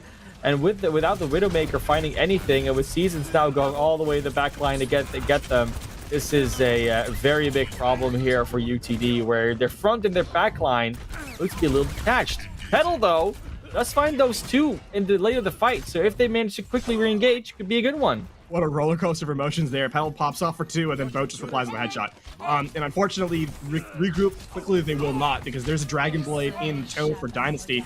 And a Dragon Strike at the ready, as well as the Shimada brothers set up ultimate-wise. Inversight out here, so Boat gets to play a little bit more passively, gets booped into the line of sight. Petal not able to be picking up on the trigger. Dragon Strike going all the way through UTD. Doesn't find a whole lot of kill value, but of course does force certain positioning out of them. There is already a lot going on here for this fight in particular. But with all these ultimates out, it's just UTD running forward, especially that rally, just enabling the aggression. And they're touching spawn. They're doing it. Achievement unlocked indeed, and Cowman actually going to be a little more awkward setup. Oh no, the minefield with the Gravitic Flux. They're just done. They want to speedrun these finals. They want to go home. They want to be done already. That's a really nice combo there by Cowman. Waves hello, waves goodbye. As they'll walk away. Petal 1 HP tries to, grapple back to the spawn. The Dynasty will not let them. With 27 seconds remaining, this has gone from bad to worse. UTD can't even leave their spawn room. Full holds on Havana are not at all impossible. We've seen it happen plenty of times, including every single time the San Francisco Shock played it in playoffs. But it doesn't mean that it's necessarily this dominant. You see the slam come in, trying to get something going here. Petal already out of this fight, courtesy of Dynasty's dash. Non-Type does have another answer back closer to Transcendence too, with the minefield finding some value here. Getting a bunch of eliminations, actually. Finally, the overextension, or at least the aggression from Northwood being punished. Both DPS are gone, though, as Dynasty takes out Bashir as well. Petal should about be back at the respawn. Widow has a long range. This could potentially be a point A cap still. Good assault there by Louis. Don't allow Seasons in for free. Already down to half HP and continually besieged. They'll get the health pack over and get back to the point. Minefield in tow. Minefield already out. Boat wins the 1v1 versus Non-Type on the side with the Hanzo headshot. Storm Arrow still very powerful. Landon does get traded though, so no Zenyatas for either team. There's a Gravitic Flux from Cowman. Doesn't find anything just yet and goes awfully low themselves. It looks like with all this damage and all this zoning that they've been able to do on the side of UTD, they might still be able to do this. Gotta find this last one, but Seasons on the wrecking ball, just wrecking exactly on the ball. Gotta be able to find a little bit more value. Goes incredibly low, but still gets remotely healed up by Ymitro. Now it's the rally out. And there is Soba just on the cart, trying to keep this going, trying to keep the overtime alive. And with the blade finally coming out from Dynasty, this looks to be all done and dusted. The hot knife is slicing through the butter. It is UTD Esports, and that will almost certainly be this first point and this first attack done for UTD. Couple of mistakes made, snowball into a fight that cannot be won, and UTD, it looked good at the start there, but they weren't able to claw it back from the brink, so they will be held at first. They will not gain a point yet in the series. We're now 2 maps in, and no objectives have really been earned. I mean, University of Texas Dallas, it starts with an aggressive fight by Nuntype, choosing not to use the Transcendence. Gets taken out by Boat, and then it's a snowball affair from there. Seasons a ton of damage, despite being, bullied by Louis in the corner. Still able to get the minefield out, zone out the objective. And those final moments, not being able to stand on the cart to try and force the overtime to continue, puts you in such a precarious position as University of Texas Dallas will not cap. And now, Northwood Esports looking at what could be a 2-0 series lead if they just get to that first capture point that is Havana A. Havana A is not inconceivable to touch, but like I said before, we've seen plenty of double full holds almost in the past.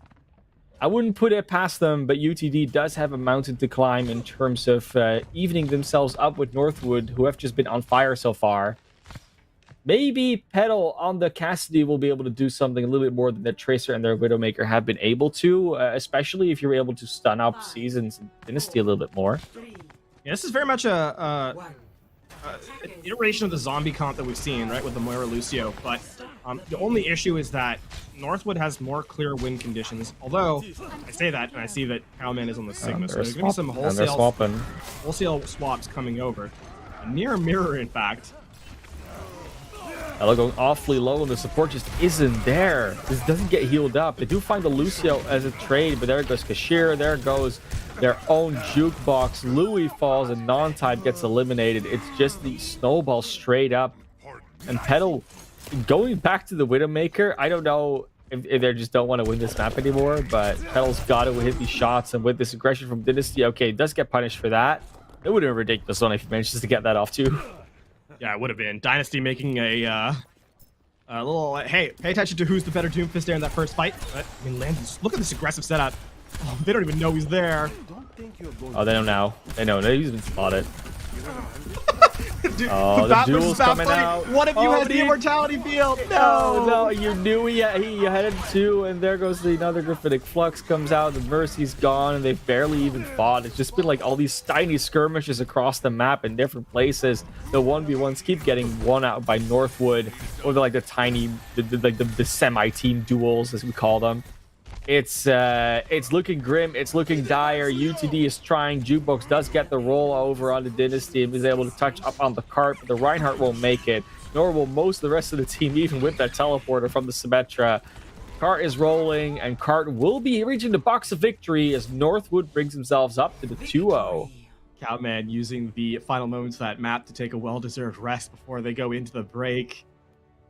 That was Northwood yet again on that offense, playing with their food. Petal will get the highlight, but unfortunately not enough to bring this map into contention. I see that double headshot. Yeah. And a little bit more.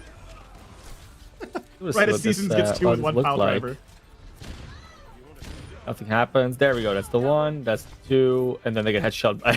then they get immediately headshot. Oh, unfortunate. Lordy. Yeah, Boat definitely came in with that Hanzo afterwards. But yeah, 2-0. It's not been long maps, but they've been cool maps to watch. It's still high-level gameplay, which we love. Yeah, hey, I'm channeling the dark side here in my screen behind me, and Northwood seems to be doing the same with how they're performing and certainly playing with their food at times. University of Texas Dallas, in their own right, a very, very strong squad, but Northwood making them look a little bit silly in a couple of these fights. Yeah.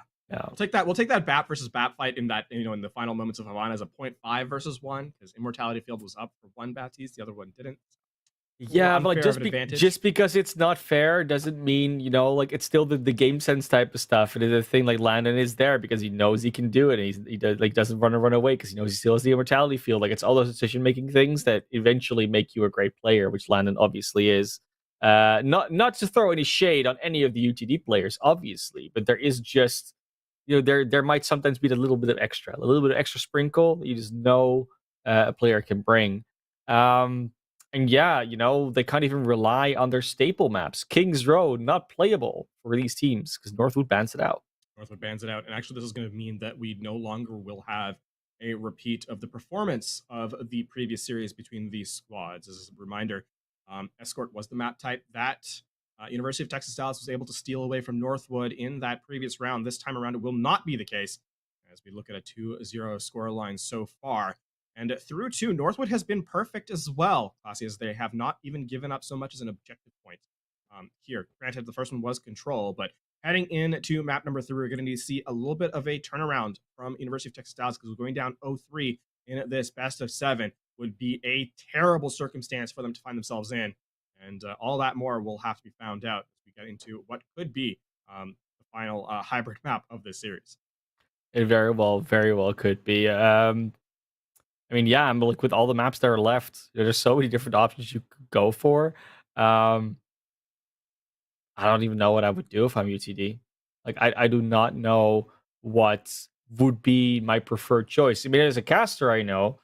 As a player here, got to find something, right? Like, you got to find a way to make the best of your squad. Like, are your players best at?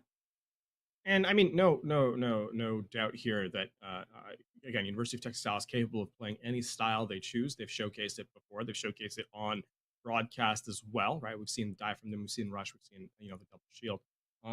In this particular instance, though, I have to say that it feels that Northwood has a response, and I'd like to. We've highlighted individual players on Northwood several times, but even when one player is off an adventure, which is probably the most charitable way I can say, taking ill-advised fights in spawn. Even still, the support's there from the rest of the squad, right? Landon, despite all those 1v1s, is never really in a position where they can't also heal the rest of the team. And beyond that, we saw Dynasty obviously take very aggressive fights on the Doomfist. They were able to be healed by their squad, able to be peeled out by their tanks if required. So I think for to kind of answer the roundabout way to answer your question there is you need to find those moments where those aggressive plays are happening from Northwood if you're University of Texas Dallas and shut them down. And whether that be force those fights where you have other players being able to support you as you take those duels. Don't make it fair for Northwood. That could be one way to kind of work around it. Certainly easier said than done. And up here in the caster booth that we have the bird's eye view over, something we can talk about all day. It's another thing entirely to do it inside the map. Yeah, definitely is. And the map pick has been decided. It's gonna be Eichenwalde. And I mean, when you think about it, there's a lot of good stuff on Eichenwalde that UTD can potentially work with. But then again, there's also plenty for Northwood to work with. So I don't know if it really changes much. Because it's only one way to find out. That's to get them into the game, get them into the map, and see what they're going to be doing on their offense and their defense, respectively. Yeah. I will say that the sort of in Overwatch 1 parlance, the kind of expected setup is the double shield on the defense with the Wrecking Ball based dive on the offense. That's kind of what we've seen at the highest level of play when Overwatch 1's Eichenwalde was kind of in the playbook. Now, that is a story long gone, a story already finished. And so I wonder what the sort of epilogue of Overwatch 1's playbook is going to be. We're kind of seeing moments of it in this series specifically. As we highlighted, these are high-level players playing against some of the best in the world. And so a lot of their strategies and so forth is practicing on that new game itself. That is a truth that just cannot be avoided. So I'm curious as to how that adaptation comes in as we get into Eichenwalde, the map we've seen at the Overwatch at the pro level, at the Overwatch League level, that has maybe some trickle down effect as we got a chance to load into the server here. Yeah, heroes like Echo always come to mind when you look at a map like Eichenwalde, and I would definitely love to see me some Echo. There's definitely a couple of players on these teams that know how to play that hero to a very high standard. But other than that, yeah, I mean the the choice remains, right? Like you can go for something like a Ryan Zarya on the first point, even on the second and third, but a lot of the time you will see teams just sort of default back to more dive and mobility compositions, especially on second, but also on first, just to make use of that space. A little bit of the high ground, a little bit of juking around the tower, all of the fun stuff. 30 seconds.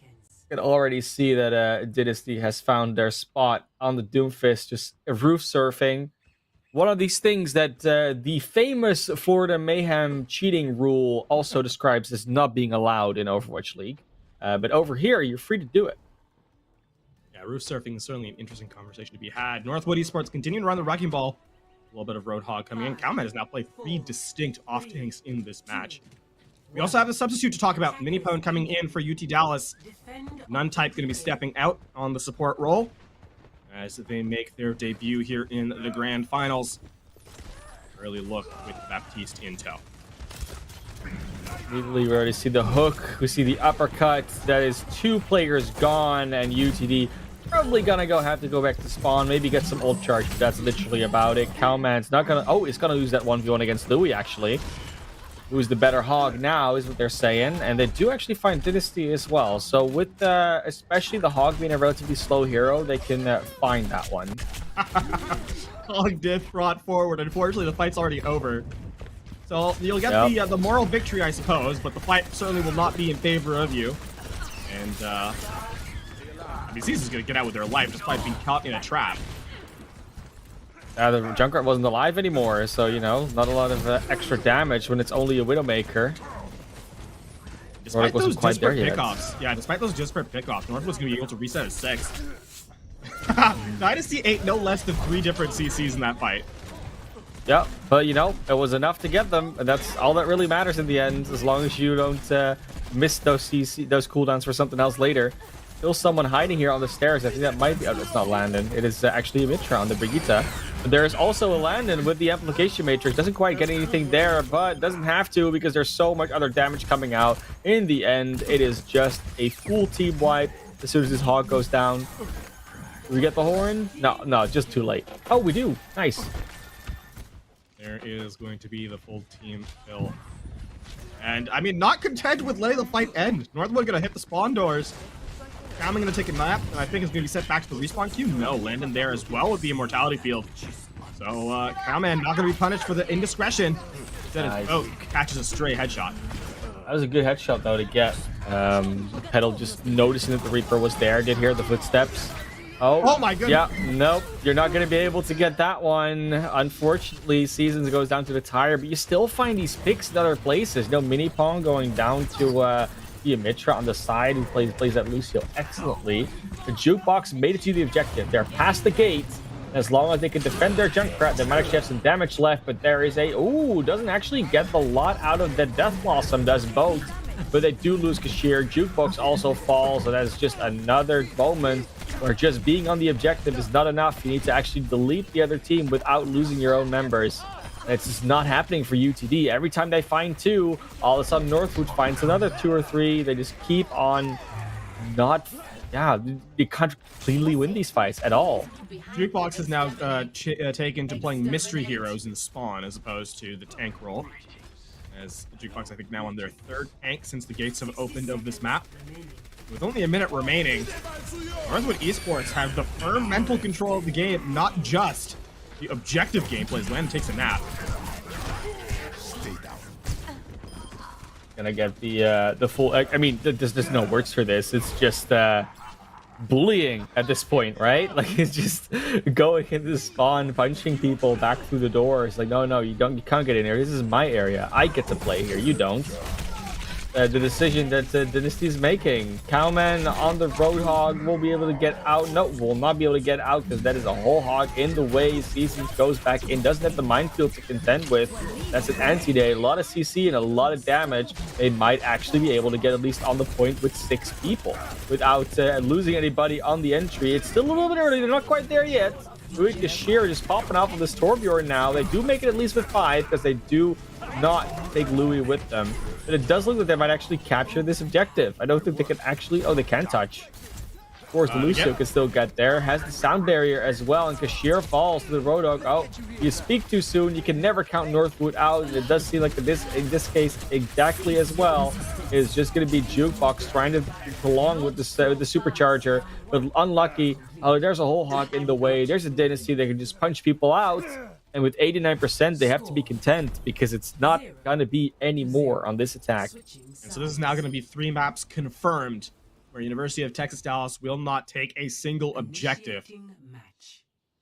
That fight felt like a car crash in slow motion, I have to admit. They will technically, if they full hold this, they'll technically get 1 point because Yes, but we have know. the scoreboard, so we will know. We know that it's not truly a point capture.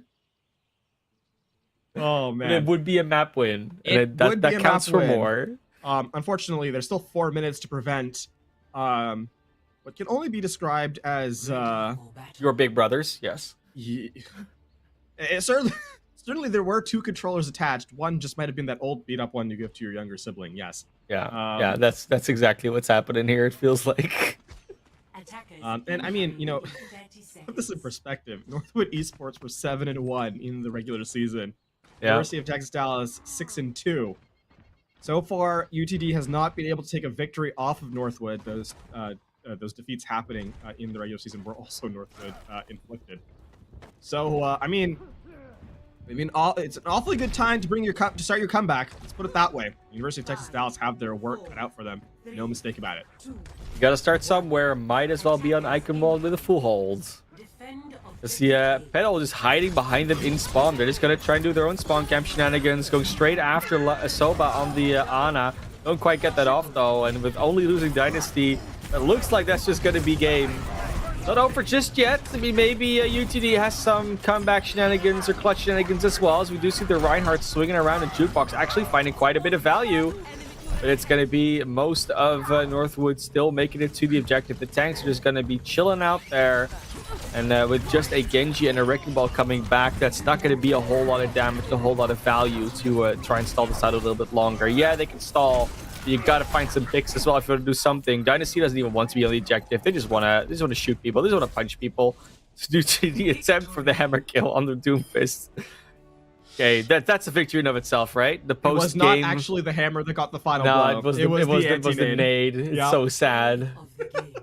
Everything Brandon they will want to get a do, highlight. it just doesn't. Nothing can go right for UTD. Not even the hammer kill post game. Oh, this highlight actually is pretty fun. Landon just kind of chilling here with the Ant Matrix, but here. Lazily throwing by against the final elimination onto the counterpart Baptiste, and with that, a 3-0 scoreline. A reminder to our viewers, this is a best of 7, and that means that Northwood now sit at match point, having not given up a single objective thus far in the series, and time is running out for UTD.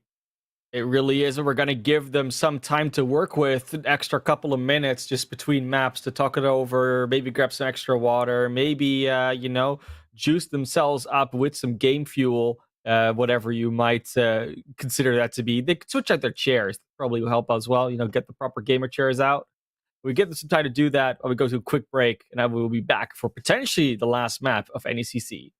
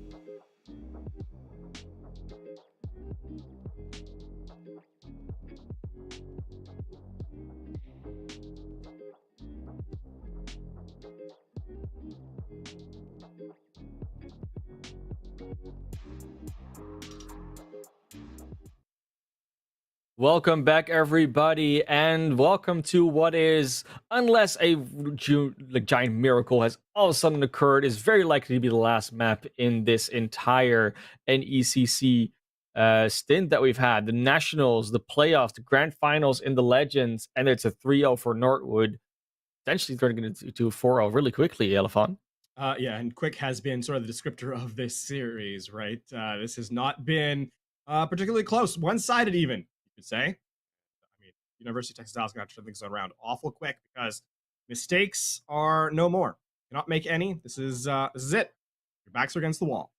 I mean, a couple of micro mistakes here and there are fine, but yeah, you can't lose maps. That's off the table if you want to win this, or at least you want to start a comeback.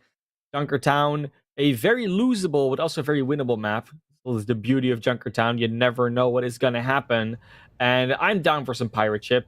You know, if there was ever a time to do some shenanigans, this would be it.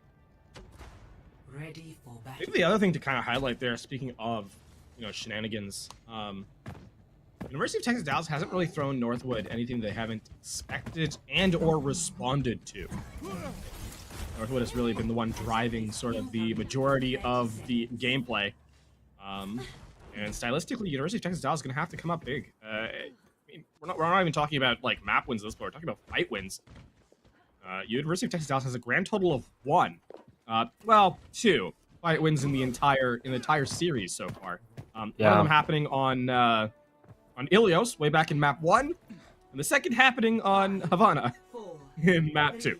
And since then, not much. It's hard, right? Because even when they're winning fights, they're not winning fights. So that's why like the score is so low, because every single time there's the clutch back. He doesn't go for an early hook, does actually get punished, but Petal doesn't even get to get out of spawn. This is ridiculous. They just don't want Petal to play Widowmaker. And that's just sad.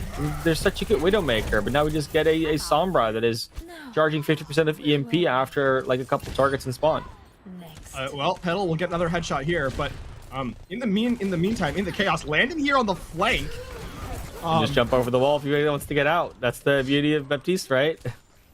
The rest of Northwood though is dead, so it's just Landon, and as good as they are, I doubt that it's going to be enough to take a 1 versus 6. So they'll. Yeah, it's never just Landon, right? I mean, even with the headshot, even when they're not there, it's not just Landon. That's the whole problem, right? That being said, though, Jukebox on the hunt for a Sombra or something. They're trying to find this lost stealth hero. Dynasty back on the Doomfist already takes down Soba. Boat looking for the next target to hack and potentially take out. And they're all looking around for this Sombra, but they just cannot find Boat. And Boat is having the time of their life. Mini down to about 15 HP. We'll get the recovery in time, but still not a fight won, actually, for University of Texas Dallas. They get the cart moving forward, yes. And it looks like this is going to be, it's going to end up being a hold as Louis will get another return kill. But likely not enough to turn the delta in their favor. Oh, a whole lot of damage in this room, and Soba's gonna do a lot of healing before everyone can fight again. And just cannot get to the Roadhog in time. Jukebox choosing to use the ultimate without any support really in their back was the problem. Louis gets a disconnect after this fight. We're probably gonna pause this as well. Not just quite. There we are. There's the pause. Got a couple of different opinions about how the game should be pause, handled there. Don't pause, report Louis. I don't really know what's going on anymore behind the scenes there. I guess we'll potentially be able to find out later. But right now, just gonna wait until they're back till we can resume this this map. I guess we just call it a map. It is a map. Yeah, it is indeed a map of all the maps that have ever been played in Overwatch. It is certainly one. Yeah, it's a lot of questions about how this fight's going to end, and I think from my napkin math is that it's going to be a hold here for UT or for Northwood actually. Actually, no, Boat gets back out, so this is still a possibility for UT to take this capture. Especially if you get Dynasty that quickly with the headshot. Nicely done. Very low on the ball as well. Yeah, they're finding the value here. Double hit scan seems to be an option for them. They're exploring it, and they're executing well with it so far. Petal and Kashir just combining for a lot of damage and without having to really get close to anybody. This is exactly what you want with all that brawly DPS burst coming out from Northwood. Mr. Heroes continues to be sort of the name of the game here. As 3 players make different selections by Northwood. As man caught in a corner, no healers available, will get the elimination. And University of Texas Dallas will continue their march forward. I'd say inexorable, but so far in the series it really hasn't been. As Northwood head up for a high ground defense to try and prevent this attack from completing. And Sentence is at the ready for a mini pwn. Let's see if they actually are able to use it or have the opportunity to use it for, you know, something decent. They try to sort of do it to try and deal with not getting killed, essentially. But they are able to make it to the high ground together with Kashir. Kashir not able to protect their Zenyatta, but does take out Cowman before getting taken down by a hammer from Seasons themselves. That'll looking here for Landon. The Immortality Field is in the way, though. You're always going to lose that 1v1 versus the Landon caliber Baptiste. There is a lone Ana in a tunnel. And Baptiste is going to find her. 2 shots. It's done. I've seen quick play games that have been more organized than this, I'm not gonna lie. Yeah. It's I wasn't gonna compare it with quick play, but it's kind of what it's turning into at this stage. If that's the show you're gonna put on for us, we're gonna mention as is. There's another wayward supercharger committed. Nice headshot there from Petal around the corner, but walks in a straight line and will get punished for it. That being said, the fight's still not over. University of Texas Dallas forced to commit more resources to this one. Yeah, they did have a lot of openings made to them, but you don't just walk into a Reinhardt and get away scot-free. Turns out you do in this situation, but usually that's not what happens. The right click cannot even get through the Brigitte rally armor. It's just too much. Dynasty takes out Kashir, but both falls as well. Landing on the high ground, finally gets traded back by Soba. And with all the space and the picks that they've gotten, this should be the point cap. And I would say against all odds, but against the trend that we've had so far tonight, UTD has 2 objective points capped here, Lafon. Sheer highlighting their style of gameplay so far in this round has definitely used the right click more frequently than the left, will be admitted. But what? There's traded Earth Shatters, but Seasons get a solo shatter while Louis finds 2. They're still gonna lose this fight here. Yeah, there was just with the wall and like the different places where they were fighting, Northwood was just in a better position there, I guess. How it works, right? Oh, here comes a spawn camp. I think Petal knows boats here in the corner. They know. They've heard the blades. Oh, hook goes wide. The flashbang does not. Oh, nice so much try damage. there. Yeah, take a breather, heals up some of it, but you know the rest of the team just walks in and dies anyways. It's a tough one to go through. Landon gets another one. It's a mini bonus now on the Zenyatta. Doesn't want to have some fun, I guess. No longer on the Baptiste. Maybe try to even the playing field a little bit in some way. Nice try from both here to get the one clip onto Petal. It's not happening. The headshot will happen, but there's Landon, the true DPS of Northwood, coming in with the headshots. I'm gonna get 1v1. Nope, it's not a 1v1 when the Reinhardt charges in. It's like you say, right? There's so much going on at the same time. They're just walking around the map aimlessly trying to find targets and not even doing it as a squad. This is not working. Oh my god. I don't know if you remember the meme from a while ago where JoJo's music played as the camera cut when something bad is about to happen. But so far, this entire defense has just been that meme over and over. Yeah. Every single time. Or just the record scratch. It was at that moment that those yeah. Oh, Landon slept. The terror is over. There's no Nate though. Elimination. Oh no, Yeah. Landon survives. Landon lives. Landon with the Transcendence. It's such a BM. Wait, the cart's moving. The cart's moving. Yeah, I mean they are able to move it a little bit, but someone's touching, I guess. And back to spawn as well. Cowman will eventually get taken out by the whole Hawks with the supercharger, and they do make it to the objective eventually. There's still a Landon around. You just feel the orbs of constantly hitting everybody. They just don't even want to fight at the objective, and they don't have to because everyone keeps chasing them away from the objective. 60 seconds. Oh, Landon has been unleashed. And the Zen is making life hectic and hellish for UT Dallas. Landon gets another elimination. Is getting bodyguarded by Boat all the way to the health pack. This is a spawn camp of epic proportions. It's been a while since I've seen one this rough. And yeah, someone will not survive. This is Pedal finally finding some value. Doesn't find the value onto Landon though, because Landon just doesn't stop. Landon cannot die. It is immortal Landon. Lucy Zenyatta on the cart will be dispatched as well. I mean, 18 seconds stands between UTD and just not completing this map. But like I said, at least they got 2 objective points, right? They did something this series. Yeah, and the pulse bomb will go wide there, so Sopa will survive for another day. And with Landon finally down. I say Landon finally down, and then Landon from the grave assists that elimination onto Soba. So it has just overtime going to be committed here, and a couple players already lost. Looking like the end of this fight, this push. UT Dallas will have to be content with 2 points and not much else. 25.44 meters after me. That's pretty much the cart. It's where it is right now. Like it's through the gate and a couple extra meters. That is indeed the round as we go into potentially the last round of Overwatch in the NECC Nationals. I think it might actually be the last round. I think there's still another series going on the other stream.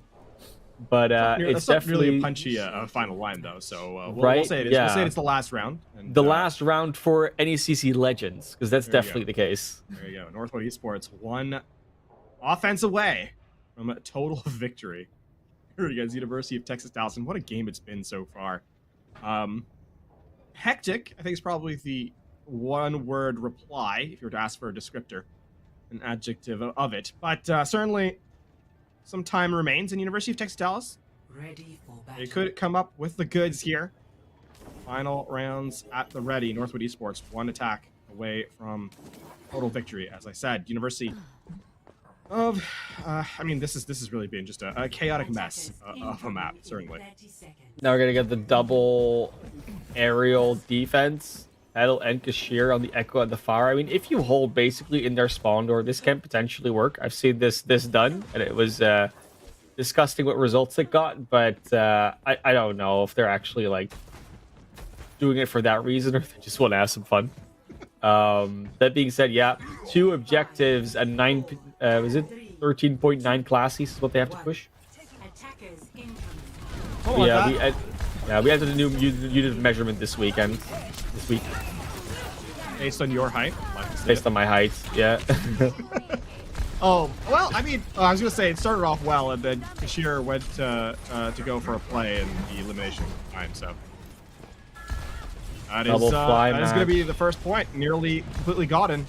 As, yeah, that Genji's going to dash I think they're asking for both to switch to the Echo as well. They want the double arrow matchup. It'd be fun to watch. Listen, if you get enough dash resets, Genji technically flies. Genji can fly, yeah. Well, he can at least avoid the ground. I think that's more accurate. Isn't that the same thing? Not really. Flight requires you to like propel yourself more infinitely or indefinitely. Yeah, that's gonna be the hook coming in. Yeah, the team. Maybe take it out. This fight is actually going to be won by UT Dallas. Yeah, they're doing it. Get off just a little bit more than they can chew. The hook will go wide. Wait, I spoke too soon. They got 3 eliminations. We keep being baited by this, Lafon. They're never truly out. They're just delaying the fight. Is kind of what it feels like. Duke try and go in on this Farah, but even then, we get the duplicate. Oh, we've seen this done before. It's not gonna happen. You just get 2 rockets in your face, and the Mercy and the Diva are just too much support. And unfortunately for Kashir, they just could not get the elimination onto Dynasty. I mean, it's gotta happen at some point, right? Not this time around, though. We'll actually get eliminated, but there's probably a res right around the corner if they want it. They can probably find a way to do that. How could I have been so foolish as to think that fight was lost by Northwood Esports? Truly, I don't know. It's just, you know what? The series has been so short that we just haven't learned yet. Like, that's how short the series has been. We haven't had the time to process. Nice hook there. Dynasty does not survive that one. No. As a result, no barrage available. Self-destruct truly doesn't get anything. Okay, good. I will say that it's like the hardest thing to learn as a Farah player is when the Hog hooks you to not shoot. because you will do self damage, you kill yourself most of the time. That being said, though, Bo here with the blade is trying to go in on this Pharah. Will they get the shear? Oh, it's Petal now, actually. No, they will not. Metal able to deny the metal. Dynasty is still around on the Pharah. They will be able to do their damage. They will be able to get their eliminations. The Mercy will not live. Mini Pwn back to spawn. That is the second checkpoint almost certainly gone. Oh, we got the Solar Barrage, though. Yep. You got to feel that one. That's just for the pride of Petal. 5 minutes and 6 seconds for basically entering the cart into third. It's not even really rolling. Listen, I don't think it's a tough thing to call, but I think the GG should be in order. Because even with Landon going down, they cannot get any contest. Mitra will get the resurrect as well. And with that, hold has been sort of perhaps I cursed enough. The Castle Curse maybe came through just in time for this series. There's still 4.5 minutes left. I mean, we're just trying so hard to cast the curses so they might get another map, but I think we do it on purpose and it will never work, right? Louis still getting eliminations, so it's not over yet. Still hope to be had. I just have to hold that hope for 420, and that is certainly not something I can do. I think it's technically even a spawn advantage for the attacks. It's like the hardest part about it. Okay, no. the gate has now closed. Louis sleeping. Nana Reinhardt is going to just watch the cart. Oh, not quite watch the cart roll in while he takes a nap. With that self-destruct, we'll just have a Genji in the duplicate form try and dash around. Is he finding some value here? Like, again, they do keep finding some eliminations, but they have to find a little bit more than just eliminations. They have to stop this card from the Genji to try and backcap it. As Landon taking out the shear. The Echo's biggest enemy is the Ana. There's Jukebox and Louis are still on the cart. As Jukebox, the lone surviving Roadhog, tries to stop this. The one-man apocalypse is not enough.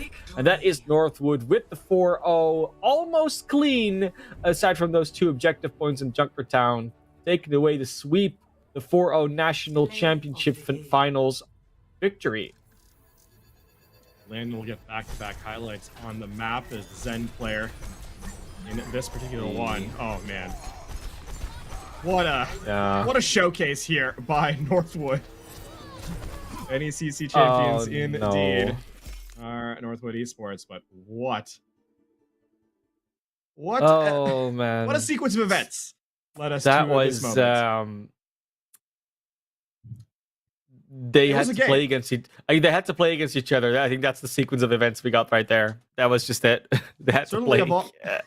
I used this joke earlier in the series. Of all the games of Overwatch, it was certainly a game. With that, Northwood will take the 4-0. Chaotic at times, entertaining nonetheless. And as a result, I mean, the grand champions here in the Legend Division, Northwood Esports, continuing their reign of terror in the collegiate scene as they put another feather in their cap, as it were. Feather in the cap. What we can do though is we can give them a feather in the cap by just having a little bit of chat, just making sure that we talk to a couple of these players, figure out what their thought process was going into this, going out of this. So what we're gonna do, we're gonna go throw to a quick break, and then we come back. We can actually live congratulate at least one and maybe even more players of the Northwood roster. So don't go anywhere. Close out the day with a wonderful chat.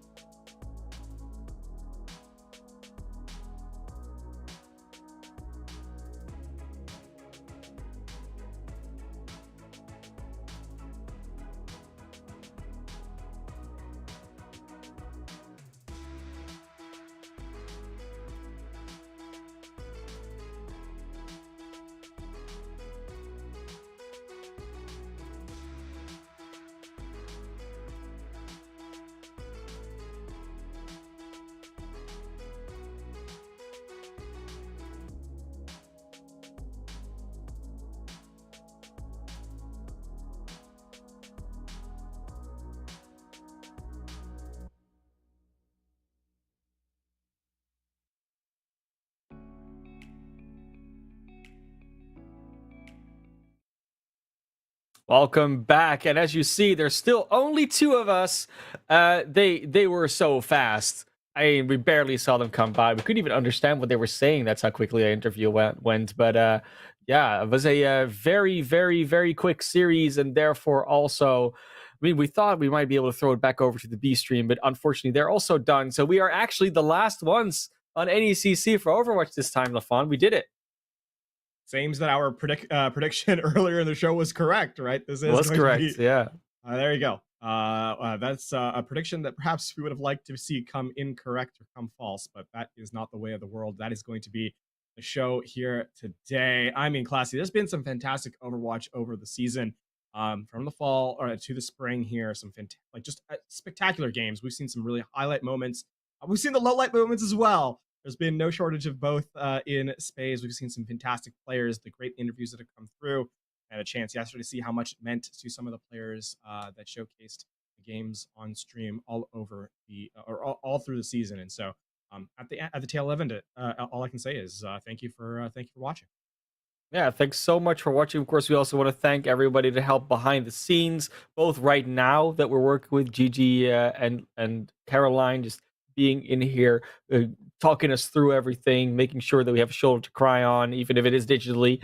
But no, just thanks to them, but also thanks to everybody at NECC that just like continuously put this on, all the schools, everyone, the coaches, the staff, the players. Anyone that's involved in this, because not just in Overwatch, but in all the other titles as well. There are some great talent coming up, whether they are already attached to some sort of professional play, like players like Landon and Dynasty and Petal are, or whether they are trying to actually breed that talent that isn't known yet. It's all really awesome to see, and Collegiate is definitely an awesome program to be involved in. If you are a school that was somehow watching this and you're like, hey, we are not in NECC, why are we not in NECC? Well, go find NECC, talk to them, and sign your school up. There will be more seasons, I have been told. So would not be surprised to see even more signups next time around. And maybe it won't be in Overwatch anymore. It'll be in Overwatch 2. Who knows? It is a timeline away. And a final shout out to you, the one watching this. Thank you for being here. Hope you're having a great night. We'll see you next time.